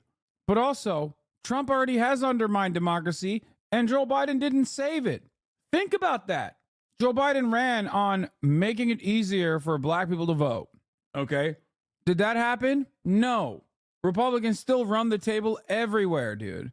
Joe Biden even couldn't protect against the Supreme Court decisions at the federal level. Like, he was not aggressive at all. The point is, where is the real democratic process that is meant to be preserved in this circumstance? Where is it? Does it exist somewhere? What are the benefits of it? What are the benefits of it? And how has the Democratic Party defended said democracy? That's my point. What remains of the symbolic democracy we have, Trump will certainly take away. But I do find it rather strange that liberals are like, oh no, like this is the most significant thing that we have to work on, that this is the most significant thing we care about. And it's like, we have it right now, right? The defender of democracy has defended it. Does it feel like everything's fine? Is the right candidate if they care about the democracy and the Constitution? Well, you can look at his actions and decide for yourself. But what I will tell you is we are in the live free or die state. I want it to be a live free or die country. I want to make sure that we go back to all the values and principles. This is crazy. Like, the border immigration issue is so transparently made up. That make our country so great. My parents raised me and said that even on our worst day, we're blessed to live in America. That's what I want to get back to. My husband's deployed right now because he still believes in this amazing experiment that is America. I want to get people to where the national self-loathing has stopped and we start being patriotic again. We start loving our country again. That's where I want to go. I don't think you get that with Donald Trump. You can hear him on any given day, on any given stage, and hear him badmouth Americans all over the place. Liberals right now have to adopt the untenable position that Biden is so powerless to curb states taking away people's rights, but also he's going to defend and save democracy next term. That's my point. It's like, which is it? Is Biden a small bean that can't stop anything, can't stop Israel pummeling Gaza, can't stop Republicans from hurting trans people, can't stop Republicans from taking away abortion rights and bodily autonomy from women? But then also, like, but he will do that by just simply not being Trump, I guess. Where is it?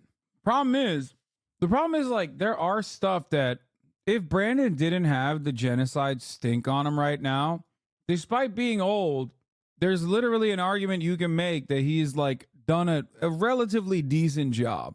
Okay.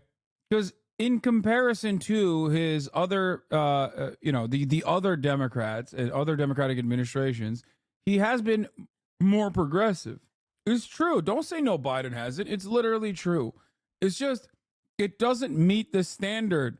It's a bad argument, but sure. No, look, if Republicans are moving the needle 5 notches on the right-wing direction, and then a Democrat moves it back 1 notch, then yeah, you're still 4 notches in the right-wing direction. Biden moved it 3 notches, let's say, whereas Obama had moved it 1 notch or 2 notches.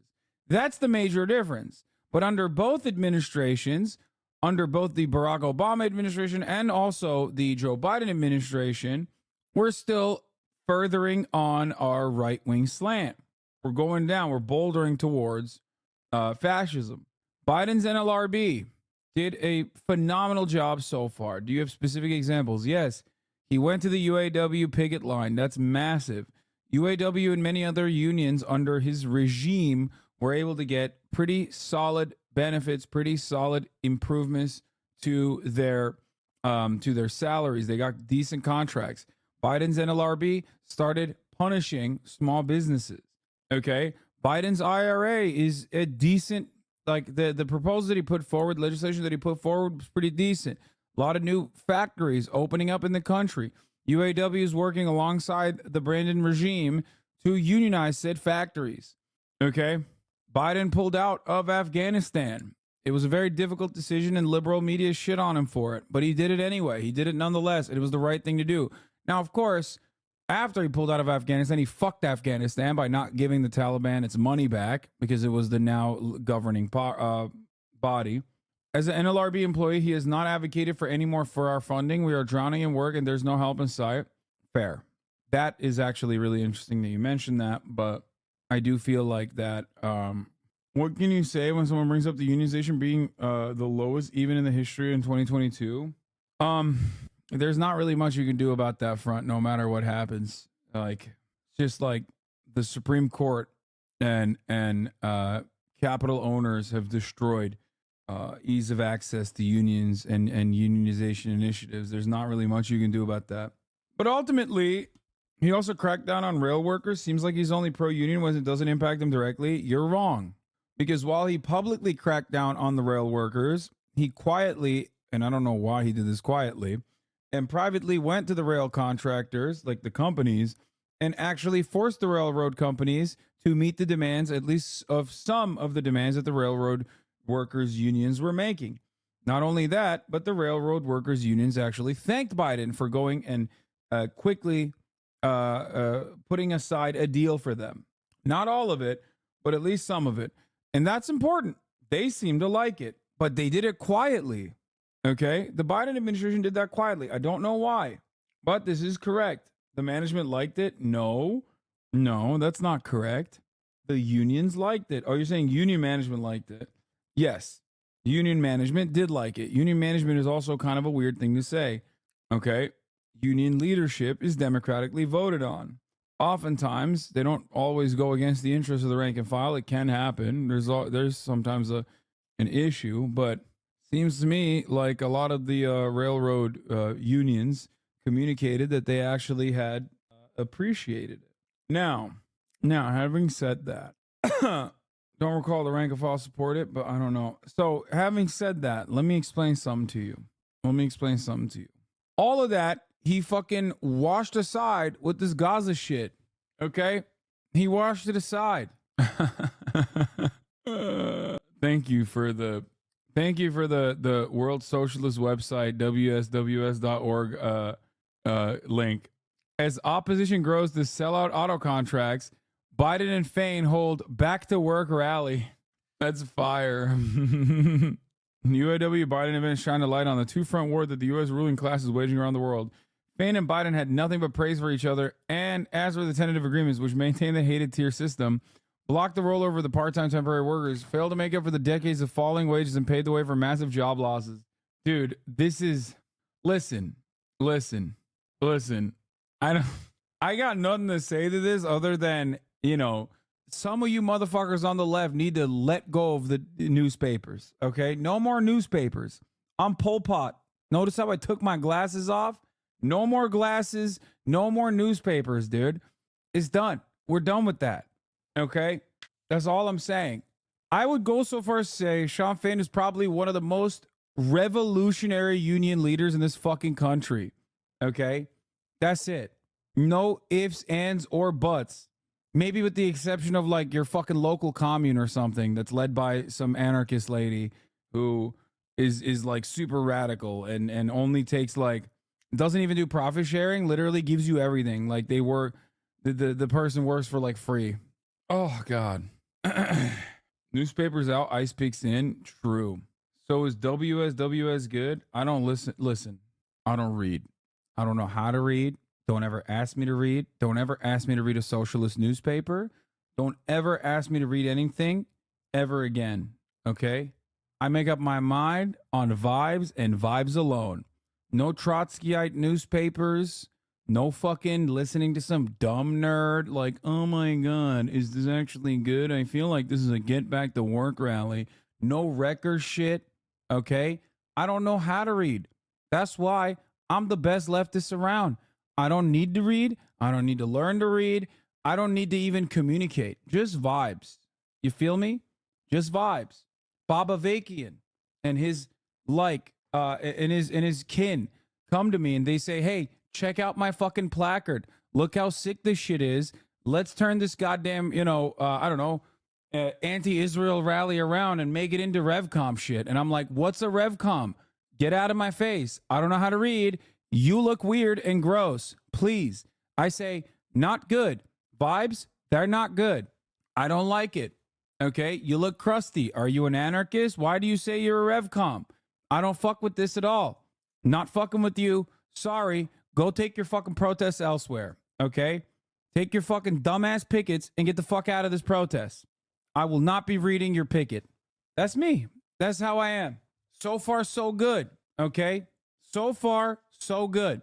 Someone comes to me. They say, hey, man, you know, what about being a patriotic MAGA communist? I say, no, I'm good. That's odd. You seem weird. You're way too invested in this. This is why Jason Unruhe is the better streamer. Jason Unruhe is the original America Deserved 9/11 Andy. Not many people know this. Okay? He's the only real leftist. I am fake. I'm a fake leftist. He's also the GOAT. Put some respect on Jason Unruhe. What is the name of this character you're doing? This is not even a fucking character. I'm just making jokes. I mean, it's not... I don't read stuff as a joke overall, but like the people that I was dunking on are not. I'm not. I'm being serious about, kind of.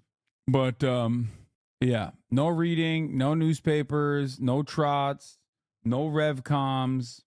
We in this house, yeah, the RevCom stuff is not a joke. In this house, you know who we trust, dude? Oh my God, I can't believe I'm forgetting his name. God damn it. Come on, it's the one group I haven't mentioned so far. Fuck. The guy that's like the freak. He's like conspiracy theorist guy. God damn it. What's his name? No, not Posadas. LaRouche. Thank you. Lyndon LaRouche. The only people we trust in this household are the LaRouchites. That's right. On God. For real. Lyndon LaRouche, my GOAT. That's right. Him and a Black Hammer. Those are the two guys I trust the most. My friend is a RevCom and they make the worst propaganda. You know a RevCom and you called him a friend? That's crazy. That's insane. I didn't know that like those guys ever had friends.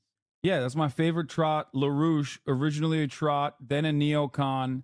Classic, you know, sometimes there'll be like a furry avatar, like you know, xenogender Twitter account that'll be like, here's my ideological journey, and it's like a PCM meme, a political compass meme of like boop, boop, boop, boop, boop, boop, boop. It went all over the fucking it went all over the map, and I'm just like, what happened? Like, how did you arrive at any of this?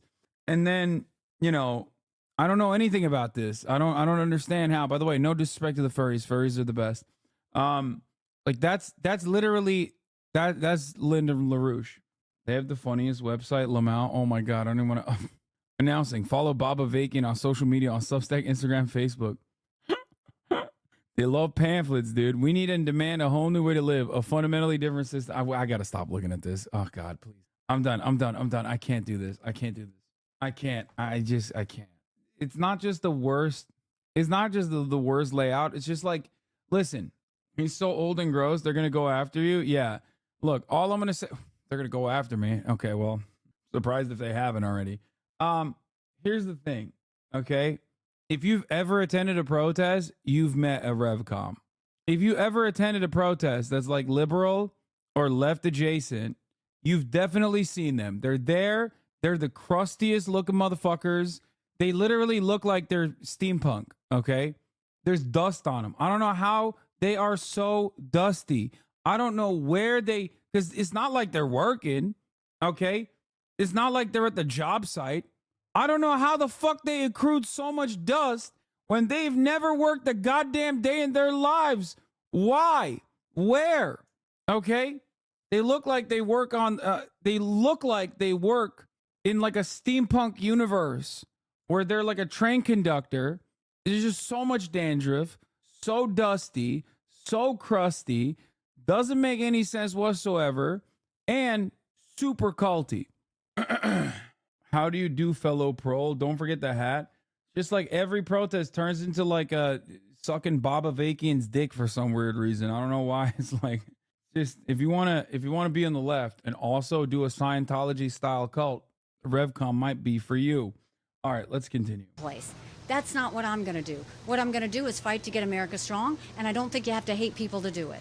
Before I let you go, I interviewed Tim Scott, your fellow South Carolinian senator from South Carolina, this morning on State of the Union, and asked him about his decision to endorse Donald Trump and not Would you rather have a RevCom son or an Anarchist daughter? Anarchist daughter. you. I asked him if he gave you a heads up, and he said eventually, actually, I texted her the day before I made my announcement. That's not true. He didn't call. He didn't text. He didn't tell me that he was going to do this. I texted him and said, look, I want to sit down and talk, because we had only spoken once since then. I said, I'd love to sit down and talk about an endorsement. He said, I'm getting with my team to figure that out. And I never heard anything else again until his endorsement. Did he, when he told me he texted the day before, did he text somebody on your team? No, we didn't hear from him when he decided to run in this race.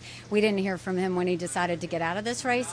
Am I disappointed? Yes, but that's his decision to live with. We're moving on. There's two people in this race. That's what we wanted all along. We're going to keep on going. Governor, thank you so much. Appreciate it. Thank you. Autism advocates are dreading a campaign season of insinuations about Ron DeSantis. How you doing? Good, sir. Wow, look at this. You guys said hi. How are you guys? Good to see you. So what do you got? Go right over here? Yes. Okay. Good deal. Good deal. Thank Wow. Crowded, huh? Good. Hey, how are you doing? It smells really good, I'll tell you that. So we'll do it. Okay. How you doing? Good to see. What's your name? I'm Tim Hampton. Okay. How are you? I'm wonderful. It's great to be up in New Hampshire. How are you? How are you guys Good to see doing? you. Very good. Stay tuned, man. Stay tuned. I can't do. How are you doing? Good, sir. Wow, look at this. Wow. Look at this. Nice. Good deal. Good deal. Murat, can you put şey koyar mısın? Battery koyar mısın? Allah aşkına. Duydun mu? Hadi ne olur. Benden çok açıp kapıyorsun oğlum kapıyı.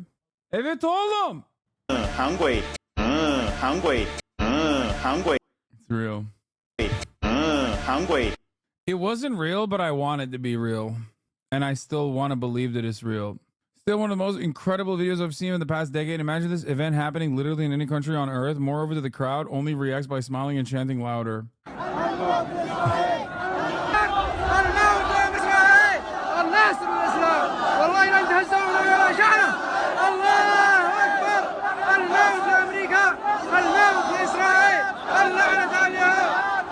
That's insane. Just that's why the dude I was talking to was like, I was like, what do you think about American bombs? Like, you know, blowing up Yemeni positions. He's like, I don't give a fuck. Fuck America. Like, bro, you can't do deterrence to these guys, bro. They withstood a genocide. I don't understand. Like, it's such an odd thing to be like, no. This time we'll just do a little bit of extra genocide and it'll certainly work. At that point, you're just basically telling on yourself, like your overarching goal here is just to, I speak Arabic, they're saying curse the Jews, literally. Yeah, they're saying their slogan. They're saying death to America, death to Israel, curse the Jews, Islam will prevail. I love the, dude, I'm showing you a video of like the Saudi government blowing up, like dropping a bomb, okay, during the president's public state funeral procession, or not, this is the public state funeral procession, but like, and that's your takeaway from the situation. I don't know what to tell you. Do you think Saudi Arabia is bombing them at this point and doing genocide because they're anti-Semitic? Is that what you think is going on? It's like, it literally feels to me like, you know, going up to like a Palestinian baby whose fucking hands have exploded and being like, and putting a microphone in the Palestinian baby's mouth and being like, so what do you think about Jewish people? Like, are you anti-Semitic? Because if you say something fucked up about Jewish people, I am going to very quickly justify this bomb that exploded your hands. Like, look at the broader picture here. Yes, they are anti-Semitic. Okay. Yeah. I mean, some of these guys don't like Jews. Nobody fucking said that they don't. Okay. I'm not talking about this at all. Some of it is a direct consequence of the conflation between Zionism and Judaism, which has been devastating in the region and devastating globally. Okay. And some of it is actually homeborn.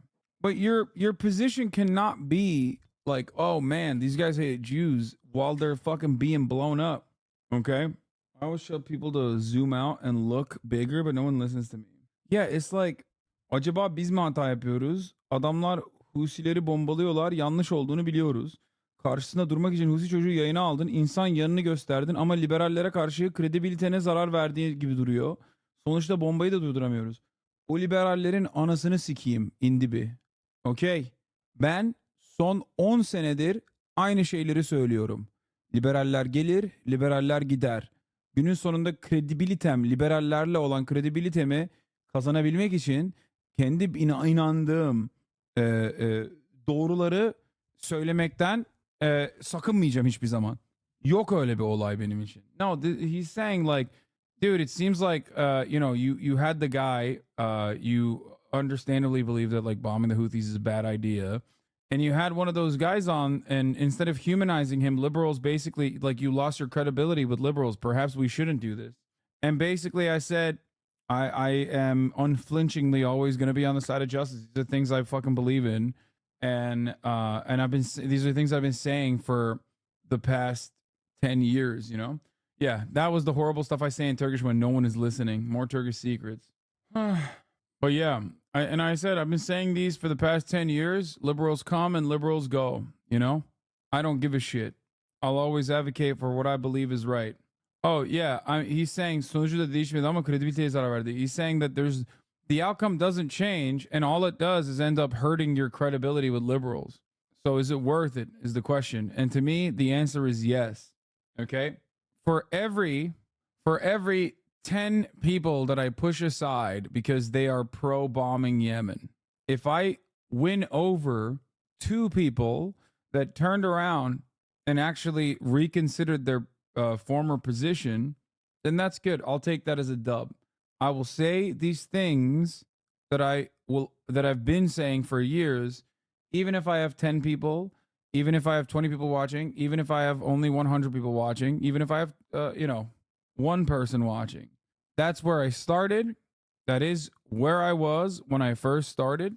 I don't do this advocacy because I think it'll make me popular. I do this advocacy because I believe in it. Okay? Dude, I respect you so much, and that respect is only growing with how you've covered the war on Gaza. I've been telling people pro-killing liberals that what they think with abroad will come back home sooner than they think. It won't matter. I've thought about this a lot. It does seem like a lot of I don't know.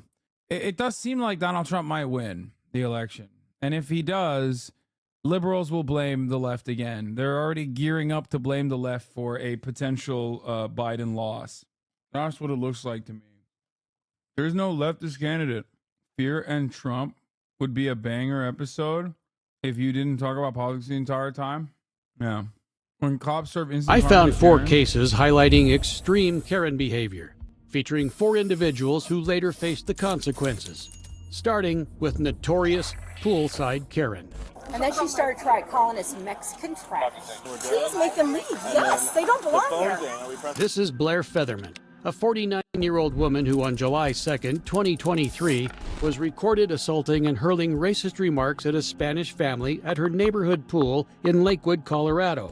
She stated, among other things, that the family don't belong here. We'll let you decide whether she means the Alta Green Mountain Apartments or the country as a whole. After this footage of Mrs. Featherman was recorded, she still decided it was a good idea to call the police. 6 officers responded to the scene and were greeted by a trove of people all willing to stand up for the victims. Both my boys, Brennan and Frank, they reserved the clubhouse to have a family barbecue and family gathering, a few friends. When I arrived with food, the blonde girl gave me crap about, she came up to the gate and she said, "Do you have a fob?" I said, "No, but my boys live here." She said, "Well, I work at the front desk," which she doesn't. Then as more of our family started gathering, she was getting more pissed and more pissed. She started mouthing off to my granddaughter saying, hey, where's Lexi? What did she tell Lexi? You don't live here? What are you doing here? You don't live here? We're just getting very, very nasty. My son, who lives here, tried to go over and, calm the situation like, hey, we're having a family barbecue. We live here. We've got a father. My honest position, no jokes or memes, I support Gaza and I think Israel's 100% wrong, but I have absolutely nothing against Jews because Zionism and Judaism aren't the same thing. Damn, man. That's a sick position that totally is different than everyone else's here. Yeah, no shit, chatter. That's my position. And everyone else's position in here as well. That's why they're making fun of you. Just so you know. Damn, dude. What's the meme? It's like breaking news, fork found in kitchen. Brave, dude. What's next? Are you going to be like bad things are bad and good things are good? Someone in the chat's like, damn. Yeah. People in the chat before this take were like, fuck, bro. I think Zionism and Judaism is the same thing.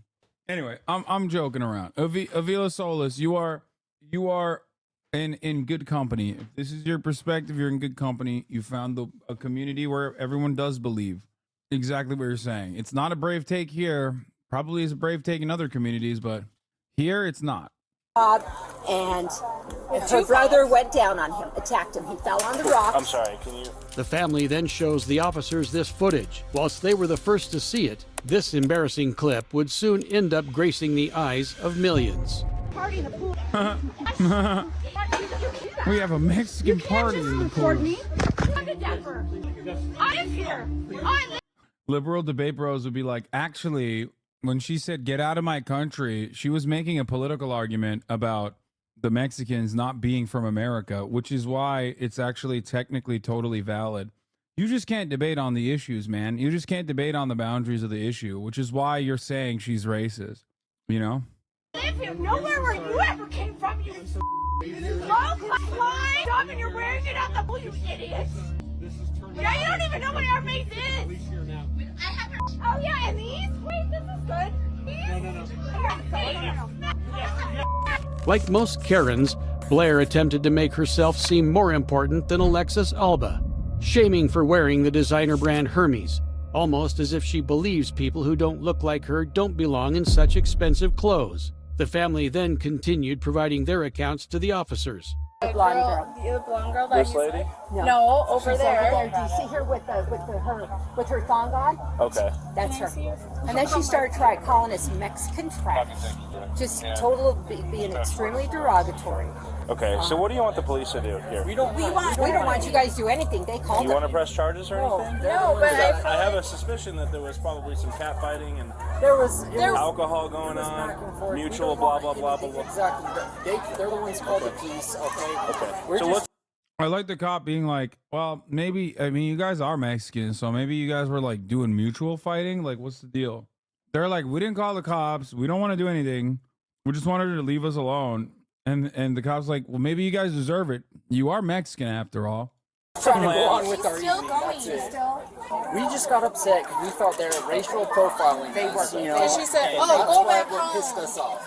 Yeah. Go back You guys don't want to press charges? And you know what? We're not Mexicans. We're Spaniard, man. We're going separate ways with our There's a difference. There is. No, We're and it good with pisses that. me off because we're brown and attractive people. You know, there's a little bit of jealousy going on. That's kind of crazy because, like, that's wild that she said we're brown. I mean, yeah, there's white Mexicans out there. I feel like she's one of them. Like, that's crazy. Literally Spaniards? No, I mean, there's white Mexicans too. Code for it if we didn't already say. So if we could just like. Oh, she's actually That's crazy. Okay, come on, dog. We just wanted to fuse it. They called it. We just wanted to fuse it. While the family of victims are completely calm, cordial, and polite with the police, the same can't be said for Mrs. Featherman, who's about to show these officers just how entitled she really is. Can we chat? Sure. What's going on? Well, so basically this pool lately has had a lot of pool hoppers. Okay. Yeah. So, and I like to enjoy my pool. I have 2 girls that don't even come to the pool anymore because of all the pool hoppers. Okay. They don't even enjoy it because we know who is here in the town. Okay. So apparently, She's like, my little girls can't enjoy the pool when there's Mexicans abound. It's like, you don't understand, officer. I can't enjoy the pool if there's Mexicans here, okay? And that's why they got to go. apparently I think they had a birthday party or something, but I asked, so here's all I did. I was right here, and see the Louis Vuitton guy? He's the one who started it off, that motherfucker. I said to him, I said, do you have a fob? Because that's what everyone's saying. It's not just me. Other people are living there asking for people with Was fobs. he with the big group over there? Right, but I said you're only allowed to have 2 people. Meanwhile, the whole pool is filled with a fucking party. These You're trying to say if Whole Foods filled with Mexicans. people don't have a fob. You're only allowed to have 2 guests, not 20. Sure. So we're over Talking about a fob, chat, like a not fresh off the boat, but a key fob. here, mind you. This A key fresh off the boat. whole crew over here comes over, bomb rushes me. I had 2 girls fucking trying to kill me. So I tried to defend myself, but my phone is gone, and I recorded everything, and they probably have my phone. Who has your phone? We don't know. Someone took my phone because I recorded the whole thing. What kind of phone was it? It was an iPhone, the smaller one, not the big one. 7 or 10? Shoot, I don't know. Okay. How much it did it had cost like I don't even know. I don't know. But Okay, the cop is writing this right now to see if he can like hit him with a grand larceny, which is very odd. Like he's literally. I know this video is slanted in the way that like Karens get their comeuppance, but straight up what this cop is doing currently is still absolutely on the Karen side. I'm just saying, I put it on record and I was recording the whole thing and they took my phone. Featherman paints herself as the victim of an assault by 2 women, as well as the theft of her cell phone. However, as more and more officers respond to the scene and begin interviewing more witnesses, a very different story to her own keeps being corroborated over and over. I think it started, I hate to say this, I think she's racist. She's saying I don't belong here, I don't live here. But I just want to let it be known, like, I want to press charges because she did put her hands on her. And she just keeps going on saying that we're dirty Mexicans, that we don't belong here, we need to go back to where we came from, we're trash. She started all of that, and so she started making racist remarks to this entire group over here. I'm not even a part of them. Like, she started making racist remarks. So 2 of them went over there and they're like, what's the deal? She swung on the girl who has like the pink bikini over there. She swung on her, so then she started fighting her.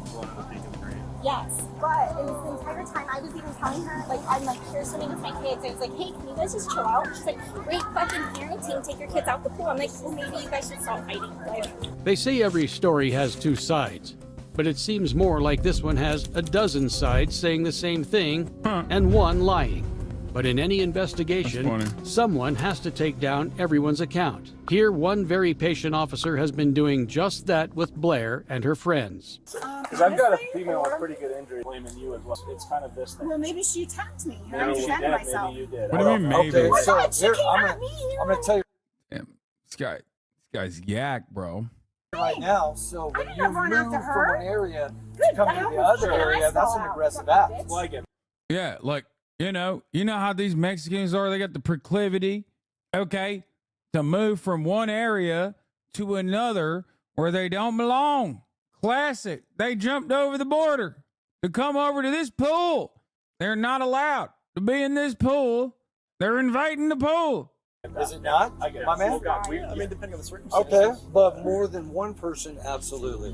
When you're dealing with one person and Bro, this is so funny. I grew up in Lakewood, and this is peak Lakewood Karen behavior. This is fucking hilarious because, like, my man is literally making, like, an American immigration argument right here. I just read on Twitter that you jerked off last night concerning what? Why? 8 people come over, Yeah. that's an aggressive act. Can I explain one thing? So, and No, he's literally saying it's an act of aggression to have 8 Mexicans come into the pool, which is pretty funny because, like, this is literally American immigration policy. Like, this is, what do you think Trump says when he's like, oh, they're invading our country? That's what they're saying. again, I don't know the whole story about what you guys were talking about with my partner over here. I was conversing with some of the folks over there, and then this is what they told me, and then correct me if any of this is accurate or wrong, okay? So, While Blair and her friends continue rattling off lies about who attacked who, which again have already been disproven by video evidence, an officer who's totally done entertaining their entitlement returns to give them a reality check. Okay, so here's the bottom line. I'm going to speak now. Dude, this is why we have to defund the police. Okay? They're woke. They're letting Mexicans into the pools, brother. You guys can follow up with me tomorrow after I review it. I have an independent witness that is one-on-one basis with the district manager here. I said you were saying racist stuff, instigating everything, blowing it up, and then when they confronted you, you couldn't handle it. Well, we're going to review the cameras tomorrow when they come in. I'm going to talk to Wyatt, okay? Damn, he is not happy. And I'll see what happened, okay? We've got them identified. I will look at the cameras. If it's one side or the other, we'll handle it appropriately. That's all, okay? It's not personal. We just can't verify anything today. And this guy who called the district manager, we can't make him leave today. That's where we're at. Not willing to tolerate any more interruptions, The brief shift into a tougher one from this officer gives a much-needed wake-up call to Blair and her male cronies. Sadly, it doesn't work, as they all keep trying to play victim while a dozen unrelated people all corroborate her culpability. Maybe they'll finally take accountability when shown some irrefutable proof. He lives here, he had the guy's number on the fly, and he was an independent. Okay. So, who? Do you know who I talked to?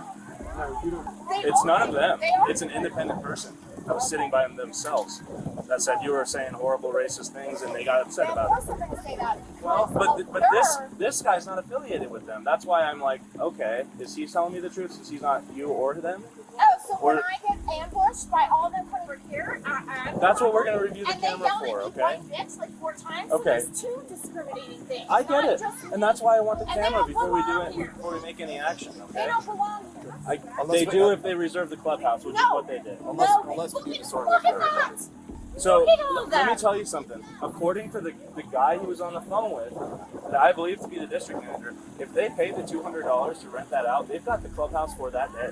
Not the pool. Yeah, the pool. No. Yeah, the pool. But they usually. Why don't you argue For some with Wyatt reason, you don't tomorrow like about me. your civil agreements? Listen. Because you've been calling me all kinds of horrible things since I I've got been here. calling them. These fucking cops, I'm listening to you, I okay? didn't say these fucking cops. Yeah, you did to your buddy on the phone. It's on the Look, buddy if cam. you have your okay? own attorneys, I can't deal with that. Okay. So here's what we're gonna do. We're gonna review the footage tomorrow, and It's like I'm in trouble because I paid. You're not in trouble. Do you see me writing your ticket? We're putting Usually your they handcuffs. will tell us. Well, they didn't. I'm sorry. I don't know what to do about that. Okay, if that's their policy, if that's their, they didn't. I'm sorry. It seems Blair's entitlement knows no. Listen, when she meant they don't belong here, maybe she meant like yeah, there's no way to make that seem normal or good, I don't think. No. There's no way to make that seem good. No bounds, even after learning that the family they accused of not living there had the building manager on speed dial, called him, and confirmed they had paid to book the pool. She refuses to take any accountability, somehow doubling down on her delusions. Look at this. Joe I want you to Do be you see quiet. all this? That's my hair they pulled out. In fact, intentionally down.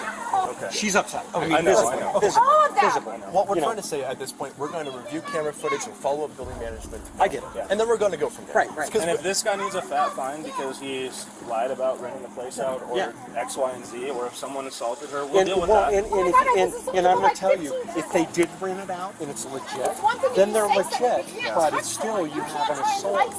You have an assault going on. That What is assault, bro? Like, their entire premise behind it being assault was literally that there's 8 of them.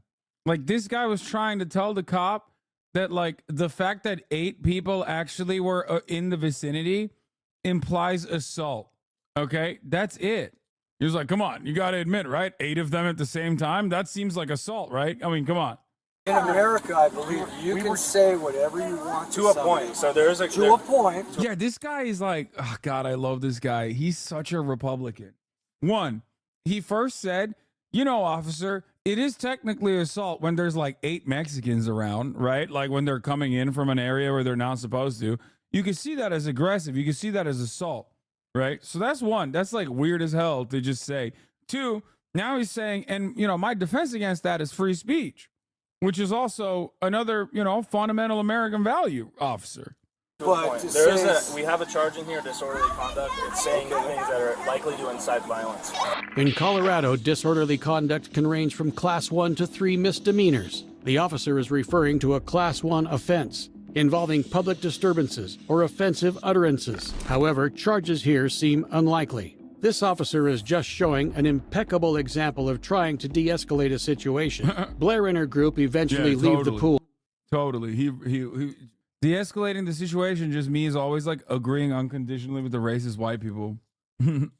Believing they're right, but they'd soon be in for a major reality check.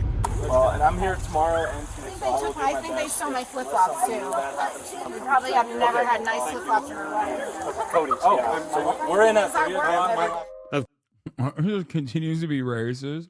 Of course, once video of Blair was posted on social media, she went viral, being called the poolside Karen. Despite the fact that no charges were filed, the public backlash was enough for Blair to think it was a good idea to go on a media tour in a paper-thin attempt at making herself look like the victim.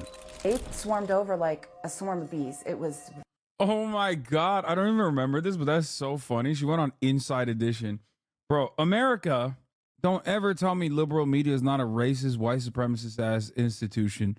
Get the fuck out of here, bro. You think this is a story? Like, you think this is a fucking story? Like, her whole... They're like, all right, let's hear from you. Let's hear your side. Were the Mexicans menacing? It's like, come on, man. Come on, bro. These motherfuckers won't hear out the Palestinians that are getting absolutely destroyed every fucking day, okay? But they'll ask, like, a random racist lady at a poolside, like, all right, well, let's hear your side of the story. What is your truth, madam?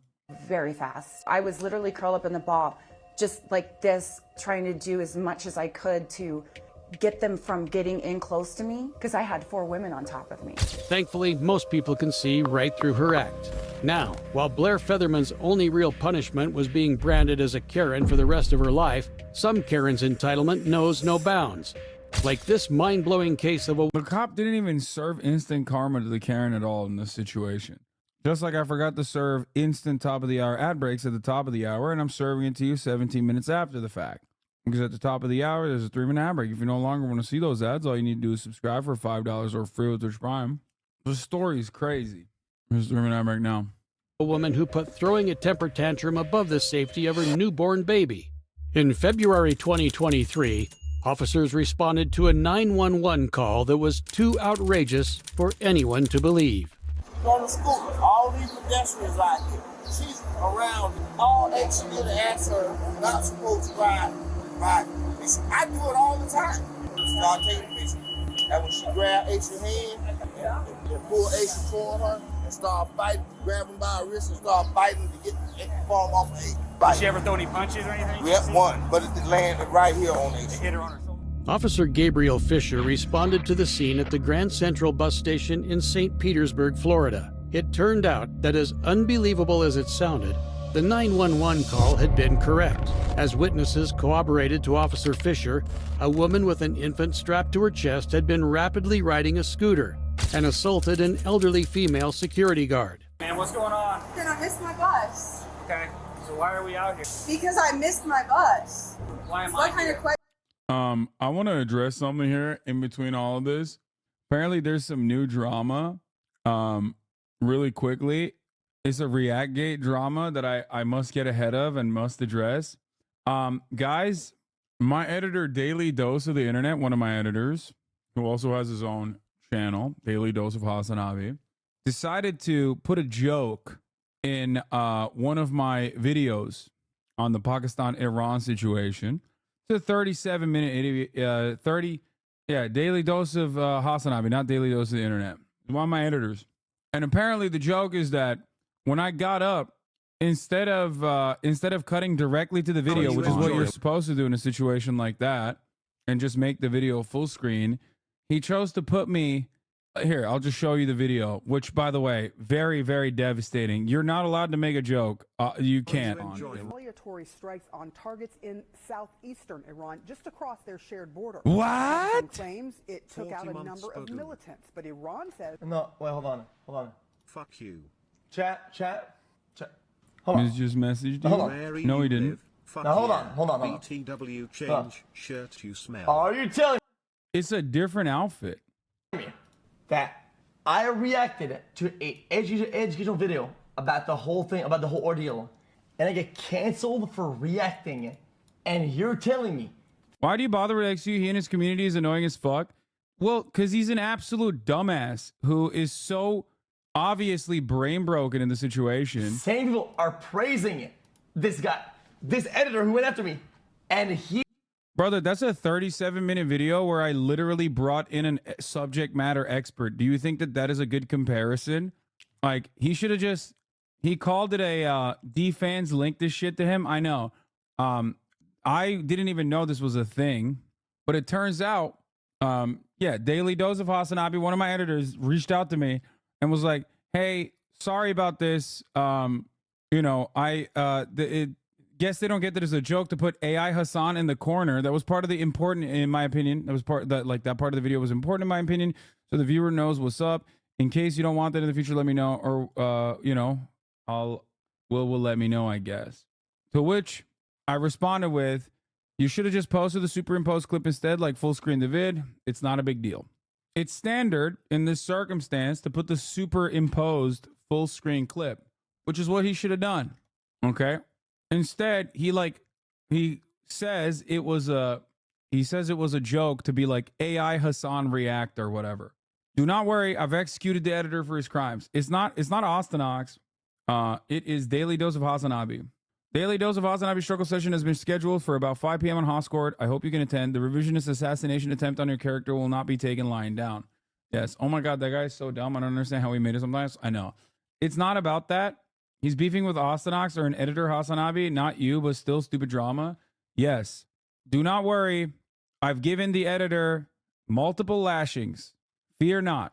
Once the struggle session is over, the editor will receive multiple lashings. And never again will the editor post this sort of meme, I guess. That's what the editor told me. And will instead do what you should do regardless, which is full screen the video. Go to the original video, full screen it. Who cares? If it's like contextually important, then just post the full video. It doesn't have to be me in the corner at all. Wait, don't say that. People actually think you're a warlord or something. Yeah, I don't care. It's also not a YouTuber at all. It's like CNN, but I guess they want to defend CNN's copyright. I don't fucking know. Daily Dose of Hasanabi is guilty of actually editing instead of uploading a lazy VOD rip. Yeah, I don't even know which video this is from. Is this from my channel? Where is this video from? Bitches are always mad at you. I know. It's a 37-minute video of 3-minute clips of CNN commentary amongst yours and Arun's commentary. This is so stupid. Of course it is. But it doesn't matter. Just two lovers trying to manufacture drama as always. It works though. I think people do jump on it. Why do I live rent free in their heads? Because everyone's numbers are down and it's not enough. Like there's a new wave of content creators on the platform that are much bigger than all of us because they just blast on TikTok and pop off. So all the old guard is panicking and getting frustrated. And it's not enough that they're like, you know, it's not enough that they get like big deals from like, you know, Kick or Stake or whatever the fuck. They also have to have like the #1 slot on the platform. So when that's not happening, you got to pull the fuck Hassan ripcord, right? But the problem is you pulled it so hard that I don't have the same juice no more. You know what I mean? Like when you panic and you say fuck Hassan every time, and you've done that for like 3 years at this point, it's not going to be as good because I no longer have the same audience because you pulled the fuck Hassan ripcord too many times and you sucked me dry. So now I don't have the juicy cow titties that you want to milk. You know what I mean? You got to find a new target to be like, that's a bad guy. You can't farm me for as much as, you know, you want to when there's no more farming that you can conduct here. That's it. The video is this for the record. On carrying out deadly. This is the video. I guess it's like here where I go to pee and then he puts me as like day after Iran said it fired missiles and drones. He like added this part in here. You should have never done that for the record. CNN's Ivan today, but Iran overnight Iran launched retaliatory strikes on targets in southeastern Iran. Like he should have never done this. And he should have even at least like mentioned that this part is also fake. He told me that this was like, oh, I made a meme like AI Hassan responding. He should have never done that. He should have directly just, instead of doing that, he should have just fucking full screened the video for the duration where I wasn't there. That's wrong that he did that. Okay? Because like now, yeah, it just looks shitty like I gave this directive or something. When the fuck when does the video actually automatically come back to me? I don't even know. Day after Iran said it fired missiles and drones at militant strongholds inside Pakistan. Local officials say 2 children were killed there. CNN's Ivan Watson is following all of these details for us. Ivan, these really are, and this is an extraordinary... Deleted and upload with new editor? What? Why would I fucking do that? That's so dumb. It doesn't matter. He should have just like full screened it when I was not there. That's it. Yeah, it's a 40-second, I guess it's a 40-second moment where I go and grab my jacket Yeah, there it is. Oh, so like I'm already in the room at this point. Yeah. So he covered up 40 seconds of me not being on camera. Instead of showing the video, instead of just like full screening the video, he put me in there, which I don't think is appropriate for the record. Just because people are grasping at straws doesn't change the reality that it's like still, in my opinion, not a fucking cool thing to do. Especially because it makes me look bad. What's the point of him bringing this up? Just another Hassan Bad bullshit. People are yelling at him for like being the guy who did the Yakuza game. So like he was getting shit on for by the internet for Yakuza working with him when he's not like a fan of the franchise. And Yakuza fans do get like super gatekeepy. Yes, cede to those losers pretending to be mad. No, I'm not pretending to be mad. I'm not. I'm not even mad at all. I just don't think that it was a good thing to do. Yeah, I hope he's not like, I didn't fucking know that he was doing that. I would never want him to do that. Straight up. Oh, if you're talking about my haters being fake mad, then you're right. Yeah. XQC reacted to it because he reacts to everything on LSF. And then, especially if it's like a fuck Hassan clip, LSF will blast it. Yeah, people will like pretend to be mad. No, it's not about the Yakuza drama. I was XQC often and you live rent free in his head every day. Not a day goes by without your name being mentioned in a negative way. That's crazy. Because I don't fucking bring him up at all. If anything, when people were yelling at him about the Yakuza shit, I said that his fucking fan base was, or the Yakuza fan base was being gatekeepy. You know what I mean?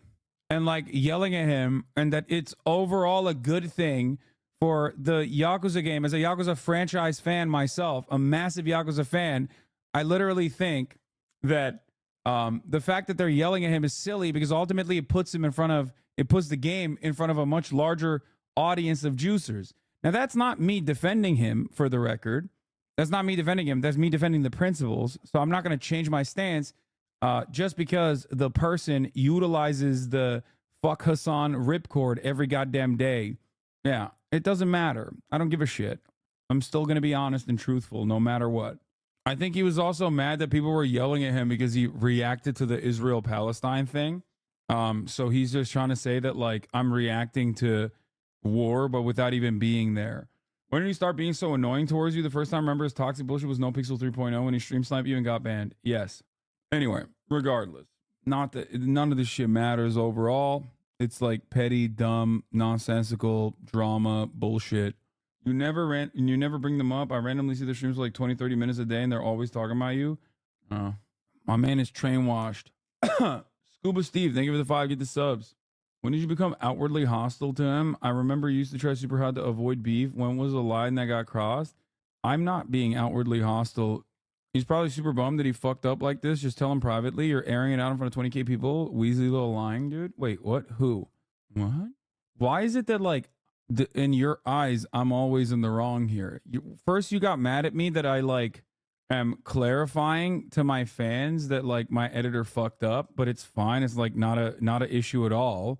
So like I can't let people know that like that wasn't my decision. Okay. And then you're like, when are you becoming outwardly hostile to XQC? Like what's happening here? Is there a position where I'm correct here or what? No, he's not saying XQC's super bummed. He's saying my editor is probably super bummed and fucked up. Which he did, but who gives a shit? I'm the chillest person on the fucking planet. I don't care. I simply told him to full screen it next time. And that's it. Like there's no reason to ever do that. I would never want that. But as far as like being outwardly hostile, I don't even think I'm like overtly outwardly hostile to XQC at all. You're just personally, I think, extending the drama, whether willingly or unwillingly, without recognizing it. When I said we lashed the fucking editor, that's a joke. That's not serious, obviously. Whenever something bad about America is being mentioned, XQC chat, and sometimes XQC himself would say Hassan's Biden's America, which is a meme XQC's chat has created about how Hassan has ruined America. Yeah, who cares? There's a reason if you didn't have so many crazy haters, it would have been funny had he made it more obvious. Yeah. I think it's because you called him a fucking dumbass like 5 minutes ago. Because he is a fucking dumbass. He is. What do you mean? What do you want me to fucking lie and be like, no, he's brilliant for looking at a fucking obvious, like, looking at an obvious fucking clip that clearly is like not me. It jumps, right?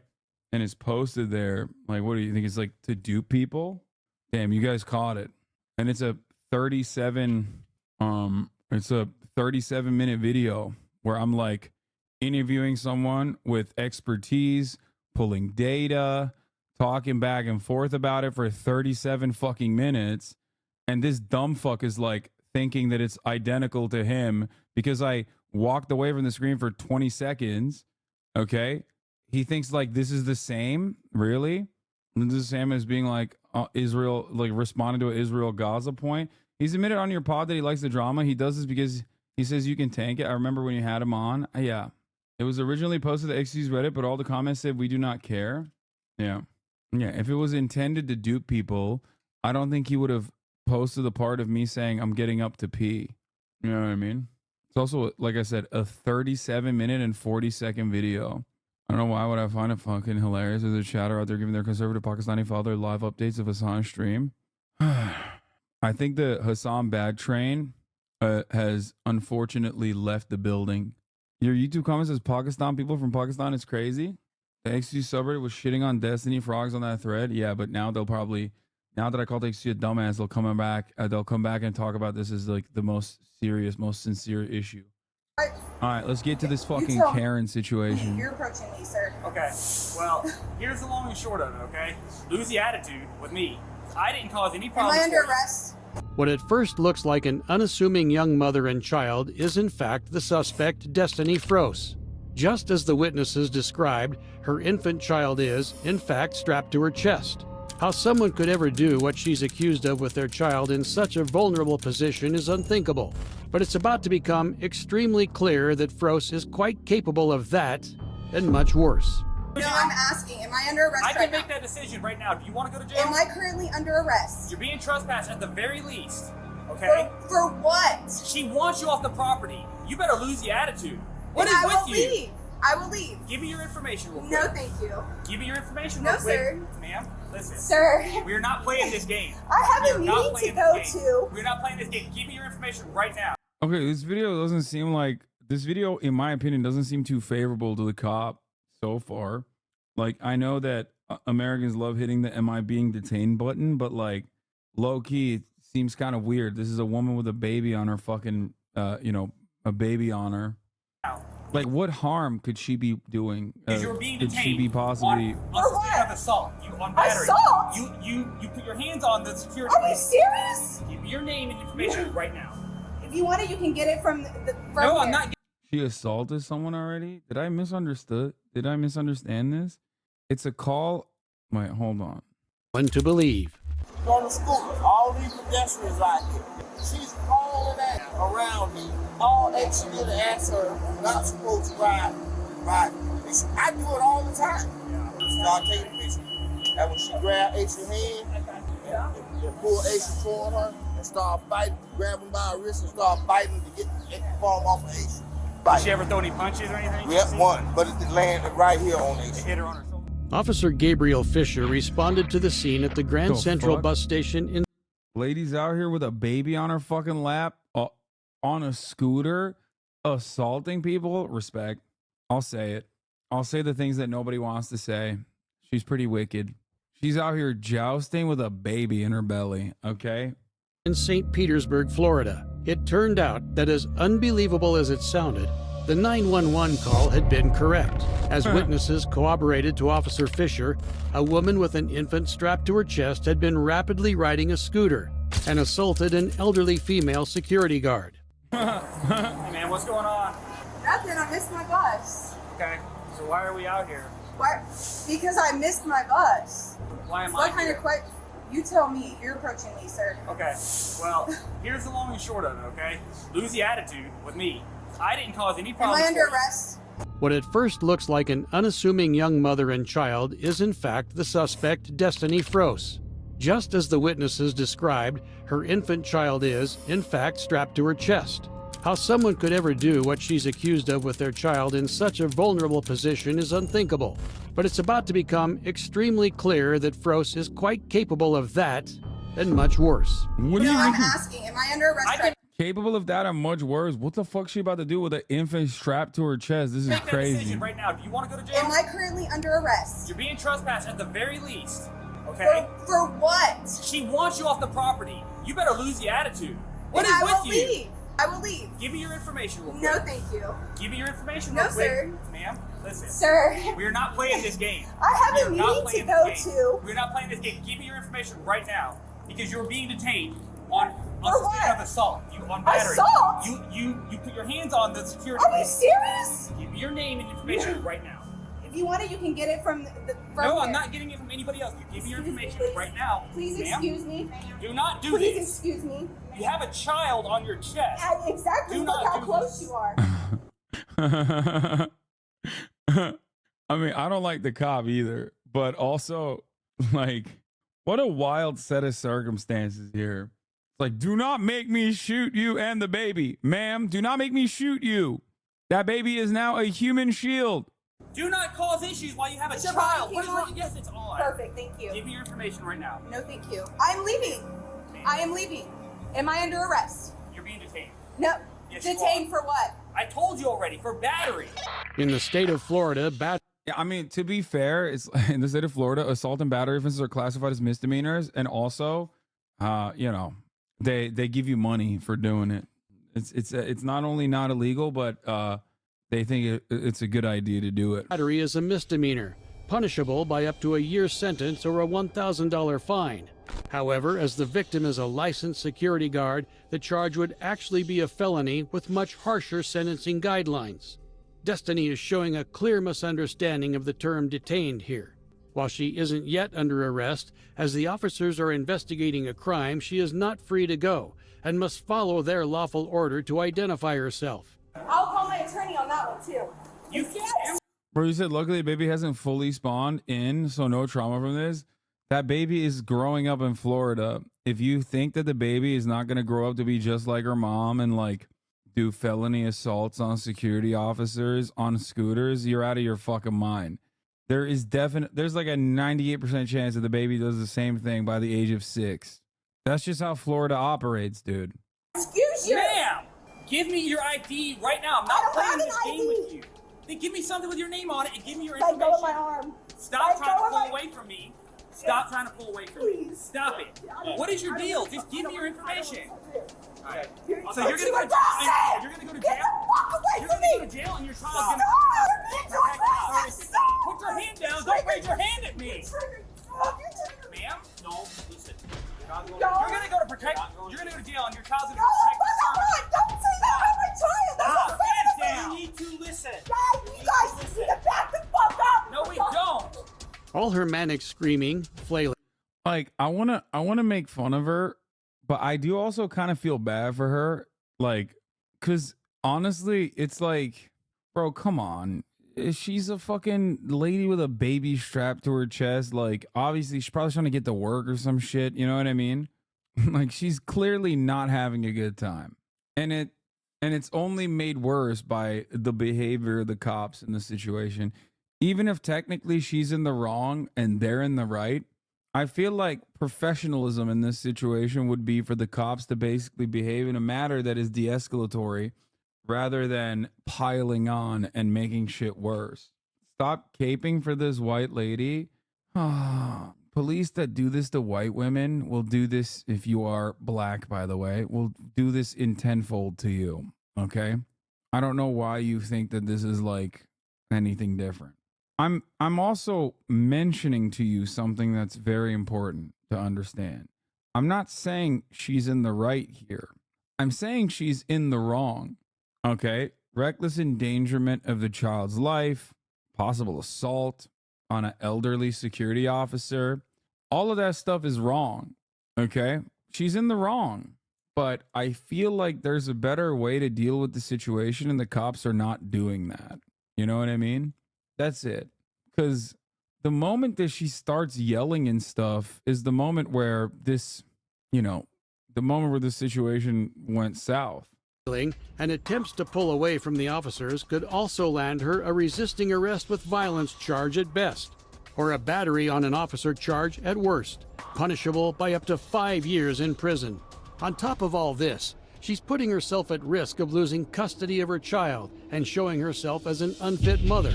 But despite all the trouble she's just brewed up for herself, she somehow thinks it's a good idea to act like this. Child's in a protective service. Stop. Get down. We need to listen. Listen. No, we don't. It's kind of crazy that the baby is so chill. That's a chill ass baby, dog. Like, respect to the child. You know what I mean? Like, low key. If I'm a baby, I'd be crying at this moment. I'd be going goo goo gaga. Like, what the fuck? Baby's like, this is the chillest day in Florida for me. I'm fucking used to it, you know? Not even a goo goo nor a gaga up in this bitch. Fuck it. I already asked you, Feisty. You very, very disrespectfully. Thank you. Reach over and grab. You live here in St. Peter? No. I live at the Alpha House. The Alpha House in Dallas. Sorry. You know the address there? What's the little one's name? It doesn't matter. It does matter. It really doesn't. Today it does. Wait, what? What do you mean? What do you, like, what is the baby a fucking, is the baby an eyewitness? Like, what's happening? Cop's like, no, it does matter because I'm arresting the baby too. Accessory to a crime, bitch. Yeah, that's right. The baby is a suspected accomplice. No, it doesn't. It does, ma'am. It This doesn't. is allegations of attack. So because the child's present, when that happened, I need the little one's information. The Alpha House, a homeless facility. Oh God. Oh my God. It's for homeless mothers. Jesus Christ, dude. That sucks. See, that's what I mean. Like, Fed up with her attitude and appalled by her total disrespect for her own child, Officer Fisher walks away to speak with the actual victim. it's like, yeah, watch this fucking dumbass Karen get owned, guys. Lol. I hope chat feels better about fucking preying on her downfall, because either she works with homeless mothers at Alpha House or is directly a homeless mother. That's why the first thing I said, YouTubers think a Karen being arrested is the same as a homeless mother being afraid of getting her child taken from her. Like, the thing is, like, I immediately noticed that, like, she's not obviously all right. Okay. But sometimes it's good to like try to better understand people's circumstances, right? Like, she has a fucking baby on her chest. Clearly, like, she has to take the baby everywhere she goes. You know what I mean? Clearly, she's already, like, not in a good situation. This doesn't mean it's appropriate for her to, like, assault elderly security officers and shit. That's a whole different can of worms, obviously. She shouldn't even have to be a security officer, let's be real. But it's just like, anyway. All of a sudden, people have all the compassion when the lady is white. I still pray for her downfall because she's like an older security officer of color. No, I disagree with this take. But so what? She can't hit people? You're so fucking stupid, dude. I can't tell if you're, again, like, if this woman were black, no one would care about her or the baby. Yeah, famously. Famously, that is the case. First of all, I can't tell if you're LARPing as a black person, if you're actually a black person. But here's the thing. If you are actually a black person, you should understand very easily that an officer that treats a white woman like that with a child is going to fucking kill a black woman with a child, okay? So, you know, shutting out empathy in that situation is not necessarily a benefit. I'm a black woman. Okay, then you know that. Then what the fuck do you mean?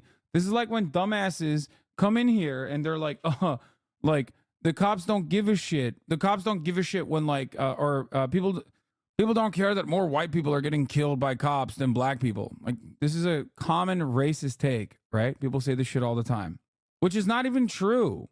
Like, when white people get shot by the police, you know who's there? Black Lives Matter is there to protest. Why are they there to protest? Because Black Lives Matter understands that cops that kill white people are just as easily, if not much easier, going to kill black people. Homeless or not, she's still being an asshole. If I lost my legs or something, that wouldn't give me permission to suddenly be racist. Honestly, the cop and the lady are unlikable.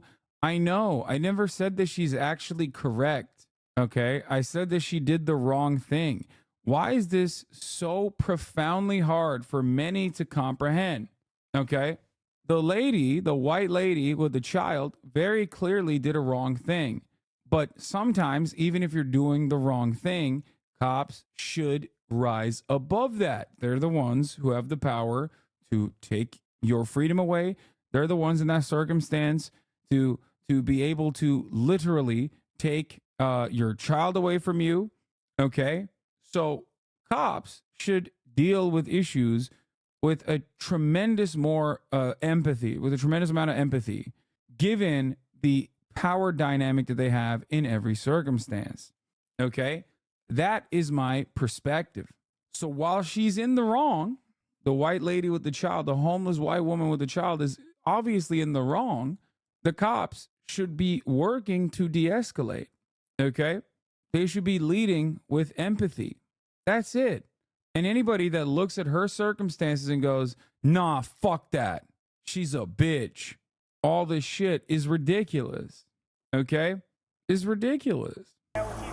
While the footage is obscured, the victim here points out her head and upper body as the places Destiny hit her. Her name is Aisha Latifa Abdullah, a 66-year-old grandmother working as a security guard.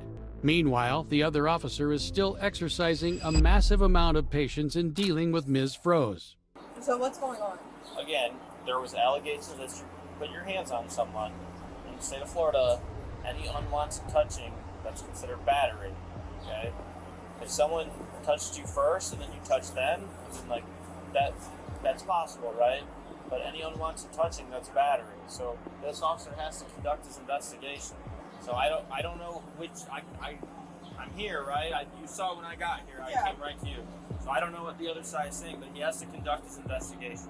An allegation of a crime has occurred. So if he asks for your ID and you refuse to give it to him, that in itself is a crime. Okay? So look, I don't know what route he's going here, what he intends to do, but I mean, let's just take deep breaths and figure all this out, all right?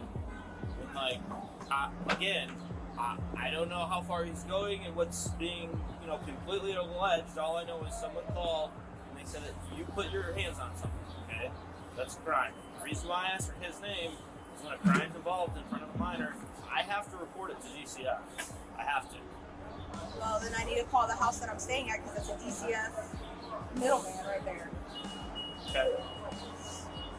But again, I mean, listen, I don't know what the other side is alleging right now other than you put your hands on her, okay?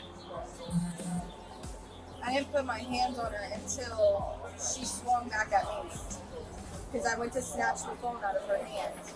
Destiny doesn't realize it, but even after being told the definitions of every crime she's being investigated for, she just admitted to committing battery by stating she was the first person to unlawfully touch the other, as well as admitting that at any point she did begin hitting Aisha Abdullah. But just watch how embarrassing her attempt to wise up and follow the kind of bad legal advice you'd find on Facebook is when Officer Fisher returns. Ms. Rose, answer any questions. Am I being placed under arrest? I'm going to read you your rights before I talk to you. Do you want to talk to me or am I going to waste my time reading your rights? Hey, I'm being placed under arrest. I said you're going to read your rights.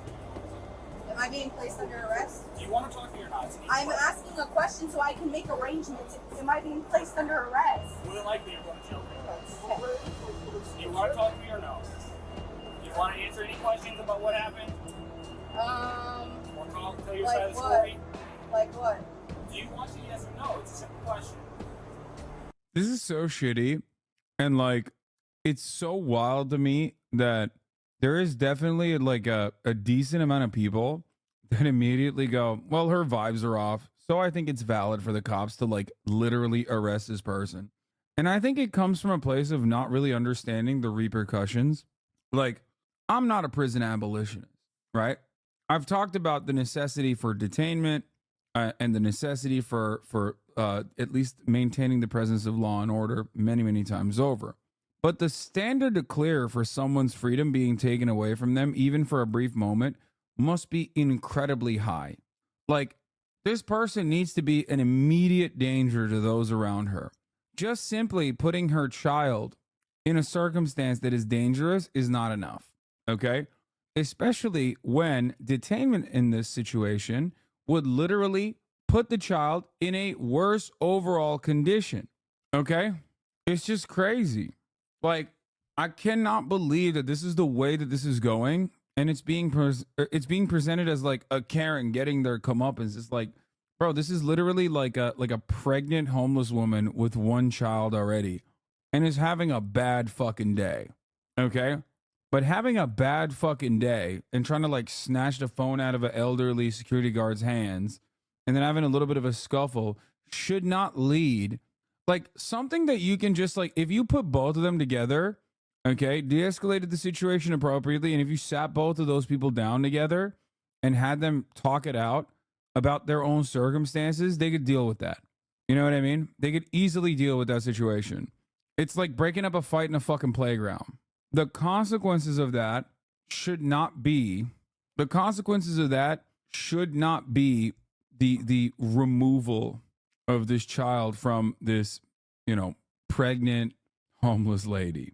Ma'am, he's asking me a question. And I need to make sure my son does not go into any of y'all's hands. Ma'am, let's worry about this side of it first, and then obviously I'm not going to rip a child off of out of a mom's arms. It's not how this works. Hey.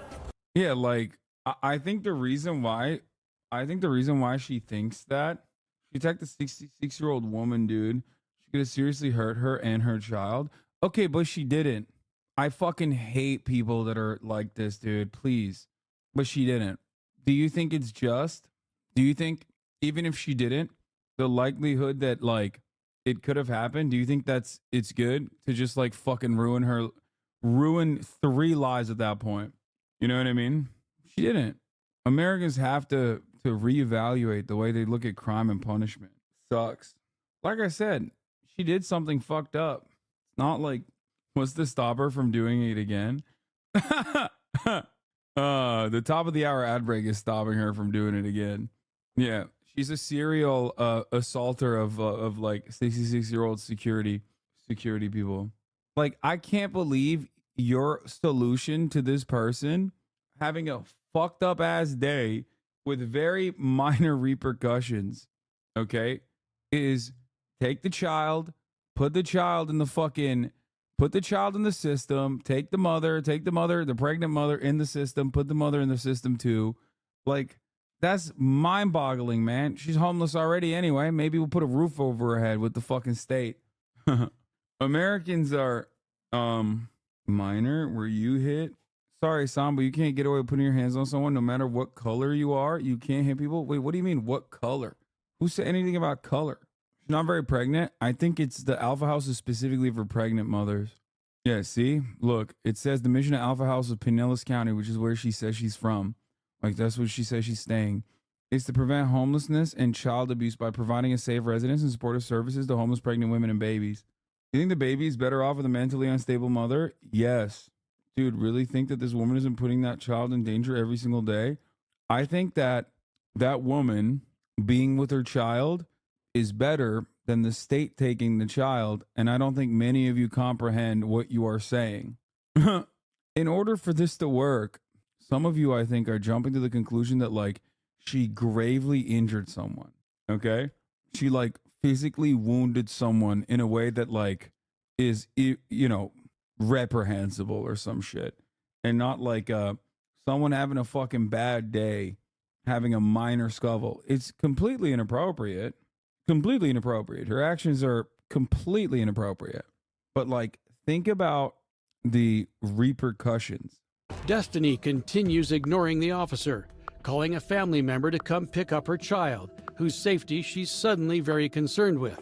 Now, where was that concern when she was assaulting a grandmother? Is that dad or a friend? That's his aunt. His aunt? Social worker here, Jesus Christ, some of the chatters are horrifying. Taking away a child should always be the last resort. The fact that so few are asking, can we get her into mental health services and steady food and housing is sad. Exactly. That was my point. I love how quickly a bunch of you turn into little fascists, though. Like, holy shit. Americans, when you talk to them about foreign policy, or Americans, when you talk to them about, like, non-punitive approaches to criminal justice, literally turn into little Adolf Hitlers like that. Like, it's just not even a question. There's like, let me put my Adolf Hitler hat on immediately. It's not new. I've duked it out with chatters on this issue so many times. And like I said, I'm not an abolitionist, okay? It's crazy. So I guess I'm not going, I'm missing my work meeting too. Like, she literally is annoying. That's the thing. Like, she's so fucking annoying, okay? Everybody understands that. But the punishment for being fucking annoying and relentless after, like, doing something in the wrong should not be, all right, well, the state's taking your fucking child away, dumbass. Like, Come on, dude. That's crazy. Listen, in order for him to ask you specific questions about what happened today, he would have to read you your rights. Okay? Part of Also, that's bullshit too. He's lying. No, that's not the case. He's reading her rights specifically so they can open up a case. So he's not, no, you could have a conversation with her. It just would be inadmissible in this situation. So the reason why you're really adamant about this, okay? The reason why they're really adamant about it is because they want to use it as testimony. reading you your rights, if you don't want to answer questions, then She he's needs to not be gonna put in her read them. place. She's So crying if now. you're She willing realizes to she done answer fucked up questions now. Yeah, see, like, yeah, there you go. That's not like, bro, you're not like a good person. I'm gonna be honest. You think you are because you like follow the rules or whatever, but that's not like good guy opinion right there. That's bad guy opinion. You got to fix that like quick, because like you're not even talking about like a solution to the problem. You said put in her place. Putting her in her place in this circumstance is like fucking ruining the kid's life too. and tell your side of the story, he's going to read it to you and then ask questions. But if you don't want to talk, he's not going to take the time and read it to you. That's what his question is. No, not talking. He can only help you. Yeah, not talking. All right, that's fine. While Destiny is undoubtedly a Karen and in the wrong here, it's incredibly important to remember that police are allowed to lie to you in pursuit of a confession. That's exactly what Officer Fisher did. Talking to the police can lead someone to confessing without even realizing it. If a person believes they've done This is okay. This is awesome. The guy's just like, the police demonstrating their restraint by not executing this fucking lady immediately shows that they are valiant and brave. no wrong, it's best to state you're involving your Fifth Amendment rights. Comply with lawful orders, but remain completely silent until you have an attorney present.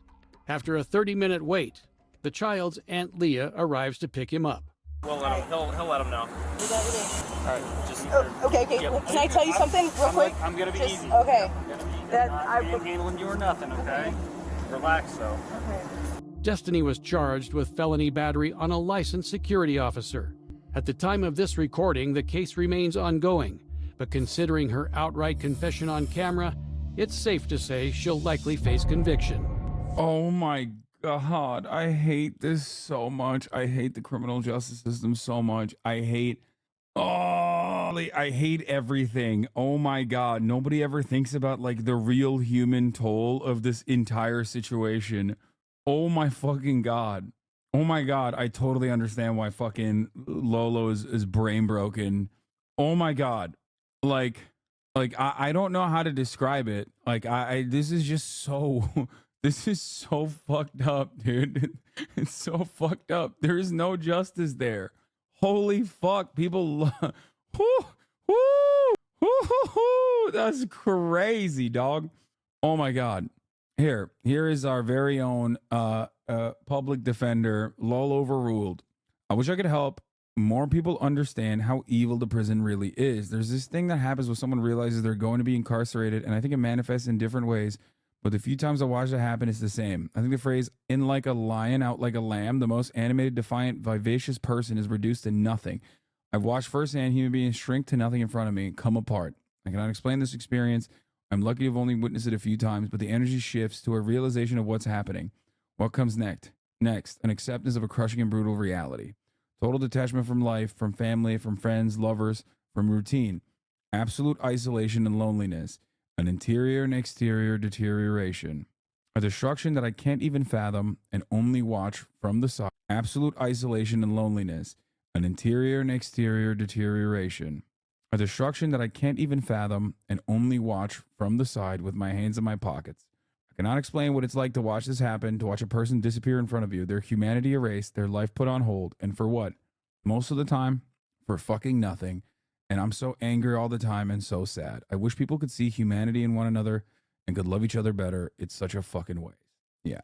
Another position that I unflinchingly push for is a rehabilitative approach to criminal justice. If I recall correctly, abolition isn't the immediate complete abolition of prisons and the justice system. Okay, well, let's not even get lost in the here. A woman got assaulted. I don't know why you're mad. Yeah, black people deserve to get assaulted by poor white single mothers. Disingenuous. I like that you said disingenuous because that is precisely that's precisely what your framing on this situation is.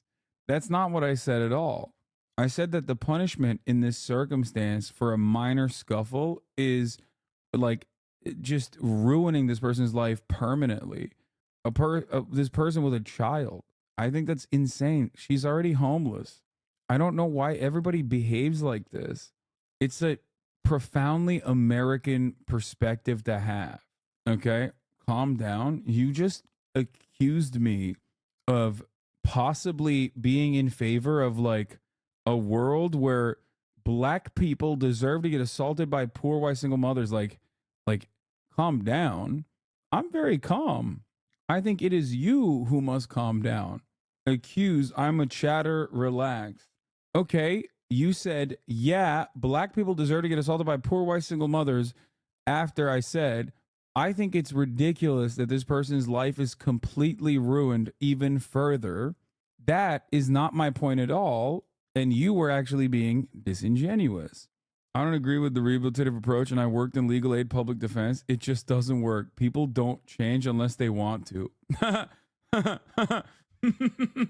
Rehabilitation doesn't work. As someone who worked in the carceral system, shit, man. Never mind. Okay, you're right.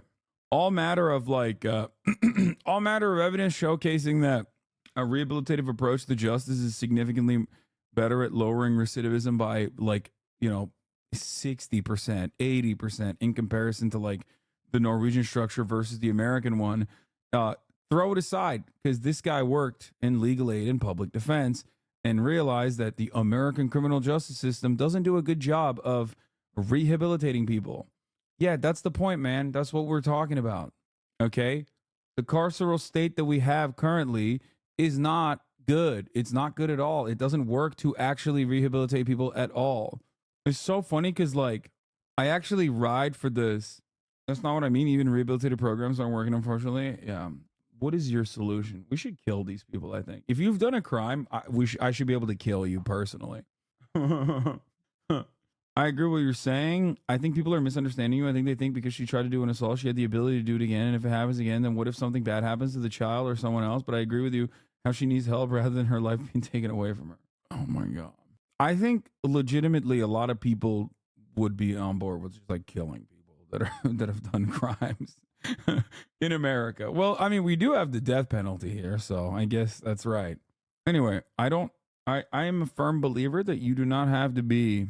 This kind of stuff happens all the time in China. I've seen it firsthand where the cops will just surround her and berate her for like 4 hours straight until she's bored out of her mind, and they let her go and tell her neighbors to keep an eye on her. Lol. I don't know if that's the best solution either. Dude, you're completely ignoring the insane level of child endangerment. That's the disingenuous part. I'm not making a disingenuous argument at all. Okay? I don't know why you're saying I don't know why you're saying I'm ignoring it. I said that.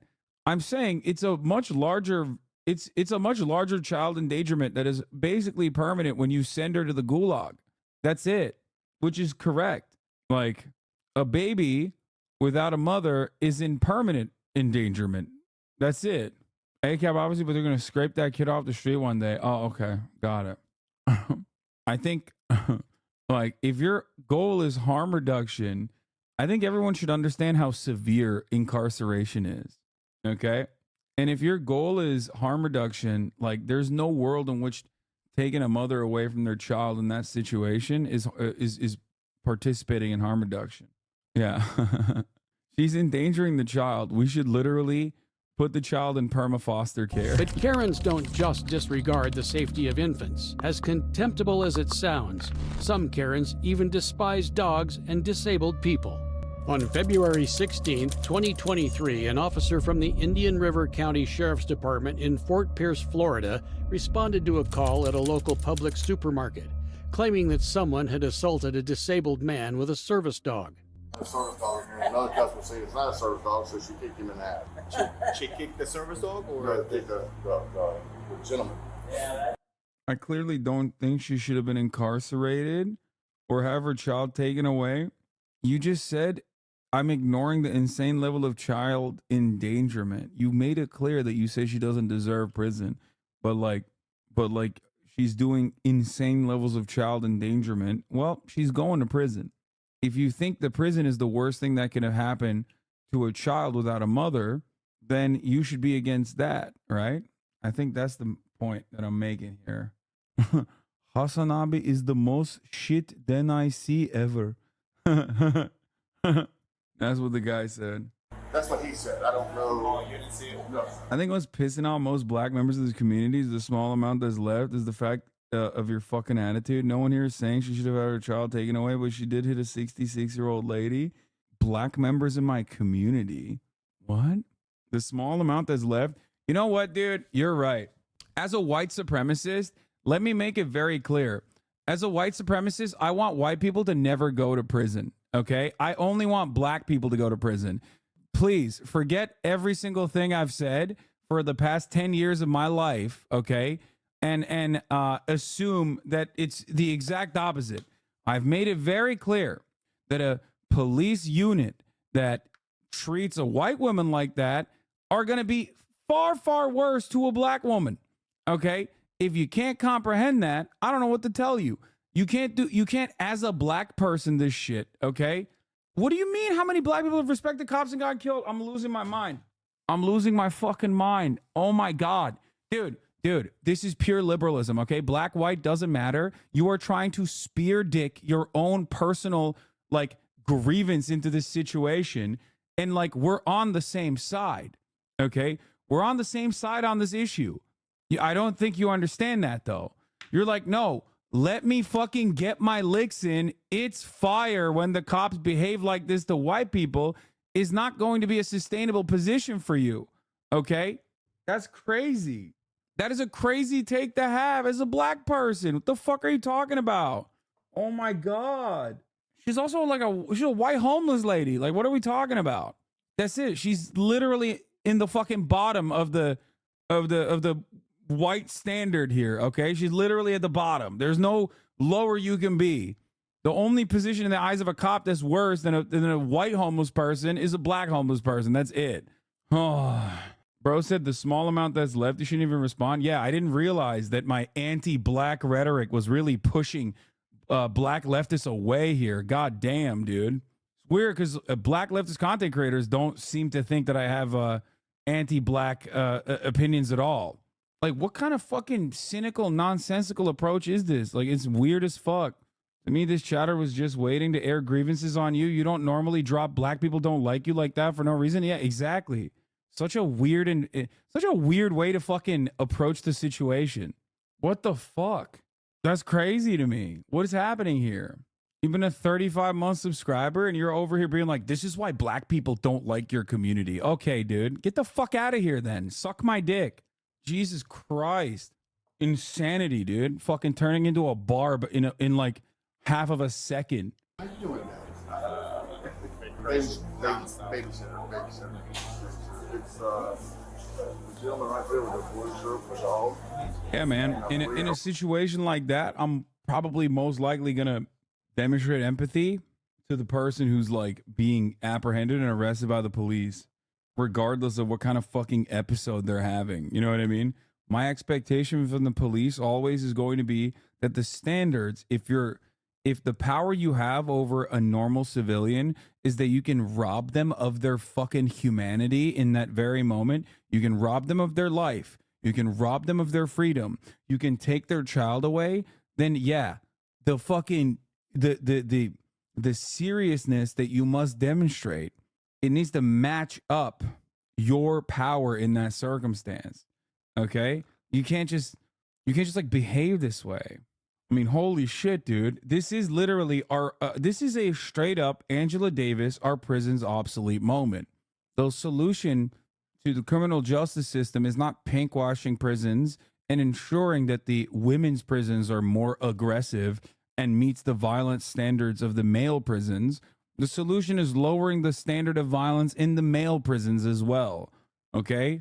And she's a black woman who wrote that book. If you want to go fucking read a book, Mr. Hassan, you don't read anything about, you don't know anything about abolition. Like, I do. I understand the concept. There you go. Go read Angela Davis. Oh, Yeah, also, the last video was a white woman, and I had a completely different analysis because it was a completely different circumstance. Exactly. Like, everybody forgot, though, I guess. It's just sad that people just, like, immediately hit the fucking Hitler particle so quick. What's wrong? You gotta run quick. Well, I don't think she's gonna outrun me, that's for sure. That's a fact. Where's she at? That lady over there? I got you, Mom. She's trying to move quickly because she knows she stepped out. The victim's name is Martin Drabeck, a disabled 71-year-old man. He eagerly directs the officer to the woman who he claims assaulted him, hoping she wouldn't have time to flee. Now, no matter what you imagine this assaulter might look like, I guarantee you'd never expect what the officer encountered next. The asshole really did call you, huh? Yes. Good. What's going on? Well, this fucking dog jumped on him. Afterwards, I kicked him in the ass. You kicked Okay? You kicked So who? what would you like to discuss? What's the story? What's the story? I asked the man why he had the dog in here. It's a service dog. Where's this jacket? Where's this proof? I don't have to show you. The law says I don't have to. I said, well, we'll go up to the desk then. I don't have to show them either. I said, because he's not a fucking service dog. And then the dog jumped on me. So I turned around and I kicked him in the ass. The assaulter shown to be 80-year-old retiree Virginia Wargo Pitzner. While most people are reluctant to admit their crimes to the police, before the officer could even get a word in, Virginia already confessed to assaulting Martin. The manner in which she describes the event shows a level of entitlement you'd think nobody could maintain after 80 years on Earth. It's clear that this Karen has never experienced consequences before, but that egocentric world... Dog, she's 80. Oh my God. There ain't no fucking way. Dude, this is the craziest. This channel is actually the first one I get, right? But like... This channel is crazy, bro. Yo, dude. What? Kill her. Kill her.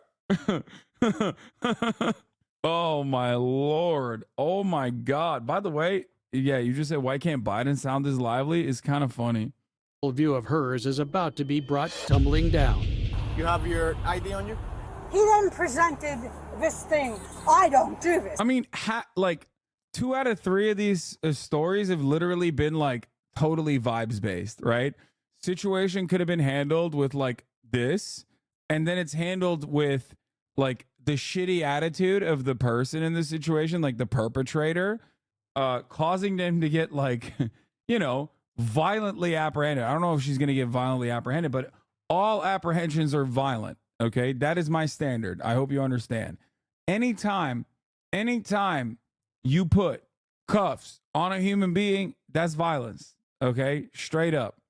I don't sow this to people. But here's this thing. I said, shove it up your ass. Well, he doesn't have to. Number one, you don't work here. It's not your right to be asking around. It's not my right? No, it's not. Oh, well, here. I don't need your debit card. I need your ID. Why not? You're going to give me a ticket. As a matter of fact, you are going to jail. Oh, that's even better. Yep. So, turn around. Yo, that's crazy. If a situation can be diffused by acting nice and remorseful to an officer, then did you really commit a crime to begin with? Well, that's where the black-white dynamic actually comes into play. Because if you were acting nice and remorseful to an officer, if you were a black person, I feel like, or a brown person, you're probably not going to get the same level of treatment. If she was doing that, though, as an 80-year-old woman, she probably would have been like, the cop probably would have been like, yeah, this has been a mistake or something. You know what I mean? She's parked in a disabled spot. Yeah, bro, she's 80. What do you mean? Excuse me? She's 80 years old. Yeah, when you're 80 years old and you survived it, you're allowed to park at disabled spots. Chatter, what the fuck? She does not look 80. The video says she's 80. Put your hands behind your back. Give me. Turn around, put your hands behind your back. Can I put my wallet on? Turn around, put your hands behind your back. Oh my God. Oh my God. Bro, I'm sorry if an 80-year-old, oh my God. Bro, my dad's 80 and he's not disabled. Does he have a placard, like a handicap lanyard or tag or whatever on their car? Because pretty sure if you're 80, you can probably get one. You know what I mean? Like, I don't think you can walk that well when you're fucking 80 years old. Unbelievable. Unbelievable? I'm 80. You're 80, acting like a 14-year-old. Bro, at that point, if you're not embarrassed for your profession, for your life, like the moment that you strap cuffs on a motherfucking 80-year-old in the parking lot of a Walmart, it should be your come to Jesus moment. Like, you're quitting. You're putting your fucking badge down on the table. You're taking out your service weapon and you're putting that on the table too, and you're saying, I'm done with this job. Okay? It is a Publix. You're right. It's not a Walmart. Classic Florida case. Bro, that's crazy. That's crazy. Any weapons on you? Yeah, my mouth. I can see that. You're just leaving that in the middle of the street? This is the biggest joke I've ever Go seen. for 1 to 10. What? You want me to put this in your car? What do you want me to do with this? If I tell you, you'll give me another ticket. No, I want to take it with me. Oh, she said, I want you to show it in your ass. Why would I not want my license, my credit? A cop tased my grandma here in Australia and the entire country lost their shit. You're telling me they arrest grandmas and call them Karens in America? Chatter, we are a very fucked up country. That's all I'm going to say before people start chirping at me and be like, wow, Hassan, you don't want an 80-year-old to go to fucking jail for showing some lip after kicking a guy in the butt with a service dog? That's really fucked up, Hassan. Yeah, I'm going to go this is their 80 moment, okay? Here's the thing. This might be a controversial opinion, but once you're above like 78, or if you are below 18, but especially below like 14, okay, you automatically hit this area where law enforcement should never deal with you. Like, unless it is a ridiculous circumstance, right? Unless you're like somehow a fucking mass murderer, okay? You are outside of the boundaries of law enforcement, okay?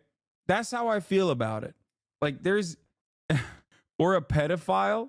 It's like, dude, first of all, I said under 14. I don't think you can literally be a pedophile under the age of 14, chatter. But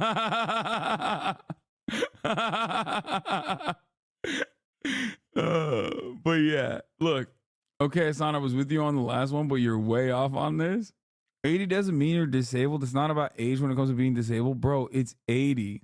Like, it's a statistical probability at this point that, like, you probably are disabled, right? Like, of some variety. What 80-year-old do you know that's just, like, running around and is such a genuine present danger to the public that they deserve to be handcuffed? What the fuck? Oh, my God. Cards and all my money put back in my pocketbook and take it with me. Look, I gotta search it before I take it, okay? I'll go right ahead. My pen might do something to you. Watch out. Yeah. James Bond. Yeah. Walk over to my car. No, it's not your car. It's my car. I pay taxes. I pay taxes as well. Probably pay more taxes. Yeah, by the way, doesn't she have a disability plate anyway? I doubt it. The officer deserves to be commended for how well he's handling the situation. He fucking handcuffed an 80-year-old. Hello? Commended for what?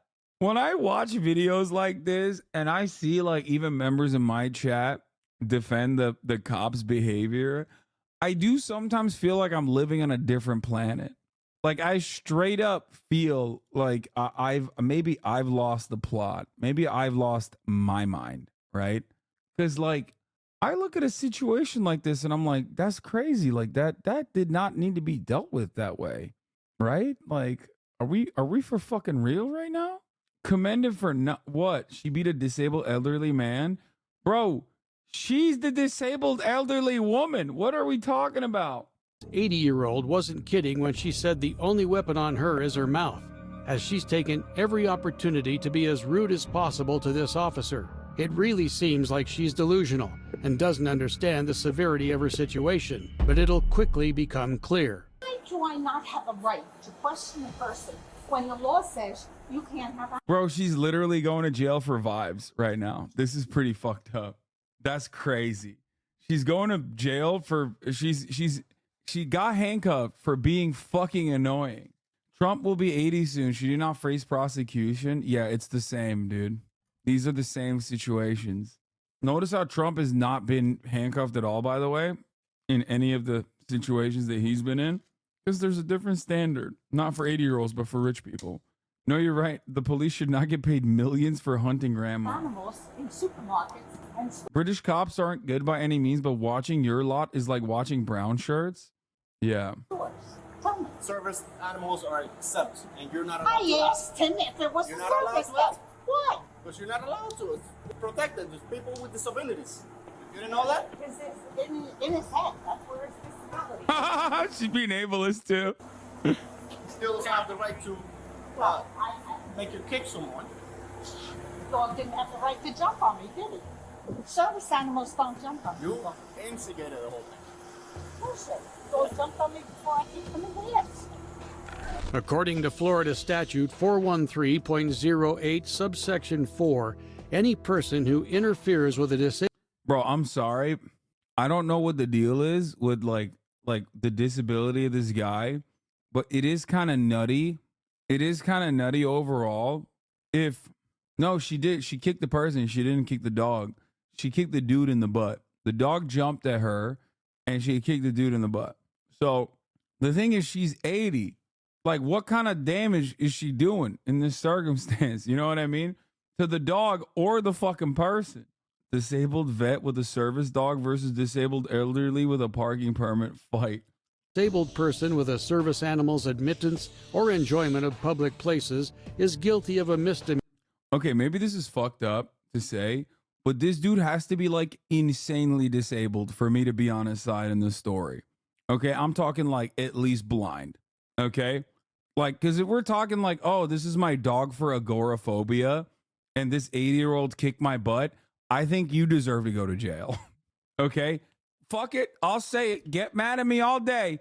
Okay, he needs to be at least like not even just blind, but like blind and also unable to walk. Because I saw this motherfucker. He was jogging through the store looking for a cop. Okay, you have to be blind to let an 80-year-old kick you in the butt. He needs to be older than her. In which case, then okay, like if he's like 84, then it's like, all right, even then this can be dealt with through other means. You know what I mean? But he needs to be at least like a little bit older than her, right? Because if he's younger than her, it's crazy. Are you telling me if an 80-year-old kicked Karen kicked you or Kaya, you wouldn't body the grandma? No, because I'm not a psycho. What are you saying? No, of course not. What the fuck? Just fucking, just elbow the grandma. Just like shove her into the fucking ground and be like, police, come here now. That's so funny. Also, the fact that the dog jumped on her is also a little bit suspicious. We're not even going to get into that. But, wait, what am I at? I'm at 31:35. Before I forget, because I saw the original. He said, I don't know. Oh, you didn't see it? No. I want to see this guy with the dog. Babysitter. It's the gentleman right there with the blue shirt for the dog. And I believe a lady. She's wrong. You gotta run quick. Oh, get the fuck out of here, dude. Well, I don't think she's gonna outrun me, that's for sure. That's a fact. Where's she at? Bro, he's running. Oh, come on, man. Come on, man. Get the fuck. Oh, dude. No. Arrest that man. Arrest that motherfucker right now, bro. Not all service dogs are guide dogs. I don't give a fuck. Okay. Arrest his ass, bro. Not all service dogs are guide dogs. I can run. I had a service dog. She was playing the disability police. People with service animals deal with this harassment constantly. No, I think that shit's annoying as fuck. But I don't think she should be handcuffed as an 80-year-old woman. Okay? Get the fuck out of here. That's crazy. How now you would body the bald grandpa No, I'm arresting the guy. I'm like, sir, what's happening here?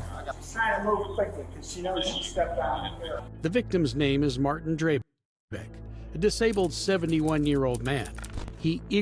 That dude's so eager to have an 80-year-old woman arrested. He's running to her. Yeah, I mean, he could have like what do you call it? He could have like a seizure, right? Don't they have that? Like, don't they have dogs for seizures and some shit? I don't fucking know. There's a whole bunch of disabilities. Some of them are invisible, right? But like, do you see what I'm saying? As far as being kicked is what I'm talking about. Like, because the crime here is not that she was fucking annoying to the dude with the service dog. The crime here is that an 80-year-old woman kicked a dude in the butt, and it's like, and is facing an assault charge, right? Like, if I see a dude running in front of me after being kicked in the butt, I'm gonna be like, all right, dog, you got kicked by an 80-year-old. Fucking let's talk this out. You know what I mean? Bro, I don't understand when I have the same opinions on this with you and my friends, and they try to make me feel like I'm weird. I don't get it. What is this? I mean, it's crazy the service dog didn't do nothing after she kicked his owner. Useless motherfucker, JK Jack, kill. No, guys, it is definitely very annoying to like have random old ass, annoying ass fucking 80-year-old women or whoever the fuck police your service dogs. Okay. And yes, I understand some disabilities are invisible, but this, okay, whatever his invisible disability is not like a physical impairment that rendered him incapable of walking for an extended period of time so that like an assault charge could be placed upon an 80-year-old woman. That's crazy. Bro, they fucking put the question becomes, what's it to her though? No, for sure. But also, come on, guys, the punishment needs to fit the crime. I'm actually offended as fuck as a disabled person with you just saying, okay, cool, her age means she can assault anyone. Worst take ever by you? Nah, I think that's a good take. Like, I think, I'm sorry. I think if it's an 80-year-old grandma, like she's got nothing. She got no fucking junk in the trunk. There's no kick there. I'm disabled and I agree with you, so I cancel that cheddar. Let's go. You're pissing off all corners of the community. Yeah. Yeah. Dude, come on, dude. What if she's a habitual disabled person kicker? Yeah. What if she does this again? Yeah. Here. Okay, here it is. The answer to that is, so what? That lady could kick me in the ass every day. Nothing, my life would not even remotely change, okay? That's my point. Bro, she is literally going to more likely pull out, like, she's more likely going to pull a muscle or break her own fucking ass bone while in the process of kicking the next victim than anything else. What are we talking about? What the fuck? She's on like 8 HP left, and you guys are like, dude, no, this is fucked up. This is so guilty funny. of a misdemeanor, punishable by 30 hours of community service with an organization that helps disabled people. Virginia's incessant public outburst would likely constitute a violation of this law. Where's your dog? I expected you to show up with a dog. What? What? I'm disappointed. She hates dogs too. Like, that's clear. This hurts. You seem really defensive on this one, Lamau. Yeah, dude. What? Bro, she's someone's grandmother. She's 80 years old. She's 80 years old, man. Have you guys ever been handcuffed? Do you know what that shit's like? Like, it's not fun, okay? Your body is not supposed to contort that way. It is literally a painful process, okay? That shit hurts so bad. That's crazy. Yes, I have been handcuffed, and not just during sex, okay? Like, that is a horrible position to put someone in. Not supposed to be comfortable. Well, it's not supposed to hurt either that I got marks. Virginia's mouth ended up only being a weapon used against herself.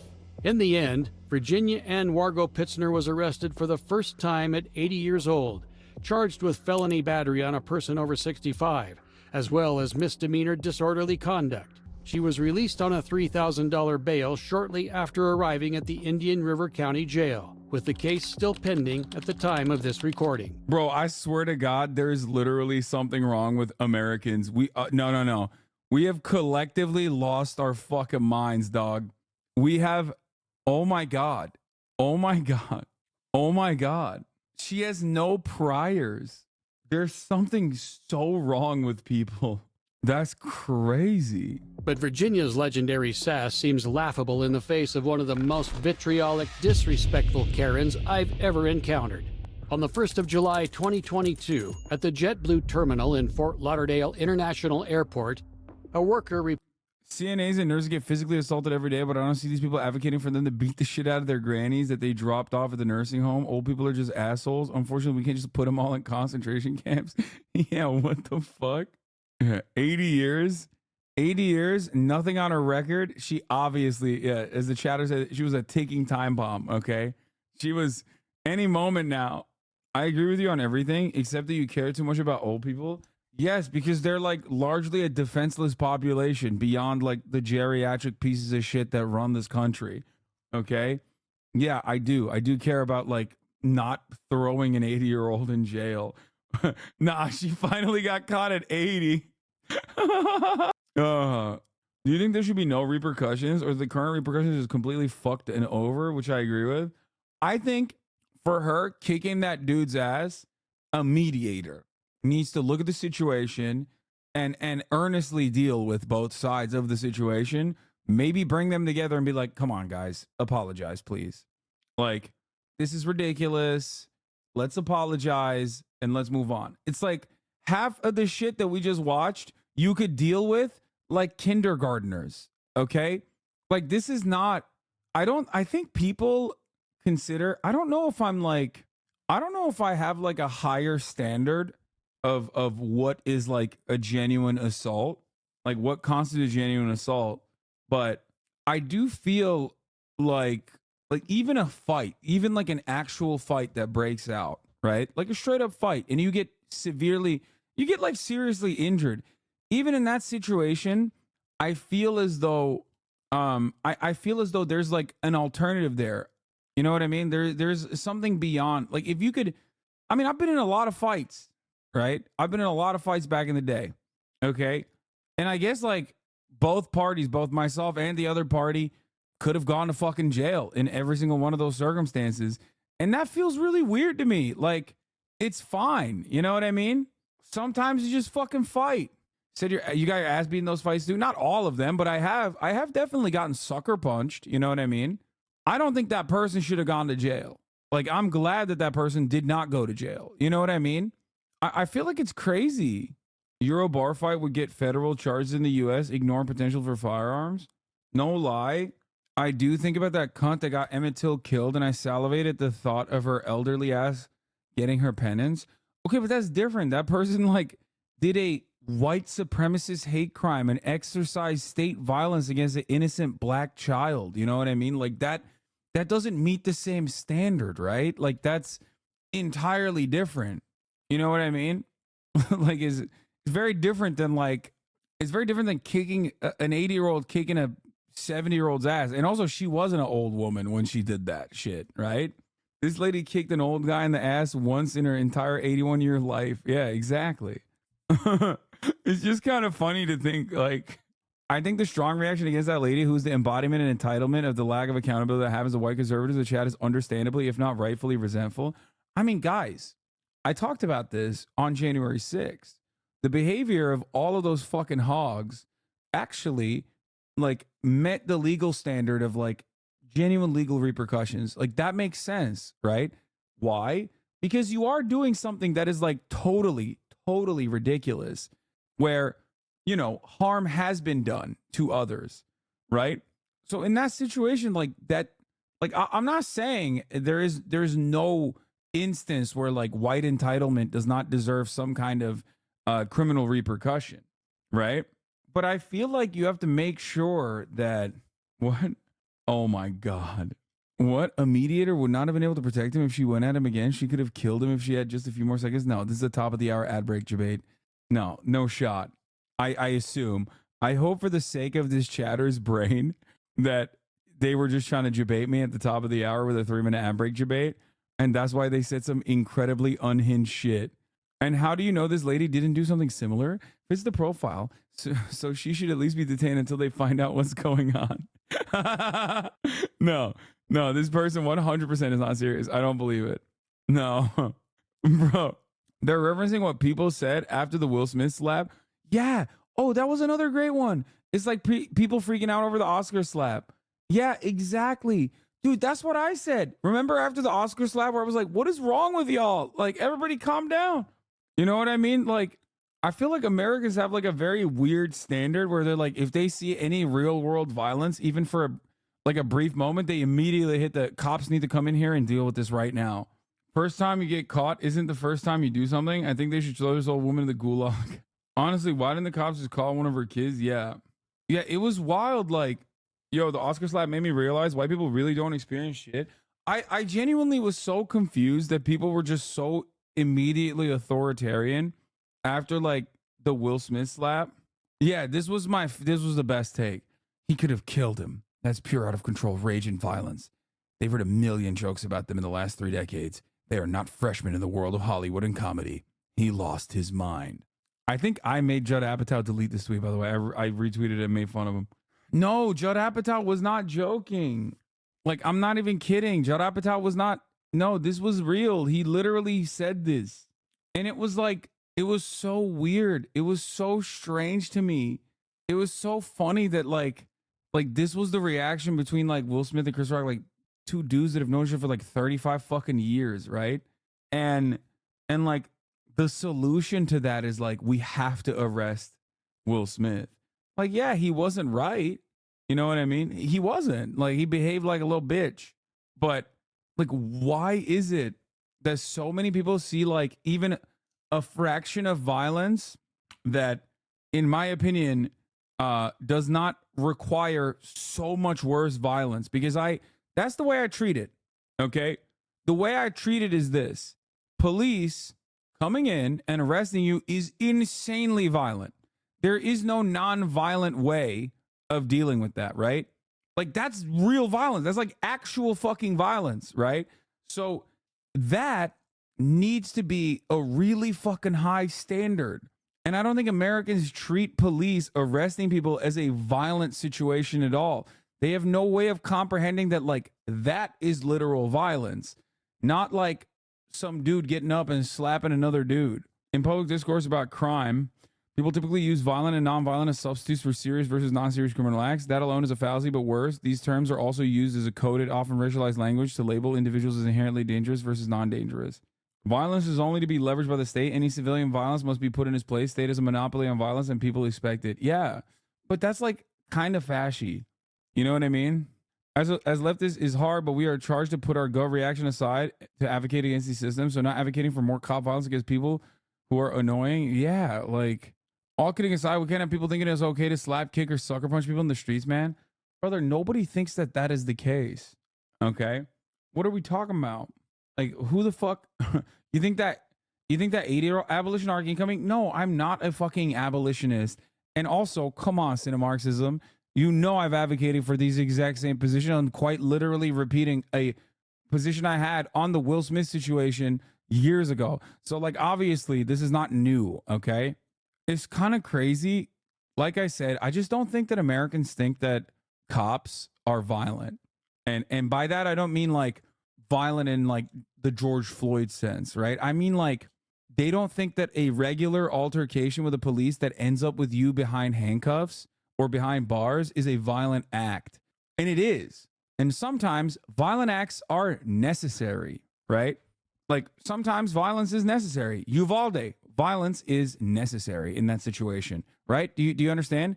Because that reaches the standard, right? If someone has a gun and they're killing people, then yes, violent apprehension is going to be a necessity in that circumstance. But if a fucking 81-year-old, like, you should be able to fucking comprehend when you look at a situation like this where an 81-year-old kicked the butt of a 71-year-old with a dog, like, that doesn't meet the standard of state violence, in my opinion. Reported a relatively regular occurrence to an on-site police officer. Someone had left their luggage unattended.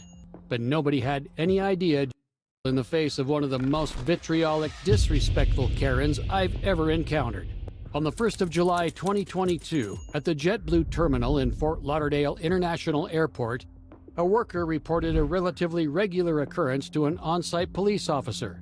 Someone had left their luggage unattended. Yes, let's let Hassan Abu determine all the rules and laws of society. I mean, that is kind of what I do, for the record. Like, that is what I'm doing here. I'm doing commentary on criminal justice. And I do think that it would be better overall if you did let me determine all the rules and laws of society. But nobody had any idea just how far out of hand this seemingly simple situation would end up. Yeah, also the charge of assaulting someone over 65 sounds like the law was written for someone under 65, not applicable to just two old people fighting. Exactly. They hit the 80-year-old woman with a sentence modifier that is supposed to be only a sentence modifier when someone is younger, okay? Like more physically fit. Like elderly abuse. It's not when a 70-year-old dukes it out with an 80-year-old, okay? And the 80-year-old gets hit with that. That's crazy. And that's when she called. Okay. 10 minutes ago, and then no one around it. So it might have been there for longer. Yeah. Wisconsin does this disgusting thing where they charge minors with felony battery of a child for getting into fights in schools. Welcome to the criminal justice system. That's fucking insane. That's insane, dude. Holy oh my God, that's so bad. Oh my Lord, I'm a public defender. That is fucking gross, dude. Jesus Christ. I don't know how y'all do it, honestly. I would be losing my fucking mind. Oh my God. That's so evil. Dude, that's pure evil. That's like comically villainous. That is actually, God, America is such a cartoonishly fascist adjacent country in so many ways, and we just don't even think about it. Right now, they want $35,000 for a mental health break that a 16-year-old had. Oh my God. Oh my God. Oh, it's so bad. Not even the most cartoonishly evil thing America and its allies do. I know, that's the other thing. Like, this doesn't even meet like the top 10 most evil shit. I'll know how extremely tight airport security can be, with constant announcements reminding travelers to never leave luggage unattended. As recently as March 2023, this very airport had to be evacuated when an unattended suitcase was found. Thankfully, after having a bomb-sniffing dog check this bag out, the officer found it'd be safe to search in hopes of finding information on its owner. This looks like documents. Yeah. Didn't people get arrested? People didn't get arrested for your fight in high school? Bro, when I was in fucking middle school, one of the kids literally walked me home with a knife in his hand, okay? It's more so that I de-escalated by talking to him because he didn't know where I lived and I was walking home, okay? And he was like threatening to stab me, okay, with the knife. He had a butterfly knife. He was threatening to stab me. I de-escalated and I walked all the way home because he didn't know where I actually lived. He thought we were just like slowly walking, okay? My mom was scared. This is before we had cell phones, by the way. That's how fucking old I am. So my mom was scared, right? I don't think I had a cell phone at the time. I wonder if I did, but I was maybe too scared to pull it out. I don't remember that detail, but whatever. My mom was scared because it was so late. So she was waiting outside the house and she started yelling at me, okay? Because she thought I was dicking around with friends. And the kid got scared when she saw my mom and ran away, okay? This is a kid that I also was, he was also at the school. Why did I try to stop you? We fought. This wasn't high school. This was in like, I think 5th grade or 6th grade or something. So like the next day I went to school and obviously like the principal had caught wind of the situation. And yeah, the principal pulled him in front of the entire fucking school and like grabbed him by the ear. That was the way that like Turkish principals love to punish. I got hit by my teachers a lot. I got the most common methods were you had to do push-ups if you were late to class, or you'd have your ear pulled, or you get hit with a jetvel, a ruler. You had to do this, and they would fucking smack the shit out of your fingers with a ruler. Stuff like that, right?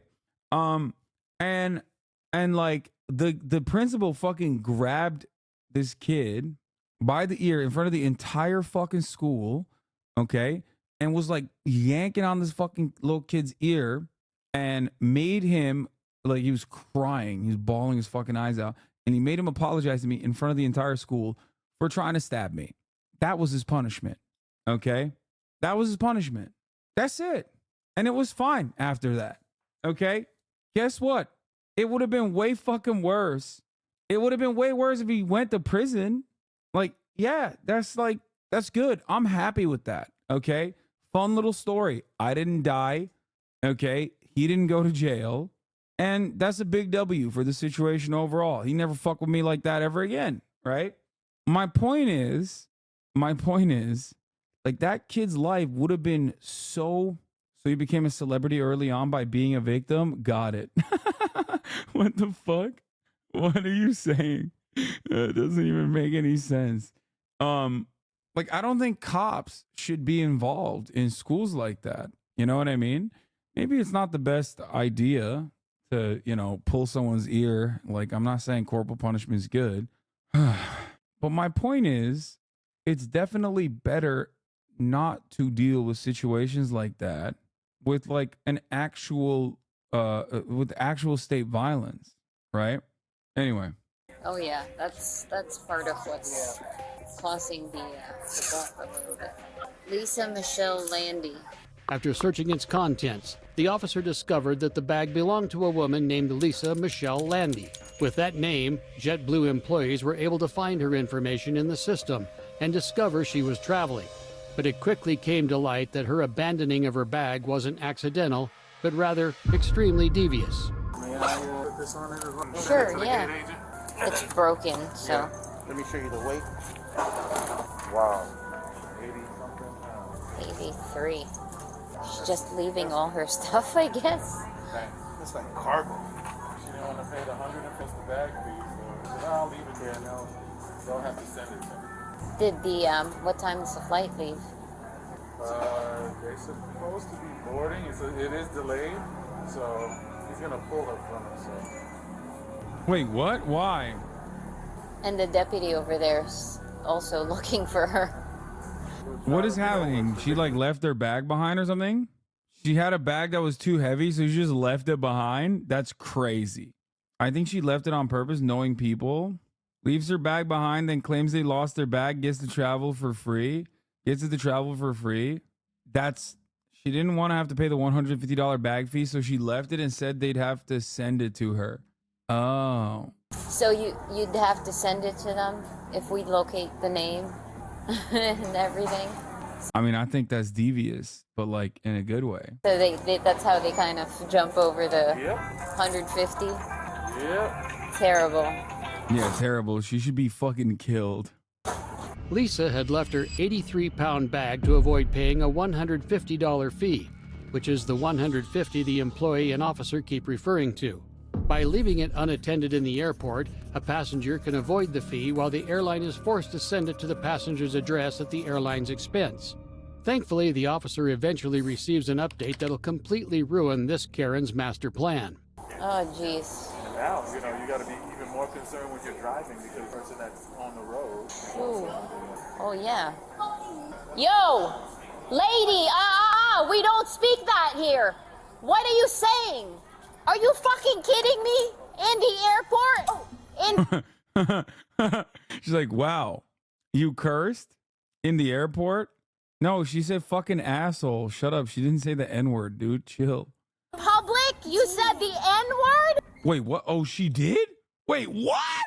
Yeah! What? What? Yeah! Yo! Yo!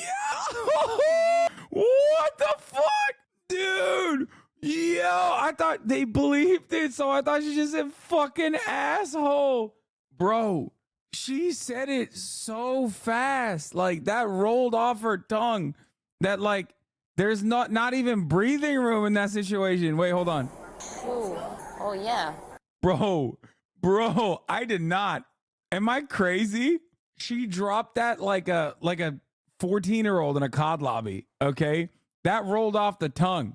I know they censored it, but there wasn't even like breathing room between.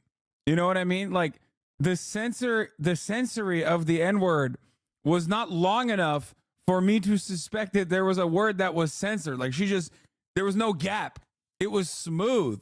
It was loaded up in the chamber, which is wild. It's just wild across the board on your own. Okay. Just like dropping that in there, just dropping that in general is wild. Dropping that towards a black person in the vicinity of other black people and a cop, like every part of this is just like, that's insane. Yo, lady, we don't speak. I thought it was really funny because like I didn't realize she said that, so I was like, what? So like she said fucking asshole. What's the problem? Like, what do you mean? Like, don't desecrate the Fort Lauderdale airport. You know what I mean? It's like, no, she was right. That was valid. That was valid. Her reaction actually is maybe a little bit lighter than I suspected. That here. What are you saying? Are you fucking kidding me? In the airport? In public? You said the N-word? Are you serious? That shit here, no. Go, no, you're gonna go. No, you're gonna take your big ass fucking cancer. Get that fucking 83-pound suitcase. Excuse you, that's your shit. But in that last moment when Lisa shoved the officer, she went from free to go to committing battery on an officer. Wait. Oh my God. I didn't even realize she's calling the black cop. I assume, like, is the cop black? Did she say the N-word to a black cop? Oh my God. Happening. Okay, this one is actually crazy. This one, what? This is not even a Karen at this point. I don't know what this is, a hate criminal. The Karens swing wildly. It gave me whiplash, okay? Like, it went from like 80-year-old who kicked a 70-year-old dude in the butt to like a Klansman, okay? What the fuck? How do we, like, the severity of the situation, the severity of the circumstances swing wildly. The airport worker is black. Okay, so she's calling the black airport worker the N-word. Oh my God. In 0 seconds flat. As we learned earlier from Destiny Froese, that's a felony carrying up to a 5-year sentence. And from here, things only get worse. Go get it. Get downstairs, lady. Get downstairs. I can't carry it. No, get your shit. Go downstairs. Let's go. Excuse you. What are you gonna do? What are you gonna do? Get your hands You're gonna off get of arrested. me. That's what. Excuse you. Just stop. No. Stop. No. I want to see my You're gonna mother be tomorrow. trespassed. No, you're arrested now. He told me. No, I'm not arrested. No. No. Put your hands behind your back. No. Put your hands behind your back. Put your hands behind your back. Excuse you. Put your hands behind your back. Stop. Please stop. You need to my stop. Mother. You're too young, so you don't understand. I'm not. What is You're acting like a freaking lunatic. Late 80s, dying of cancer. Nobody cares right now because you're acting like a lunatic. No, I still don't think the cops are right. I mean, it's funny, but fuck it. Yeah, I'll say it. Get mad at me. Okay. No, it's still fucked up. Christ, dude. She said my mother's dying of cancer. If her mom is actually dying, she's probably just really drunk. Yeah, still. At an airport, you're shouting racist, derogatory terms in the middle of an airport. No. 3 Alpha 32. Can you have another unit come over here? I'm gonna need transport for 105. Lisa can add resisting arrest with violence to the offenses she's committed during her completely unnecessary tantrum. Another felony that can carry up to... You crazy? Throw that racist bitch in jail? Law? Nah. Is 100% chill with people getting police time for slurs? Yeah, I mean, screaming the fucking the N-word is definitely of a little bit of alone time. You know what I mean? It's worthy of that. Oh my God. I love that people are like on the side of police in the situation like this, like as though the cops are like arresting her for saying the N-word. No, she's not. Yeah, cops are doing DEI chat. No, she's being disorderly She's definitely drunk. Yeah, I again, it's just like nuts that, yeah, verbal hate crime, valid charges.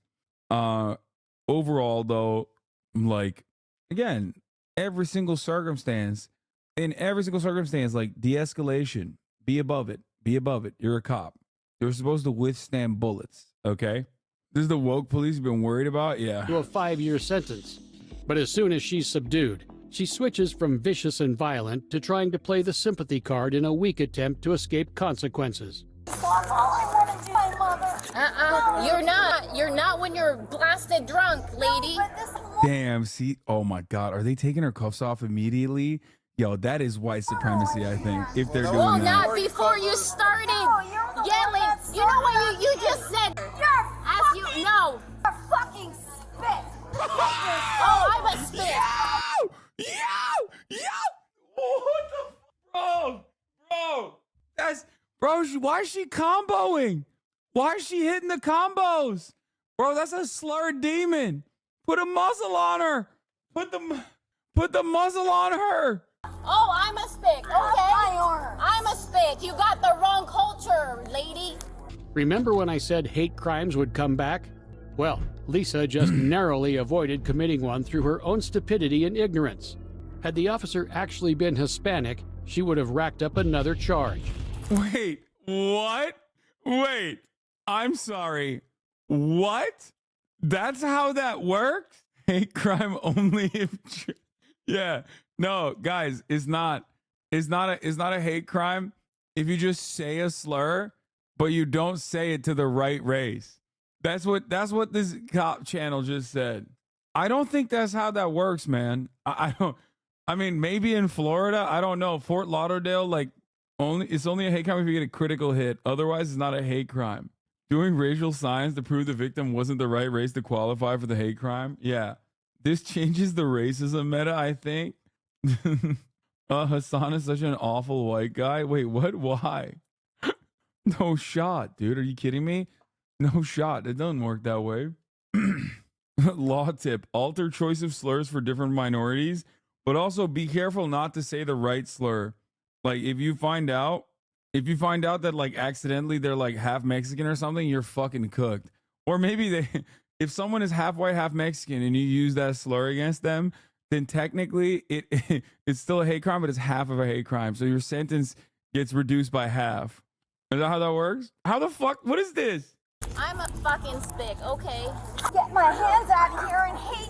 So what is she, Italian? Like what's happening here? Why did she not get charged with anything? I can't even put her in my car. Because guess what? Oh, you have a cannon? You have a dog? Yeah.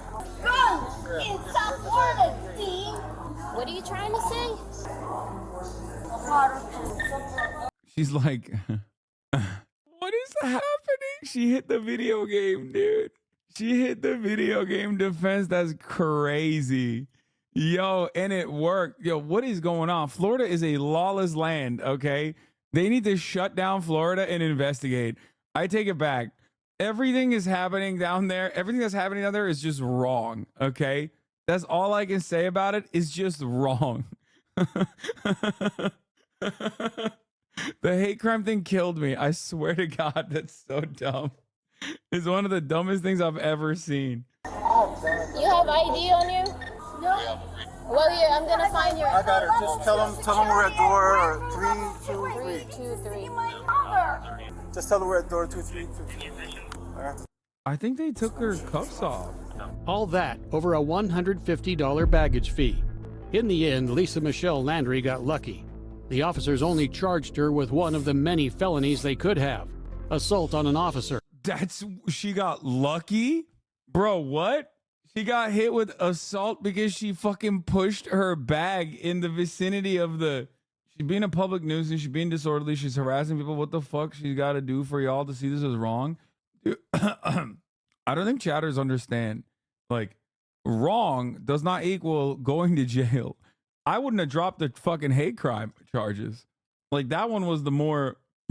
that one was definitely the most dead to rights one. The other ones are just like racking up charges. Dude, God, the criminal justice system is so weird. For the record, for those of you who don't know, chatters, okay, the way that this works is they always hit you with the book, Okay, they always hit you with a book. You can always get hit with like resisting arrest, even if you're not. You can always get assaulted an officer, even if you're not, as you saw in this situation.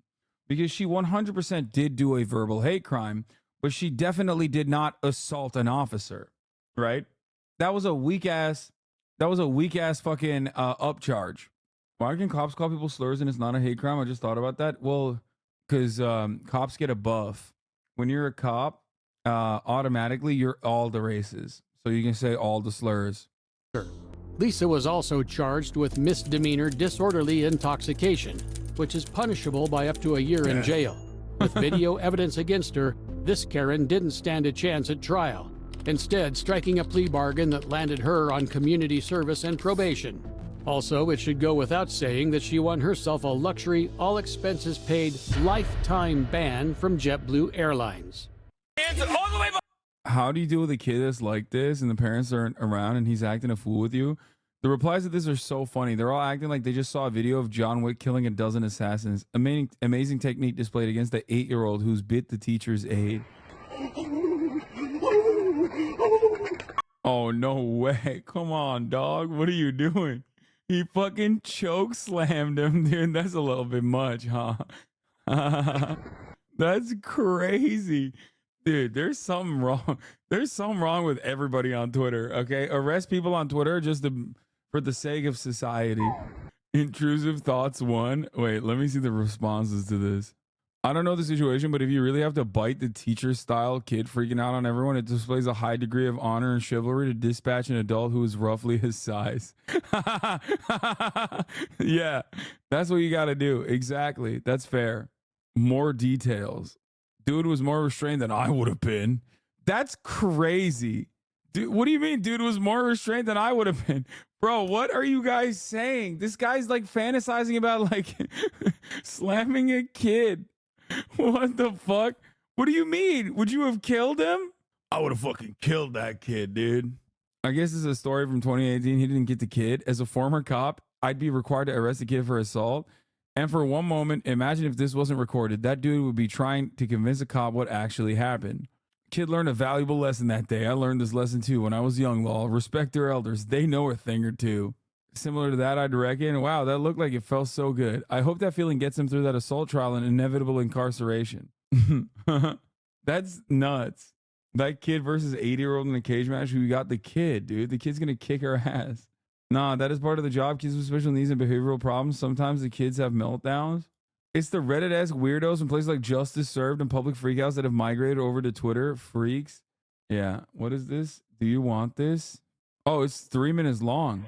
It's funny because like this is what people thought I should do to that one like troll kid, the Rabbi Bill Clinton. Like that's literally what they wanted me to do to the fucking child. Okay? No, you just avoid the situation entirely by fucking not doing that at all. Like I was in a situation kind of similar to this, right? And I didn't fucking do that. What am I supposed to do? That's what your haters said you did? Like, what am I supposed to do? Beat his ass? Like, that's crazy. You beat up a kid? No, I did not. That's my point. And then people were like, you were scared. People on Twitter were like, remember when you were scared of this child that was like running after you and screaming, "We love landlords"? And it's like, what am I supposed to do? Beat his ass? Like, what? Is that what it is? Yeah. My haters were like claiming that I got owned because I didn't beat the shit out of a child. I think that's crazy. It was either you were scared or you harassed them, mattering which troll was which. Yeah. I have a friend who unironically thinks you were way too harsh on that kid. Harsh on that kid? By doing what? Like, avoiding him? Kid didn't have a meltdown. That adult definitely egged him on by mocking him. People think you lost because you didn't do an assault. Yeah, you had one shot to assault a child and bridge the gap with the hogs. Yeah. They also said you assaulted him when you told him to leave. Damned if you do, damned if you don't. Yeah, I mean, they were fucking... yeah, those guys are...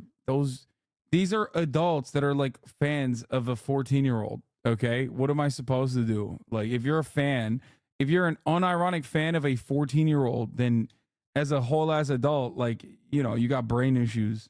Anyway, at the end of the story, it says the police asked the man if he wanted to press charges, which is crazy. I mean, it's still funny. It's like fucked up. What he did is fucked up, but it's still pretty funny. Like, especially the kid's reaction is so funny. That's so funny. Oh, he went crazy. They are messing with cars. He was. I called him and he was started cussing. He went down right. Damn, dude. The adults are like not even remotely worried about this kid. The adults literally are like, watch your language, bro. Bro, what do you mean? He just slammed his head into the fucking concrete. Damn, this kid must suck ass, dude. Straight up. You know this is a bad kid when every adult in the vicinity is like, man, hey, how about you cut it with the poor language? Jesus Christ. Talk about bad vibes on a child, dude. They just, oh my God. Average kick watcher? Yeah. Fucking child abuse. That's sick. Even the guy at the window is like trying to watch, trying to see what the hell's going on. That's nice. Come and tell your mom some hugs. Oh my God. Dude, that's crazy that every adult, okay, here's my honest assessment. All jokes aside, definitely could have been handled better.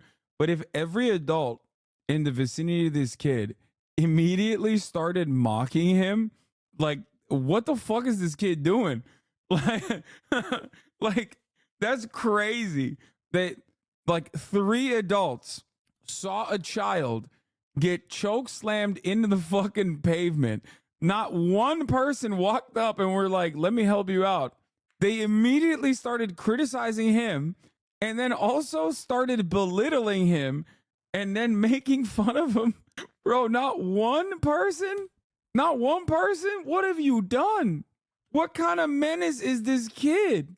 No, actually, I feel like this is how school shooters start off. You know what I mean? This is the beginning of a story like that, it seems. One child left behind. Dude. Now you know why we support Israel and chastise Palestinians? Yeah. When it's an 80-year-old white woman, it ain't cool. Now there's a white child, you're cool with it? I'm cool with it too. I mean, I still think it's like wild. Like, this is definitely... He called a kid at school a slur, but got away with it because it wasn't the correct slur, but that corresponded with the race of the other child. Yeah, they were like, oh shit, we almost had him for a hate crime charge, but it turns out it was not the right race. That's my new favorite fact I learned about Florida verbal hate crimes. Okay, he's still walking because of him. So you've had cops because of him at your house. You've had cops at your house because of him. The only person that came to his defense is his little homie. Oh, that's kind of sad. Don't worry, little man. One day you'll get your revenge. There's a video of that kid throwing rocks at cars in the parking lot. Why no one cared? Yeah, I don't know what you do in that situation, honestly. You just got to be a chiller about it, I think, overall. There's something I want to watch, and that is not SNL, okay? The thing I wanted to watch was... have you guys seen the Gen Z videos? Here, I'll just start off with this one. But like, I've been meaning to watch the Gen Z's looking old videos for a while now to just read the Gen Z to filth. Because I've been, it's exciting. It's like exciting moments for me. Turns out like Gen Z are aging not so gracefully. So many benefits of going barefoot outside, and we want to take advantage to each and every one of these. Of course, there's going to be people that think it's kind of crazy and look at us weird, but the benefits are totally worth it. One thing it definitely does is it grounds us. We feel connected to nature. Going barefoot can actually help you gain a greater appreciation for the natural world. And we've definitely noticed that even in the short time we've done it. This year I really wanted to start getting into yoga, and this is actually a form of foot yoga.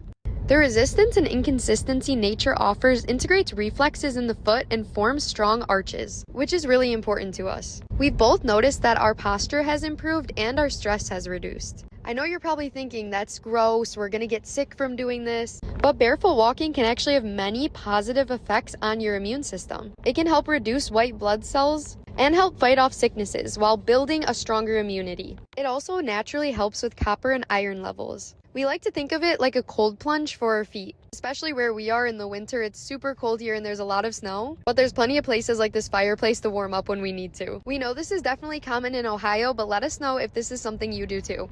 white blood cells, and help fight off sicknesses while building a stronger immunity. It also naturally helps with copper and iron levels. We like to think of it like a cold plunge.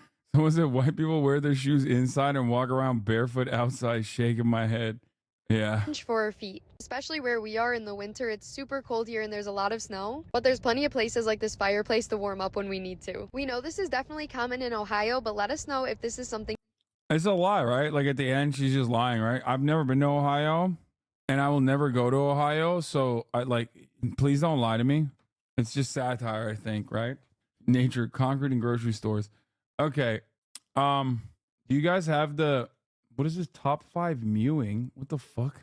Do you know the Gen Z videos? Have you seen the 2 different Gen Z videos? Dear Jordan, your dad is a great. Okay, here, this is. Apparently, Gen Z is like aging really rapidly. It is mainly because of the stress. Come here. We live in a time nowadays where millennials look way younger for their age, while Gen Z looks way older for their age. If you don't believe me, I'm Gen Z. Get closer. I am Gen Z and nobody ever believes me. When my mom and I walk out in public, people think that my mom is my younger sister, right? When I tell people, oh, I'm going to go hang out with my family, they think I'm talking about my children. I don't have kids, right? I'm talking about my parents. I'm still the child. Does that make sense? I'll put it to you like this. Zendaya is older than me. Tom Holland is older than me. That's crazy. I mean, I don't believe that. I'm gonna be honest. You get what I'm saying right now? There was one time I wanted an autograph from Dwayne The Rock, right? I was standing for hours for this autograph, and when he walked up to me, I said, can you please sign this poster? It's for Jordan, right? He then took it and put, Dear Jordan, your dad is a great guy. He stood out here for hours and then gave it back to me. And before I can correct him, he looked at me and said, times were way more difficult back when we were kids, am I right? And then he tapped my shoulder and left. Dwayne is 52. I am 26. What I'm saying is, so Gen Z definitely looks older. I'm not gonna lie to you. This guy was great in Westworld. Yeah, Jeffrey Wright, dude. Dude, I don't get it. Like, so why is he 26 but so It old? has been quite an interesting couple of days for Jordan. So a few days ago, I was explaining to everybody how Gen Z is aging rapidly while millennials are looking younger for their age. And I was saying it's because of stress. The best example being, I'm Gen Z, right? And people don't believe that. How I tell people Zendaya is older than me. My mom gets mistaken as my... What do you think it is? Because, like, I'm 32 and... the reality is, like, I think I look 32, right? It's got to be the beard, right? You look 50. I mean, I am 32 years old, and I think I look like I'm 32 years old. I feel like maybe it's because, like, Gen Z has just been, like, someone in the chat was saying, like, ripping jewels or something. Is that what it is? Like, because they've been ripping jewels for a long time. Is that what it is? You look anywhere from 27 to 40. Wait, what? You think I look 40 years old? Okay, shut the fuck up, chat. Jesus Christ. I'm 21, but people have thought I'm mid to late 20s way before I was even 20. Also, I don't, and I've never smoked. You don't have to skirt around it. It's because of their excessive mewing. You look 30. I think I look 32. I think I look 32 years old. I'm 32 years old, and I think I look my age.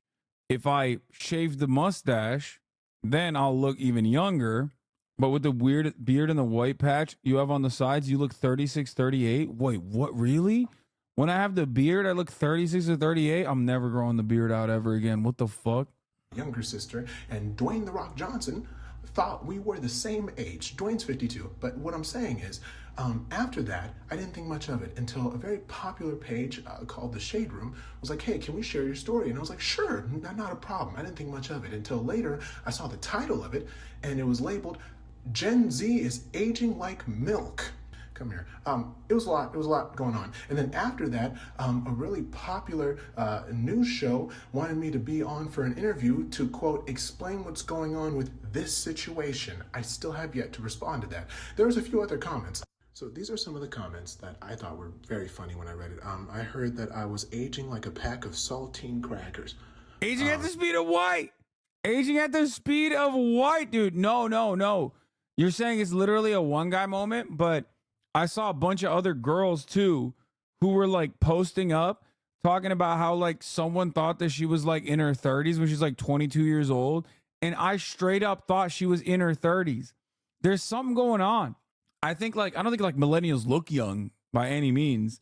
I think millennials just look their age for the most part.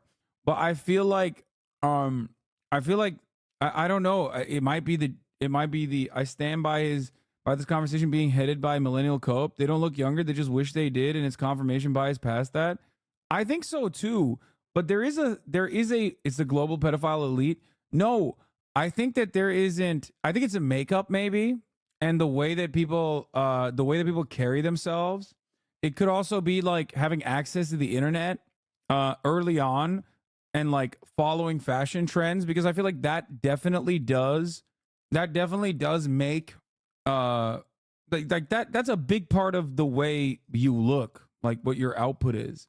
So I think that's probably what it is for the most part. It's split into two categories of what's in the water, super pretty, and the other water is the beach that makes you old. Personally, I got the good water. I mean, yeah, it reminds me of this guy, right? I mean, but this guy is like a phenomena though. Like this is a one-off type situation. The 16-year-old that won the dart, he didn't win, but like he was cooking in the dart competition. He's 16, bro. This guy, 16. To achieve. Yeah, it is. I think he might be up. That guy is 16. Chat, that's 16. No, not a joke. As someone who has to age check daily at work, they're supposed to be 18, and I asked for ID because they think I might be underage, and the ID shows born in 91. Not kidding. Crockpot theory, I think everyone looked at. Gen Z is the newest generation of preteens, teenagers at the start of the pandemic, and during the pandemic time kind of melted, so we all think Gen Z are teens, but some are now late 20s. That could be it. Certainly. There was another one. There was a girl. Do you have the clip of the girl that was like talking about her and her boyfriend walking down the street? Have you guys seen that one? Here's the original TikTok, not a prank, I promise. This one. Yeah. This is the one.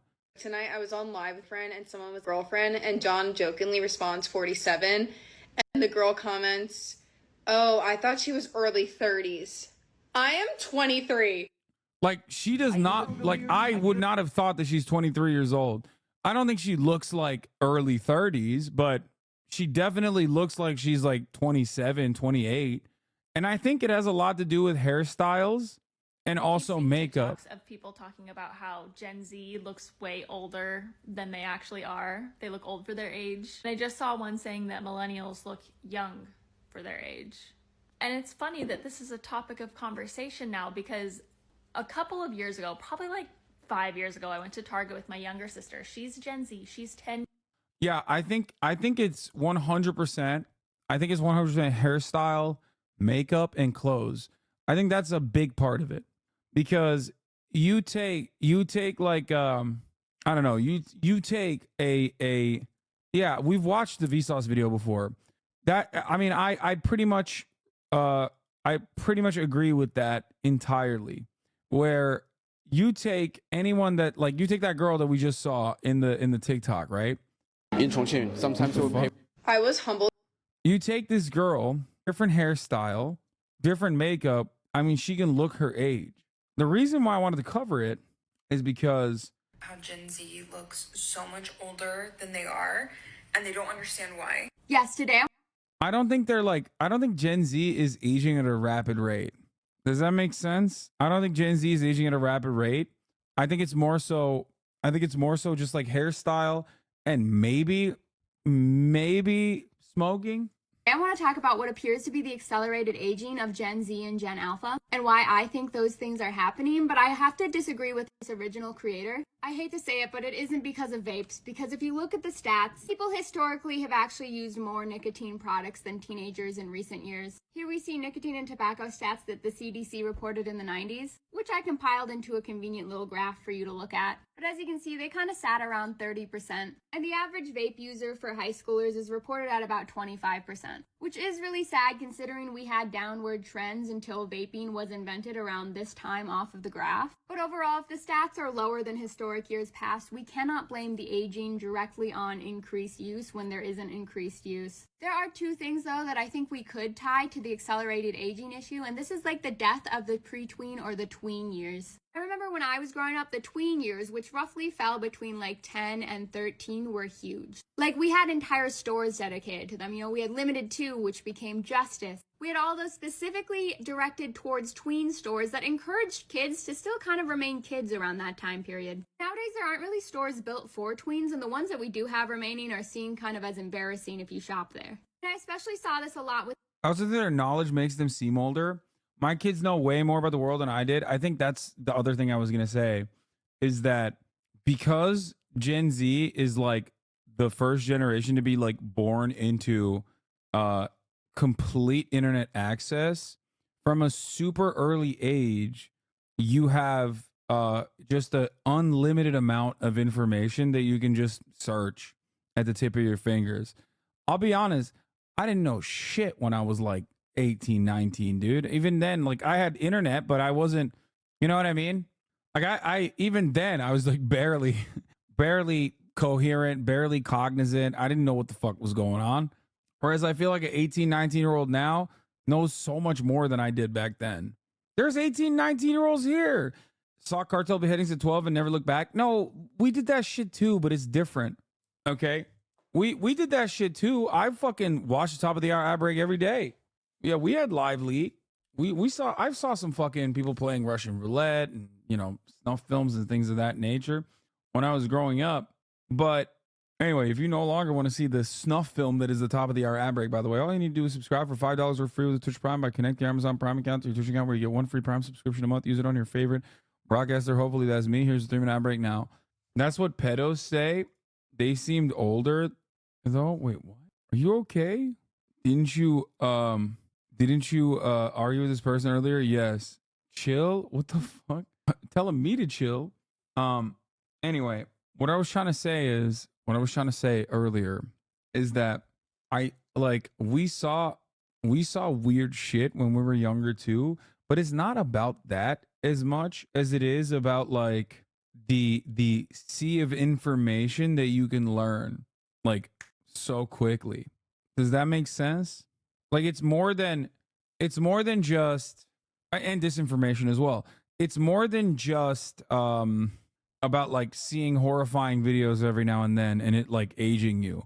I think it's more so that when you are now you just have so much more information that you're being pumped with on a daily fucking basis. So I don't know. With the Gen Alpha kids like in my family and the ones that I nannied. The second they start approaching middle school around that like 10 to 11 age, they want Abercrombie, they want Lululemon, they want all of the adult clothes. But I think an even bigger problem on this issue is that all of a sudden society is pressuring new kinds of Botox injectables. Oh yeah, like preventative Botox. There's Gen Zer actors and shit in the gym that I work out at. And they fucking talk about like preventative Botox. They know all the treatments and stuff. I'm like, bro, what are you talking about? Like, I don't even understand. Like, what the fuck? And all the sorts fuck of is a preventative Botox? Plastic surgery on even younger people than ever before. And because a lot of these procedures are brand new, we don't have a lot of data for how they hold up over time. But I have suspicions that it's not going to go well. And we're already starting to see this in these unedited photos of celebrities that have been coming out who have really been leaning into these surgeries. And a specific one that's become really popular in the last few years is this Buccal fat removal. I don't know if I'm saying that. Okay, I don't think fucking Gen Zers are getting their buccal fat removed. Let's be real. Come on now. I don't think that's going on. Like, they are? No. That's like old people speak. No shot, dude. That's crazy. Y'all are, no. But there is a lot of like looks maxing. What is this? Perfect video. It's 20 minutes. I don't want to watch that. The kids are destroying Sephora. Has anyone? Sephora 10-year-olds and the disappearing tweens. Do you say it wrong on purpose? Isn't it buccal fat? Chin liposuction soars among Gen Z. The internet is super fucking brutal. Oh my God. I don't know. Maybe it's like their takes are dated. Maybe it's this is like the classic. When I was in my like early 20s, everything was like millennial this, millennial that. Millennials killed this, millennials killed that. And I feel like that's what's going on for Gen Z now. Anyway, the point I was going to say, though, is like, I think looks maxing is an early, like not an early internet forum thing, but like looks maxing is a concept where like people, I guess, do stuff to change the way that they look, specifically their facial structure. And it's got concepts like mewing and, you know, which is your tongue placement in your mouth and things of that nature. And I feel like that kind of stuff back in the day was relegated to the darkest corners of the internet, right? That kind of stuff was basically shit that you would only find in like the black pill incel forums, like red pill incel forums, right? And now it is readily available and super accessible on TikTok. And I think that there are a lot of people on TikTok that promote that kind of stuff, that promote like the Patrick Bateman lifestyle and things of that nature. And I feel like a lot of people see that kind of thing online and want to mimic it. It's one, really bad brain rot, and two, that probably ages you a little bit too, I think. Like this guy, yeah, like that guy. Gross. Heroin Chic is also coming back. We're doomed. Now, there's also like a decent amount of good preventative stuff that I see all the time. For example, I see the like the Rolly stuff that you put on your face, or there's like cool things that you can learn about like actually how to take care of yourself. But then beyond that, like beyond the sunscreen and the lotion, there's a lot of weird shit that is not healthy. Okay? And that's where we're at. I have a Rolly thing. Yeah, like I don't know what it's called. Or SARMs, over-the-counter steroids. Like people buying steroids online. So many young Gen Zers, in my opinion, are just straight up doing, I mean, I don't know. I mean, I did Jack 3D when I was younger. I think like the FDA, we would take a bunch of fucking weird shit back in the day too. So maybe it's not so different, I guess. But I do know that if I was like 18, 19, I'd 100% be doing steroids. Like I 1000% would be doing SARMs, like probably. Jack 3D was straight up meth. It was the best. Someone in Discord nailed it. Conversely, millennials are stuck culture-wise. Experiencing culture in tandem with Gen Z in a way that hasn't really happened before. As much as Gen Z likes to make fun of millennials for like the millennial pause and for, you know, cringy Instagram boomerangs, I think we're actually kind of living identical lives. I just had a really interesting conversation with my sister about this and how generations before ours like sort of peaked in high school. Like that was the time when you really cared about pop culture, what is, you know, current, what is cool, all that kind of shit. And then right after that, you would get the job, you'd start the family, you'd buy the house, you know. Our generation was not taught that. We were taught like, no, you guys are going to be young for a little longer. You're going to go to college. And then like in your mid to late 20s, that's when you're really going to be adults. And then that didn't happen. Like instead of that happening, we got poverty wages and a housing market that just like isn't even accessible, because we're also the first generation to be like internet experts. Because wait, how old is this guy? Don't tell me this guy's like 30. How old is this guy? Is he actually 35? This guy's older than me? No shot. He looks younger than me. It's because we grew up with it, you know? Instead, we're like, all right, I guess we'll just go on our phones and escape from this fucking dystopia that we live in. And so because we haven't really progressed that much in life in the way that like you're supposed to, we're just kind of doing the same things that Gen Z is doing. And we're paying attention to all of the same shit that Gen Z is paying attention to. Historically, people in their 30s and 40s are supposed to be boring schlubs that don't know anything about pop culture and are like, what are the kids listening to these days, huh? And instead we're like live streaming us playing Fortnite on Twitch. Like it is a different world. Okay, bro, chill. What the fuck?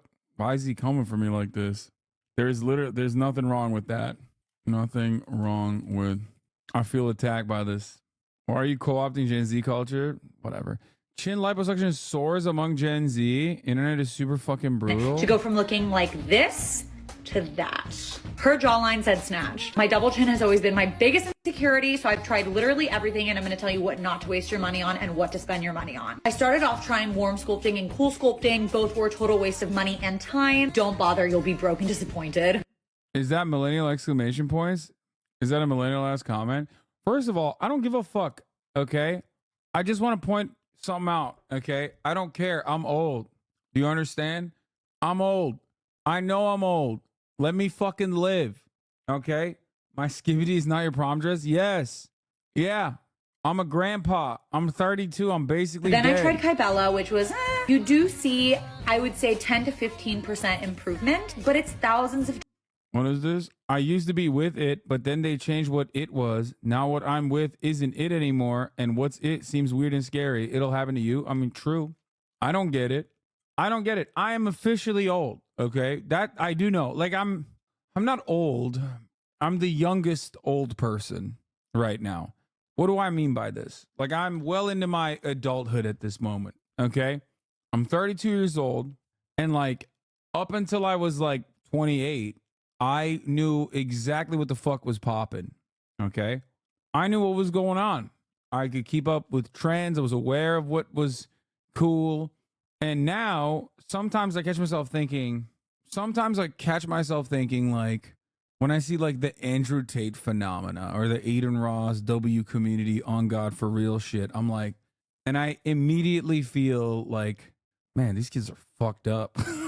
And then I stop and take a deep breath and think to myself, like, is that just the new meta? Is that just normal to them? Is that the new culture? Am I in the wrong? Okay. Am I in the wrong for feeling like these little shits are over the top reactionary for no fucking reason? Because I do feel like the generation very quickly overcorrected after the Trump era. Under the Trump era, the kids were all woke, okay? And they were too woke. Like, if you recall, I used to yell at Minecrafters all the time about like dialing it back. But ultimately, I was like, I feel confident. I feel happy that there's like a group of individuals that are like so over the top, woke and open-minded, and that's a good thing. But if you remember, even back then, the Minecraft standum, I thought was maybe a little too. I thought maybe the Minecraft standum is a little too much in the leftist direction, I guess. A little too woke, if you will. Even though I thought it was a good thing, because like when I was growing up, around, you know, when I was in my early 20s, for example, it was like all Nazi shit, like straight up. Everything was Nazi shit. And yeah, I'm sure it was like performative, but I'd rather have the performative radical liberalism, instead of the performative radical fascism, right? And then what happened? Since the Trump era ended and the Brandon era came back, I feel like the generation was inundated with like a lot of the Andrew Tate style toxic misogyny, like genuine fears of the other. Like the way this is always going to be reductive, but the way I define it is like, it became like very, red pill became much more normalized. It went from people being like super woke to super anti-woke, and very quickly. And I do worry about it a little bit, and I can't tell if it's just like a trend or if people are just genuinely permanently brain broken. Bro, those rad libs became NATO stands. Yeah. That part, even that is a testament to like people becoming more reactionary though. Does anybody want to work anymore? Here's the real reason. A misunderstood generation. Okay, I don't want to hear about fucking this stuff. But I don't think so. That's just being online. Being on the ground as a generation is not like that. It was just the kids who were always against the Minecraft stands became louder. You're doing what the Gen X did to the millennials. I like to think I'm open-minded as a content creator who serves a community of ages that vary from 18 all the way to 35, even older. So I'm you know, I have audience members that are Gen Z and I have audience members that are millennials. So I do feel like I'm definitely more open-minded to the cultural phenomena of Gen Z. So yeah, I mean, there's a lot of older people. There's like, okay, maybe even way older than 35. There's like people up to 50s now. I think you got a much older audience, less young, says Poolistan. Yeah, I don't think my audience is. The thing is, when I started this, I think my audience was much younger. A lot of them grew old. Remember, 28 until now. Yeah, there's like a lot of people just like myself went from 2018 into 2024 at this point. So that's 6 years. If you were 20, you're 26 now, you know? So Gen Z doesn't really give a fuck about politics, or at least has it encapsulate their entire personality. I think the actual answer is that a Zoomer spend a lot of time around millennials, especially anonymized online, in a way that they learn to act and mimic the behavior styles of older people. Maybe. You're too removed from Gen Z. Gen Z is overly thoughtful. I mean, yeah, I don't know anyone that's like Gen Z around me. I don't know what overly thoughtful means. But yeah, what is the cutoff for Gen Z? What's in the middle of Gen Z age? Popularity 2006, 2010, primary audience born late 90s, early 2000s. Oh yeah, Tarek is Gen Z, but Tarek is not normal. Tarek is like I don't think Tarek is tapped in to Gen Z culture. You know what I mean? Or maybe I'm mistaking Gen Z culture as like core Gen Z culture, primary audience born late 2000s, Young Justice. What is this? Primary audience born late 90s, early 2000s, PSP. I mean, what is this? Angry Birds, Adventure Time, regular show, Pokemon, Star Wars, dabbing, Frozen. Yeah, I'm in the late millennial culture era. Born early, mid, late 90s. Like, I did not have a PlayStation 1. I didn't have any of this stuff. But I do remember The Matrix out of here. The only thing that's like age adjusted to me is The Matrix in this situation, even though I was born in 1991. And I guess Space Jam as well. But beyond that, I mean, I guess there's shared experiences here. SpongeBob for sure. Dragon Ball, Star Wars.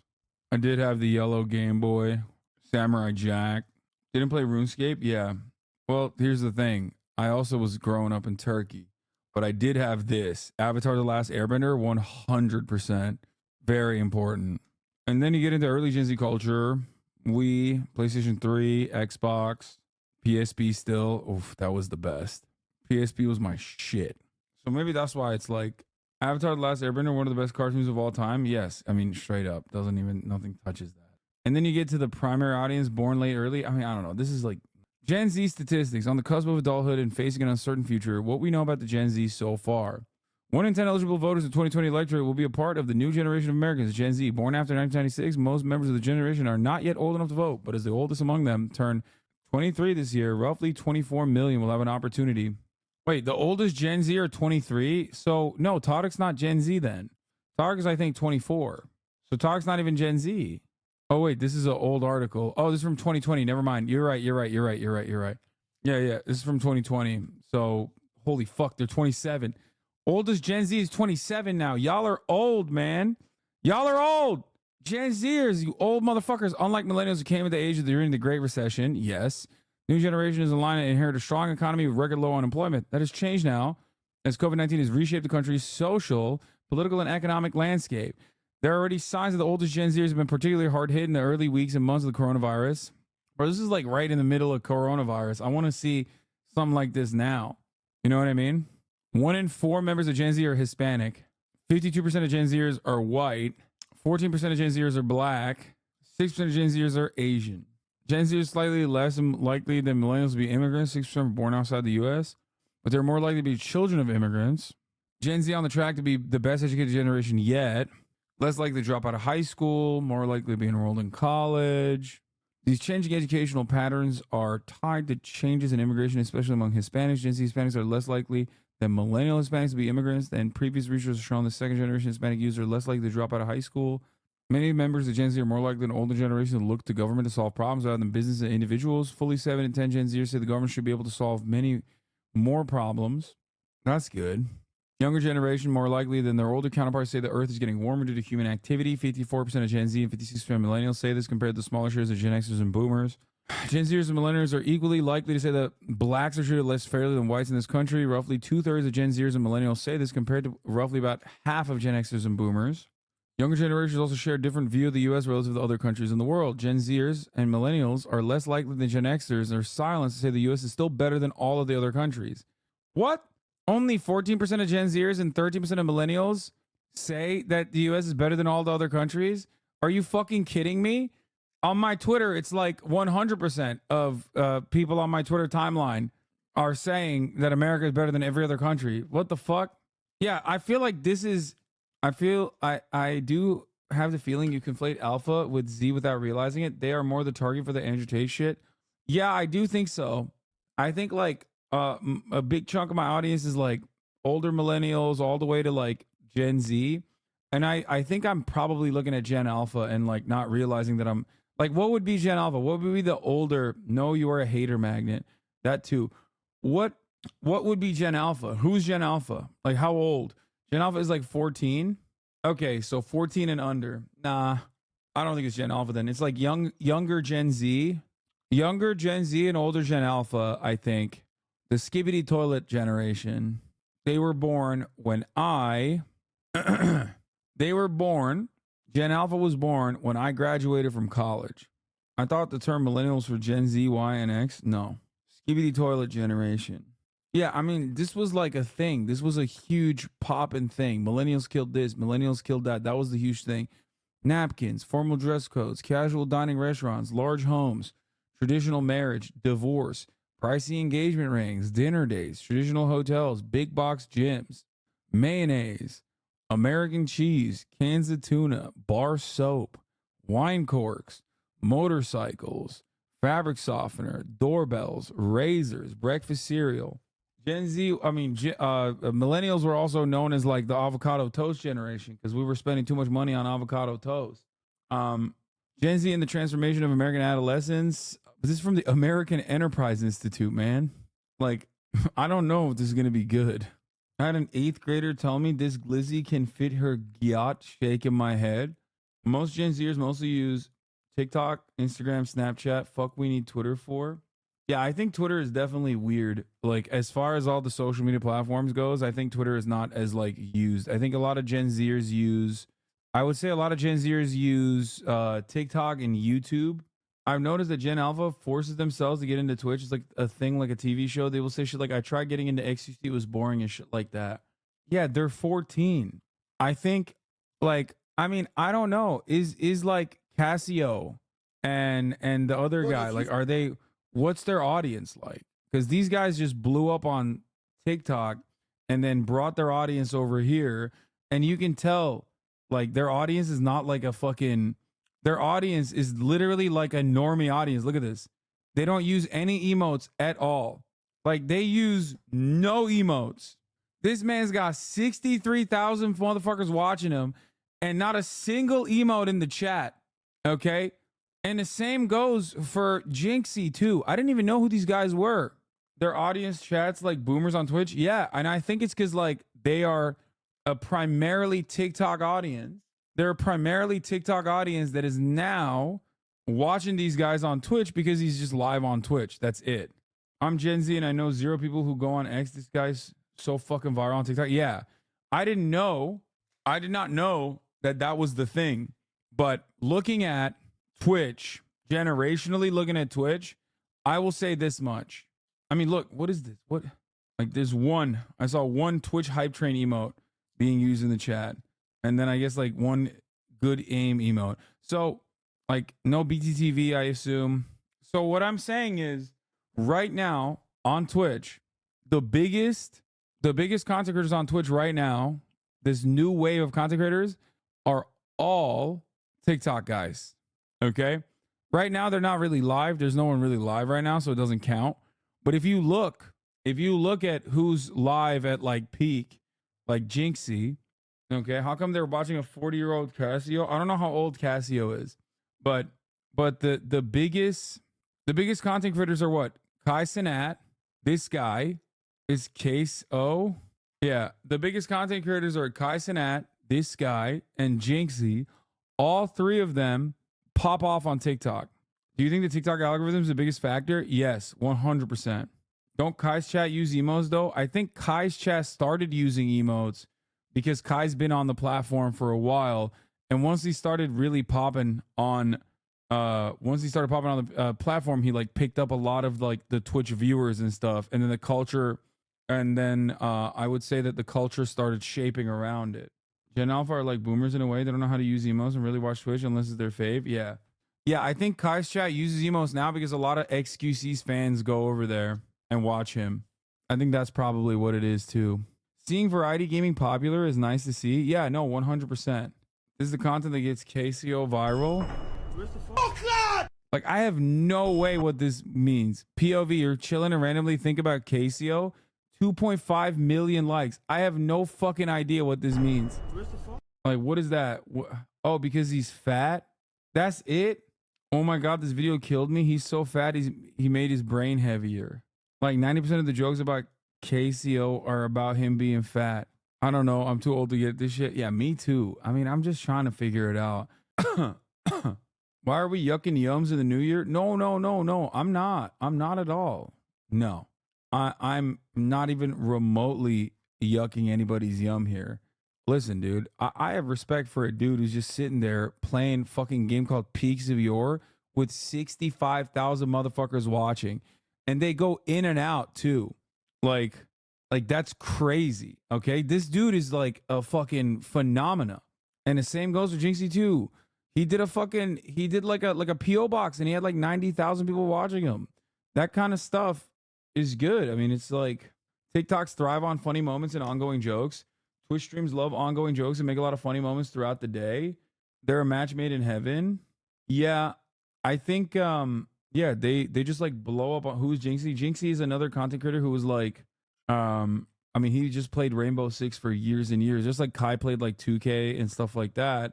And then they just blew up on TikTok, and then they very quickly were able to like move their audience from TikTok to Twitch. But yeah, no, it's like, it's crazy. This guy's been trying to sell me billboard advertisements for like the past month, by the way. You need to advertise billboards. No algorithms controlling who see billboards. Have artists in the community create something and community vote on top submission. This guy has said this so many times, dude. Why are you not advertising? You need to get your numbers up. New Year's resolution. No algorithms. Control who sees billboards. How old are you, chatter? What are you, like 55 years old? Are you a billboard salesman? The fuck? He's like, no, I got you, man. Just do billboards. Anyway, he's Mr. Billboard. Billion Board. Have you met fans who aren't 18 plus, or do you think all your audience is like 18 plus? No, my audience is mostly 18 plus. I'm sure I've met people that are under the age of 18 at like convention and stuff, but I've never, from what my friend tells me, Jinxie is Gen Z Tyler 1, but he plays Rainbow Six instead of League. Yeah, no, exactly. And he also speaks really weird. Maybe if you played games, they clip it for TikTok. Dude, I do play games. He has Tourette's. Oh, he has tics. No, but he rolls his R when he speaks. That's not a tic, I don't think. My 7th graders talk like Jinxie. Oh my God. Yeah, he rolls his R's on words that have no R's. I don't get how he does it. It's like Ice Spice. You know what I mean? You know how like Ice Spice does that? He has 140,000 Twitch subs, by the way. 140,000. This kid's out of control. And he did it in like literally he came out of nowhere in like 1 year. You gotta do funny collabs on stream. That's what pops off on TikTok, like how your podcast is. No, I just need to. I do need to do more TikTok, but I just like I get banned a lot, so it doesn't fucking. I get my shit like absolutely clapped, dude. Like I can post the most innocuous TikTok and it'll fucking get clapped. Like I just gotta do more. Every time I go work, I gotta do more shit like this. I think just like random videos. TikTok fucking hates you. I think TikTok, the application, hates me. I think there's plenty of people who would be fans as well. Also, TikTok, if you say TikTok fucking hates you, that's a self-report. That just simply means that like the TikToks that are served to you are anti-Hassan. Anyway, you need to be hot and TikTok will love you. They love to thirst. Yeah. Yeah, Reddit After Dark posts my shit all the time, and those TikToks do incredibly well. Reddit After Dark is the page that, like, look at this. They post TikToks of mine and they bang, dude. Some of them don't, but there's ones that definitely, with the ones that slap pretty hard. They post nonstop, though. A lot of TikTok in the USA is run by former NATO and State Department motherfuckers, so they just shadow ban you? I don't think so. This gaming short did decent. What is that? Who is that? Okay, I'm closing the door. Goodbye. Bye. I think whoever was outside might not be alive no more. Mamma mia, I'm open. Oh God! Oh my God! Hassan, are you drunk? You looked right out and his ass got ate. This is one popped off. I like Hassan. Oh, of course. I love Yeah. Hassan too. He's intimidating though. I remember one time at a Bro, party. this is from 2022. What are we talking about? This one popped off last December. Have you played Doki Doki Literature Club? Is a dating game that'd be fun to watch you play it? Yes, of course. I think what I need to do, honestly, is just be fucking right wing. That's what I need to do. Just be right wing. Bro posted a clip from the Trump administration. Yeah. Like when we had a fucking real goat as the president. Yeah, this is fun. This is the last note I'm going to end it on. Almost 10 years ago, we watched this film thinking, this guy's batshit. Imagine if people were like that IRL. And now there are thousands of Lou Blooms on the internet chasing clout without an ounce of shame. Wild. So many TikTok influencers seem like they are half a step away from being this guy. So many of them are that guy. The movie is Nightcrawler, chat. And yes, like especially kick streamers. I think your content is also way too different from what the new younger viewers want. Like Casio and Jinxie pop up because you can pop in at any time and viewers either make a fat joke or see Jinxie being wild. Like the spontaneous nature of it is what attracts younger viewers, in my opinion. Your content is much more reliant on long-form sustained entertainment rather than short, funny moments compared to the new wave. Yeah. Just start posting shut up racist memes on Twitter and your account will pop off. There's a ton of them popping off right now. I report them all the time and they'll get suspended even though they're just a step away from saying the N-word. Yeah. For TikTok, I need to be like a fucking NATO liberal. And then for Twitter, I need to be a straight virulent racist. Okay. That's the goal. Chat. In the new year, I've decided Twitch is where I just say what I truly mean. And then everywhere else, I am just leaning into whatever the fuck pops off. Okay. On YouTube, I'm doing like every minority taking L's, all marginalized people taking L's account. Okay. And then on TikTok, I'm just like, here's why America's bombing campaigns are always correct and why you mustn't talk shit about that lest you be branded as a hater and a lover of Saddam Hussein and Osama bin Laden. All the chatters trickling in has so people hate. Doing a Ludwig tier list, but for minorities, yeah. Anyway, love you guys. See you tomorrow. Tomorrow is Monday. It's News Day. Sunny Los Angeles, California, says her song. The starlight to the starlight to the topic just begun. All right. Bye, everybody. Peace. There he is again. Her sun is streaming. Her sun is streaming. There he is again. Her sun is streaming. Her sun is streaming. Reviewing the P.O. box, Uncle Uger's face.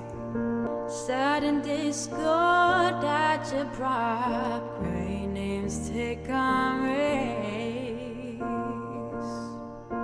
Tiny Bernie Sanders, LGBTQ F-Force. The whole left at your fingertips, on it at your door. The H3 Crowder debate, the Young Turks online show.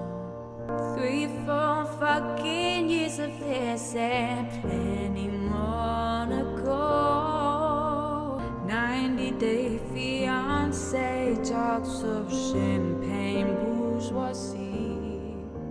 A Trump rally live reaction, a mess riot at DC. There he is again, the sun is streaming, the sun is streaming. There he is again, the sun is streaming, the sun is streaming. Reading live stream fail comments, Austin show chat fights, and all the ways the right-wing pipeline can suck you in a line. JCS let's react. Floor frame gets broken, cover blown. A full-blown mass pandemic, monsters streaming in your home. Total radicalization coming out. The system you were taught to trust in was broken the whole time. All these daily streams, whether big or whether small, have helped me and so many find some meaning through it. There is again, a sun is streaming, a sun is streaming. There is again, a sun is streaming, a sun is streaming. Ready, everyone? Ready, chat? This is the new and improved bridge. Hey, what can you say? The 3-minute ad is through, but he'll play no pixel soon. Can't wait. Hey, what can you say? The 3-minute ad is through, but he'll 90 days soon. Can't wait. Ba-da-da-da-da-da. Hey, what can you say? The 3-minute ad is through, but he'll debate viewers soon. Can't wait. Hey, what can you say? The 3-minute ad is through, but it'll stop with the ad break soon. Can't wait.